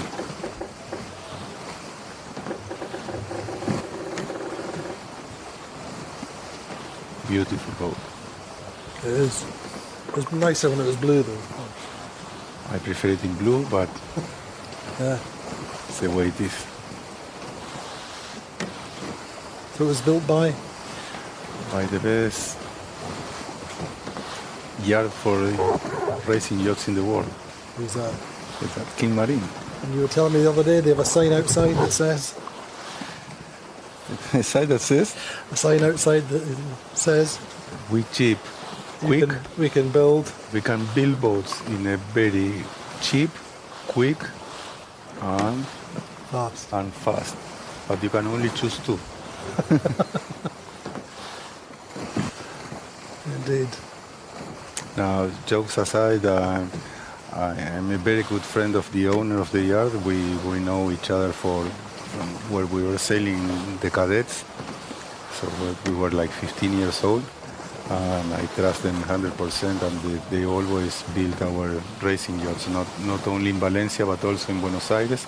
So whenever we had to build a new 52, it was our natural choice. At the beginning, nobody else was coming with us because they were not so well known, but with the time they have built a reputation, and everybody wished to have a boat built by them because it's a guarantee that's a boat well built and no shortcuts are taken, and you will have a very good quality boat, and especially the older the boat it becomes, they will stay the same. We never had any problem with any of their boats at all, so that talks a lot of things about them. Indeed, and as you were just saying previously, then Platoon benefiting out in that right side. And the other joke that the owner of the yard makes is, if you have a yard that is building racing boats, the only way of becoming a millionaire is to start being a billionaire. That's it. That was always the thing they said about the marine trade, isn't it? How do you make a small fortune in the marine trade? Start off with a big one. Mm-hmm. That's the way it is. I mean, the racing arena is not such an easy one, and many yards have shut down over the years, only to new ones occasionally appearing. But if if you look at the track record, I mean, I think that King opened their doors in Valencia in 2004 for the America's Cup, and they have only grown from there. I mean, building America's Cup boats, building Bordeaux boats, building many other prototypes now. They're flying Nika lately, so they've been into many different kind of boats, and most of them have been successful projects. So they are one of the yards to be taken into account if you're looking for a racing boat, for sure. Other yards are available, but the truth is, not many are, isn't it? Many of the yards are so busy at the moment. It's very hard to consider building a new boat within a short time frame. You know, it's not normally in this class you were making your decision about building a new boat by August. So Copa del Rey was the time to. Yeah. Copa del Rey was normally, or Portal was the time to make up your mind. That's when you choose a designer and say, okay, go ahead and start your job and choose the yard and block the slot. From there on, the first thing you do is you ask for the designer for a rough bill of materials. So all the materials can be ordered, because that can take 6 to 8 weeks. So that's where the process starts. Then you give 2.5 months to the boat designer to do their job and to present you with options. But before that, so 1 month into the process, you ask him to give you also an estimate hull lines with 50 millimeters plus or minus, so you can order your block to build your plug. So the plug you fill it with foam, and you mill it for giving you this 50 millimeters of tolerance in order to let the designer refine their final shapes. At 2 months after the decision is where the lamination of the outside skin needs to be started. You know, these racing boats, normally the hulls, they are built out of female molds. So you start from the outside to the inside. So you put all the outside skin, then you put the foam, but that normally have different thickness, and then the inner skin before putting the structure. And at the same time, the deck is being built in another place.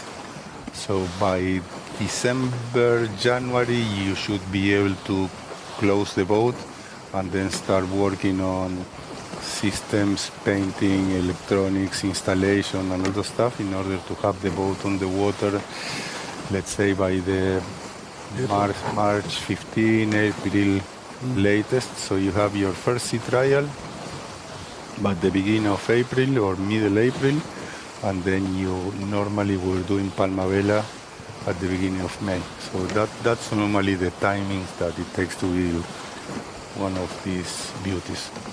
Also, a very important part is the rigs, that most of them, if not all of them, are being built at New Zealand. So the shipping and logistics are very important. So you order the rig. I mean, you have from August to October to design the rig.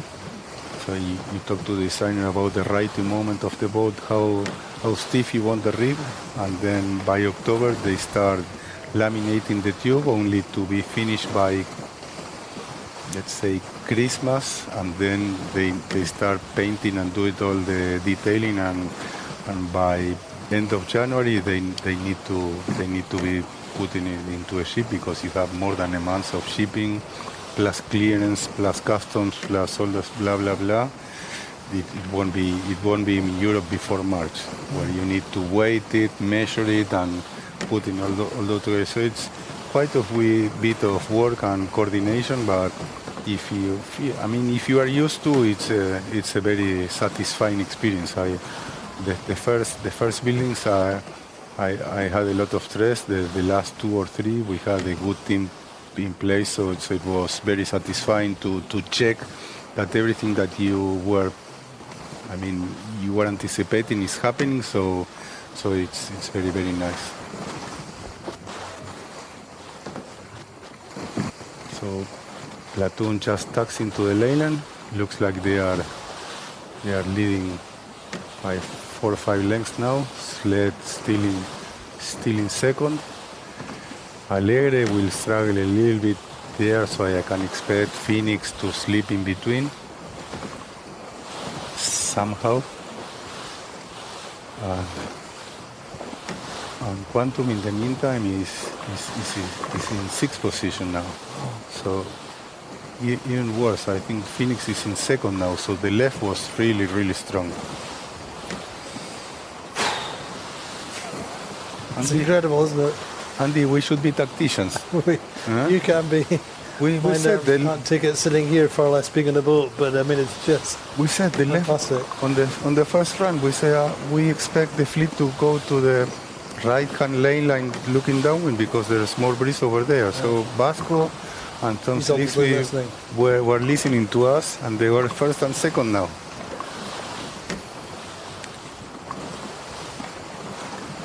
We've got a day of racing though, all in all. It's just been edge of your seat stuff all the time, places changing all the time.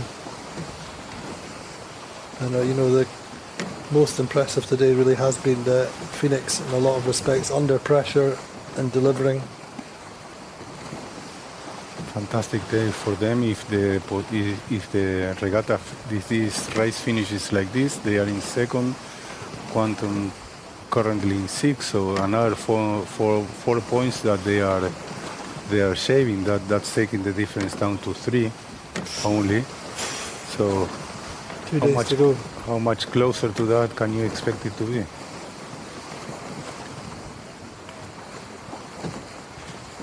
I mean, talk to me a little bit about the psychological game. We spoke about it earlier, but you say Phoenix are the underdogs, but at the same time, the underdogs have got probably one of the most talented sailors in the world. And it's no coincidence that he's been picked by Terry and by American Magic.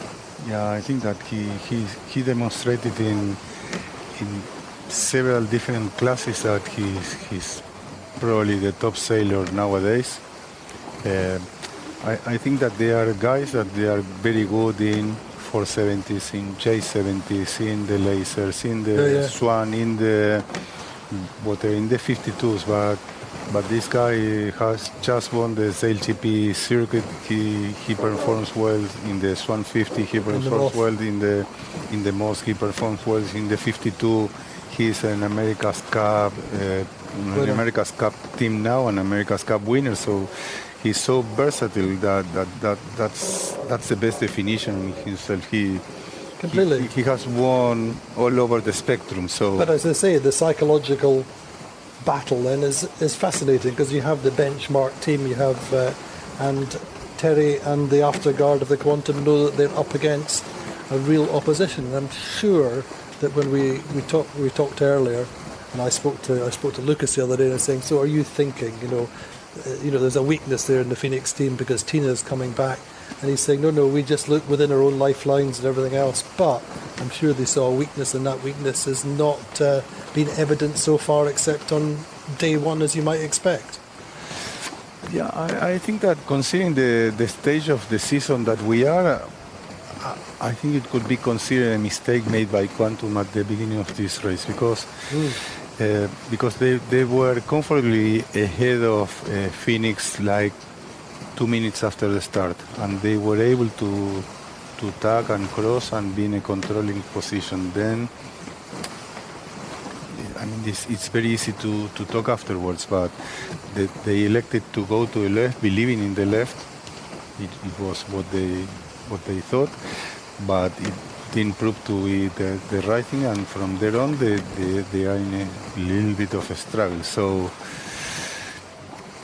I think that at this stage of if we were in the first event of the season, I would say, okay, they made a decision, they live with it and it didn't work, and that's fine. But whenever you are only racing against one boat at this stage, and you stay with the boat. And if you have, especially if you have the possibility to be not only in front, because being in front doesn't mean a lot in these conditions, because they change a lot. But being in control, because they were able to choose where to position themselves against Phoenix at that stage and control Phoenix at that stage. So that was even more powerful than being ahead. So that thing I think could be considered a mistake at this stage of the season. It's very hard because normally, I never regret of a decision as far as I went through the process correctly. You have your information. Let's say your weatherman. You have your eyes. You have your strategies. You talk to him. You send him to the rig. You discuss it. You agreed to make a plan, and you make the decisions made on all that process, and the decision at the end didn't work. Bad luck, but at least you did. You cannot regret that. You have your program or your decision-making process, and then you make a decision and live with it. In this situation, I think that every time that you have, there's so little races remaining, that I think that every time you have the chance to be in front of the other ones and grab a point, you need to grab it. Every time you are able to hurt them, you need to hurt them, because it's only between the two of them. It's no other else. If Quantum gets a 6 and Phoenix gets a 7, it's a good result for Quantum. And I think that will change over the next couple of days, especially because there's one less race to go. So 1 point. If you put 1 point now with one less race to go, it's like 2 or 3 points. Yeah. So it's like what you were saying earlier in the day. At this stage in the season, then it's all counting double, isn't it? I think so. Yes.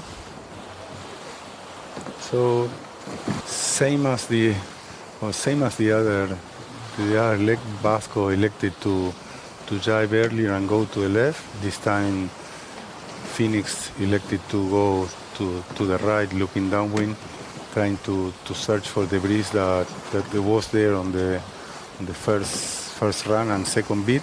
They are now about to jibe. They furl the staysail. Everybody is feeling the handles, people in position. You swap the clue late with the main. Whenever the spinnaker is almost full, you let the mainsail go. That's the projected season results at the moment then. Quantum on 154, Phoenix on 159.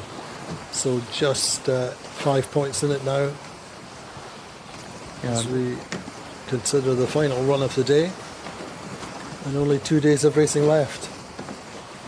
That's only because I think that maybe Quantum is overtaking Sled, I think.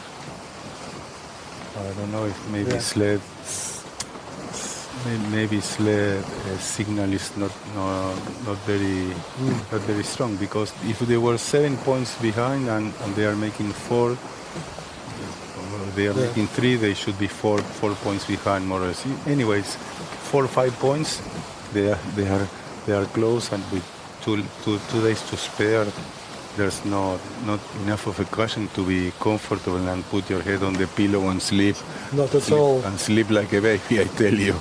Indeed, I think it'll be a few sleepless nights for some of us. But Tor Tomlinson on the water, how's it looking where you are? We're assuming you're just on the right beside Phoenix, judging by your pictures.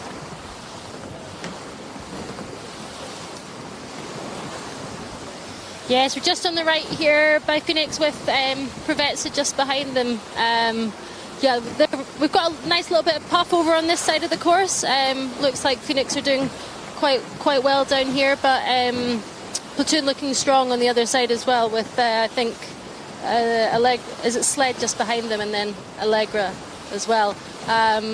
Quantum will be trying to make as many gains as they can down here. A 6 wouldn't be great for in the standings overall. So yeah, good on the Phoenix, and Platoon doing really well down here.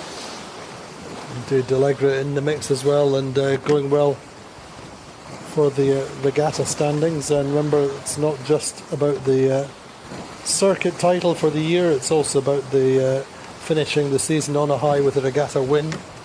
And really it's incredibly open Only two teams have won regattas this season. That's Quantum and Phoenix. Allegre have the potential. I'm quite sure they're tied at the top of the table, the second, a fifth and a second so far. Lying third in this race. They have still got the options open, but again, nice to see changes on the Allegre. It seems to be paying off. New pair of eyes at the back of the boat, spotting the breeze for Nick Asher. And of course Andy Soriano, hugely experienced owner, and they've had their ups and downs over the years, but really seem to have found a vein of form now. Nice puff on Platoon now. You can see on the tracker how low they are sailing compared to Phoenix, so they are somehow recovering the lead and extending a little bit. Could be interesting then if that puff is over there on that left side for maybe some recovery for Quantum relative to Phoenix perhaps. Phoenix second at the top mark. We've got them third momentarily. We're with them just now. Remember that the puffs, they travel around the course, so now they are on Phoenix, or now they are on Platoon. Probably in one or 1.5 minutes they will arrive to wherever Phoenix is now. So if Quantum didn't take advantage of that puff already, it's very unlikely that they will be able to make a gain in the next minute, because the puff should have already passed from where they are. So nice job for Sled and Platoon.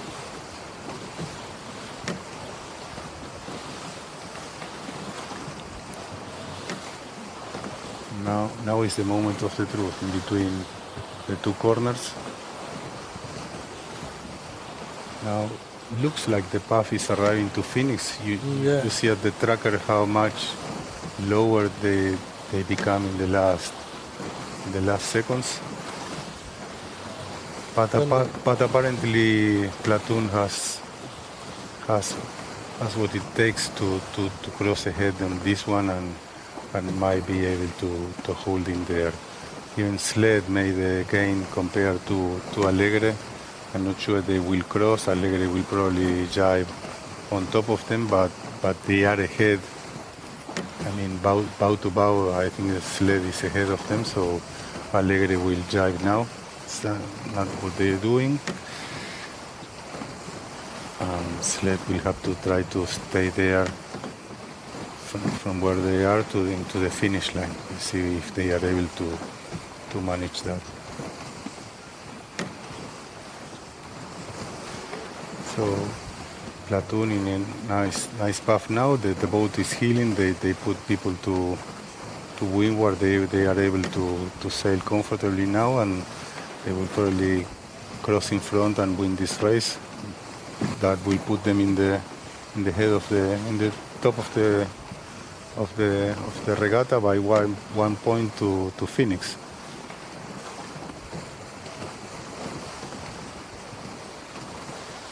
Once again, I'm doing the maths from the top of my head. So Platoon was on 11, same as Phoenix, so they will go to 12 and 13.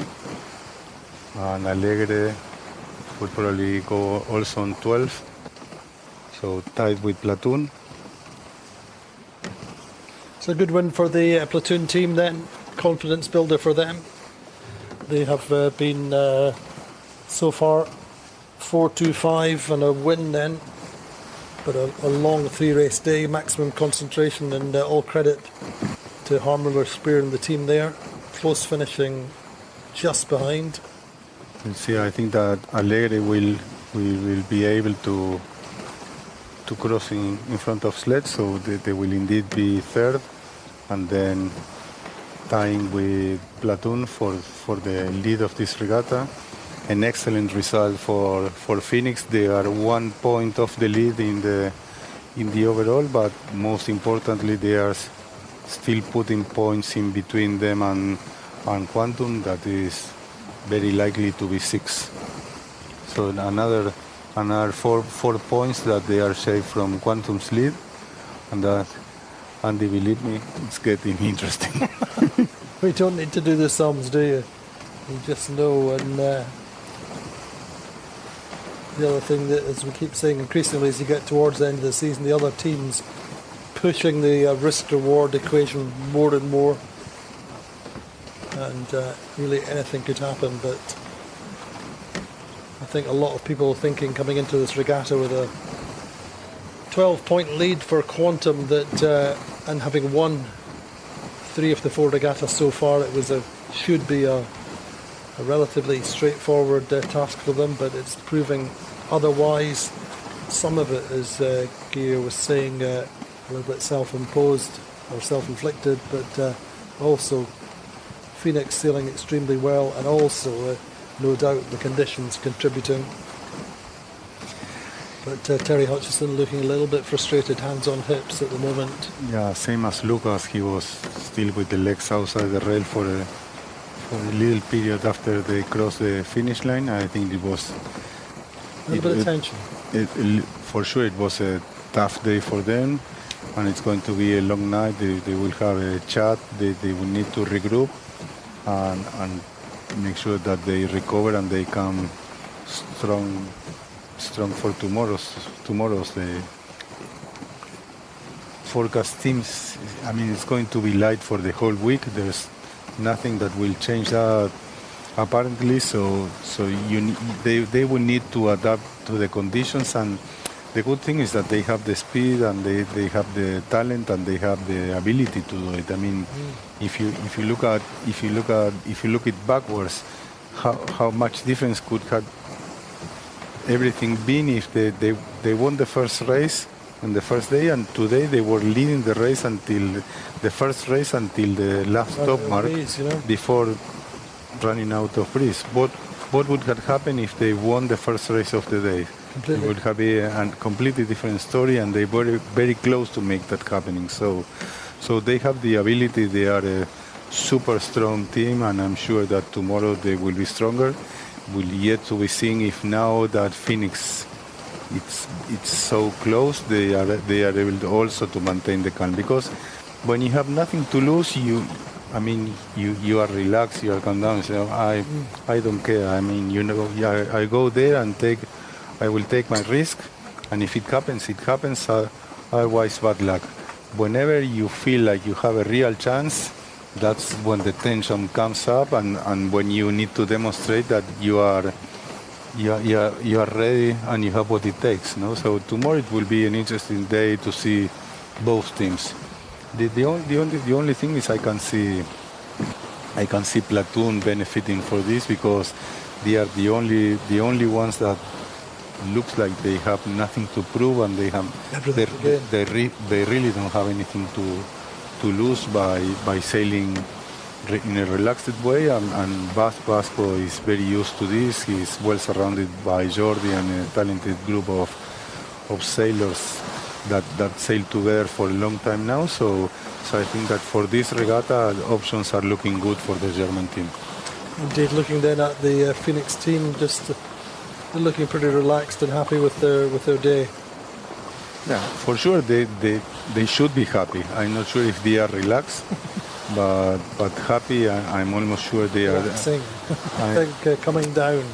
I mean, when I was racing this fleet, this was the part of the day that you enjoy the most, because you say, okay, now I have until I go to sleep almost to relax, to enjoy, to go to the physio, go running, do whatever that makes you feel good. So that now you start taking all the stress out, because from the minute you wake up in the next morning, you are already 100%. So sometimes it's even a little bit hard to sleep. But from now on till the time you go to bed is the best time to recover when you are in these situations. I mean, you talk about running and going to the physio and stretching and all these kind of things, debriefing and going through the day. I mean, one thing which is evident, and we've seen regularly over the course of the season, is the Phoenix guys often go to the bar afterwards and have a beer or 2 beers or whatever, but they do it en masse, they do it as a group, and that's really as much about the team building and de-stressing through the day. Yeah, every team has its routine, right? We normally we had a cook for us. So normally we had a headquarters and we were having dinner together every night. So one of these days maybe we were having a pre-dinner all together at 7:30. So we were having some kind of a cocktail or aperitif, whatever. So we were making jokes and enjoying some time together. Then we're having dinner, laugh, make a couple jokes, and then go to bed every day. But we normally enjoy very much the time we spent together, and the dinners were always a good time of the day because when the banter comes out. Yeah, we had Nicola, we had David, we had Bruno, many people that were very funny, and they always had something to say and a story about. I mean, you know, in the boat, many things happen in every small group that you don't know. So maybe I'm steering the boat, and someone is laughing. I don't. What's so funny? What they are laughing about? I say, I don't know. So at dinner, I say, no, well, I lost this, so I grabbed that. So you end up realizing everything that happened there many times, and it's very funny. I remember once, long time ago, in a bigger boat, we hoisted a kite, and the kite had a repair, and I didn't even know that we broke it. So I said, what happened with the kite? I'll tell you later. So when we finished the race, what happened? So we broke one kite before, so we had to make a peel. So we dropped 2 kites inside the boat. So the guy who went to pack up the kites was the wrong kite. No, I mean, we tuck in the middle, so he was standing on the kite, he slipped, and he fell down, and the 2 kites came on top of him. And he was grabbing close for 5 minutes, and he couldn't breathe. And at some stage he said, I'm dying here. I will die here. And at some stage he only had one cloth. So he snatched it with the teeth and opened and breathed. And after 5 seconds, he said, I don't care. So he opened it and he came off the kite. And then he had to repair it, you know. But how could I know if I steering the boat? So many things like that happen oftenly that you get to know them during the nights at dinners, and then we'll get some more of your confessions over the weekend or over the next couple of days. I have plenty, don't worry. We can make a Netflix series, but in the meantime, let's look back at that race, the third race of the day. So in the end, a fairly even start, wasn't it? Yeah, I think that, again, we said sled was a little late on the pin, but Quantum was looking very good. At the beginning, the didn't cover, the right was strong, and a triple tie at the top mark, only to be gained by sled on the run.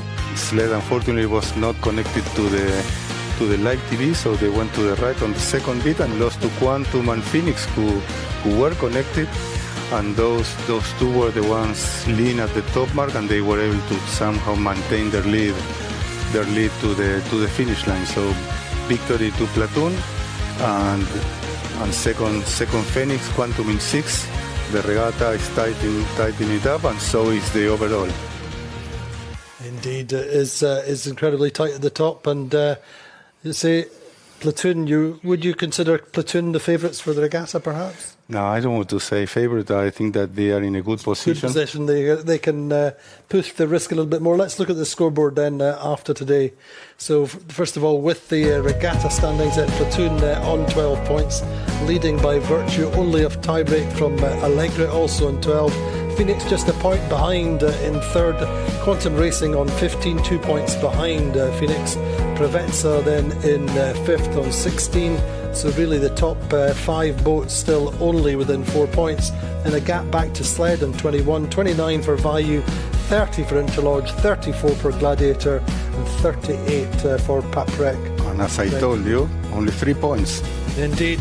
So, and the top of the table then for the circuit standings after 4 races here now, then Quantum Racing's lead is just 153 points, 145 points. Physically demanding Phoenix, these boats. 148. Platoon 170, really still not out of the possibilities of a second, but with the way the conditions have been. Fourth are Sled, fifth Allegra Preveza, sixth Value, seventh Interlodge, eighth, and in ninth just now our Gladiator. But battles all the way down the leaderboard. It's going to go action all the way to the wire through the next couple of days. Join us again tomorrow, and indeed especially Saturday. It's going to be exciting 2 days of final racing on the 52 Super Series 2022 season. As ever, thanks very much, Gigi. Join us tomorrow. Will do. See you all, guys.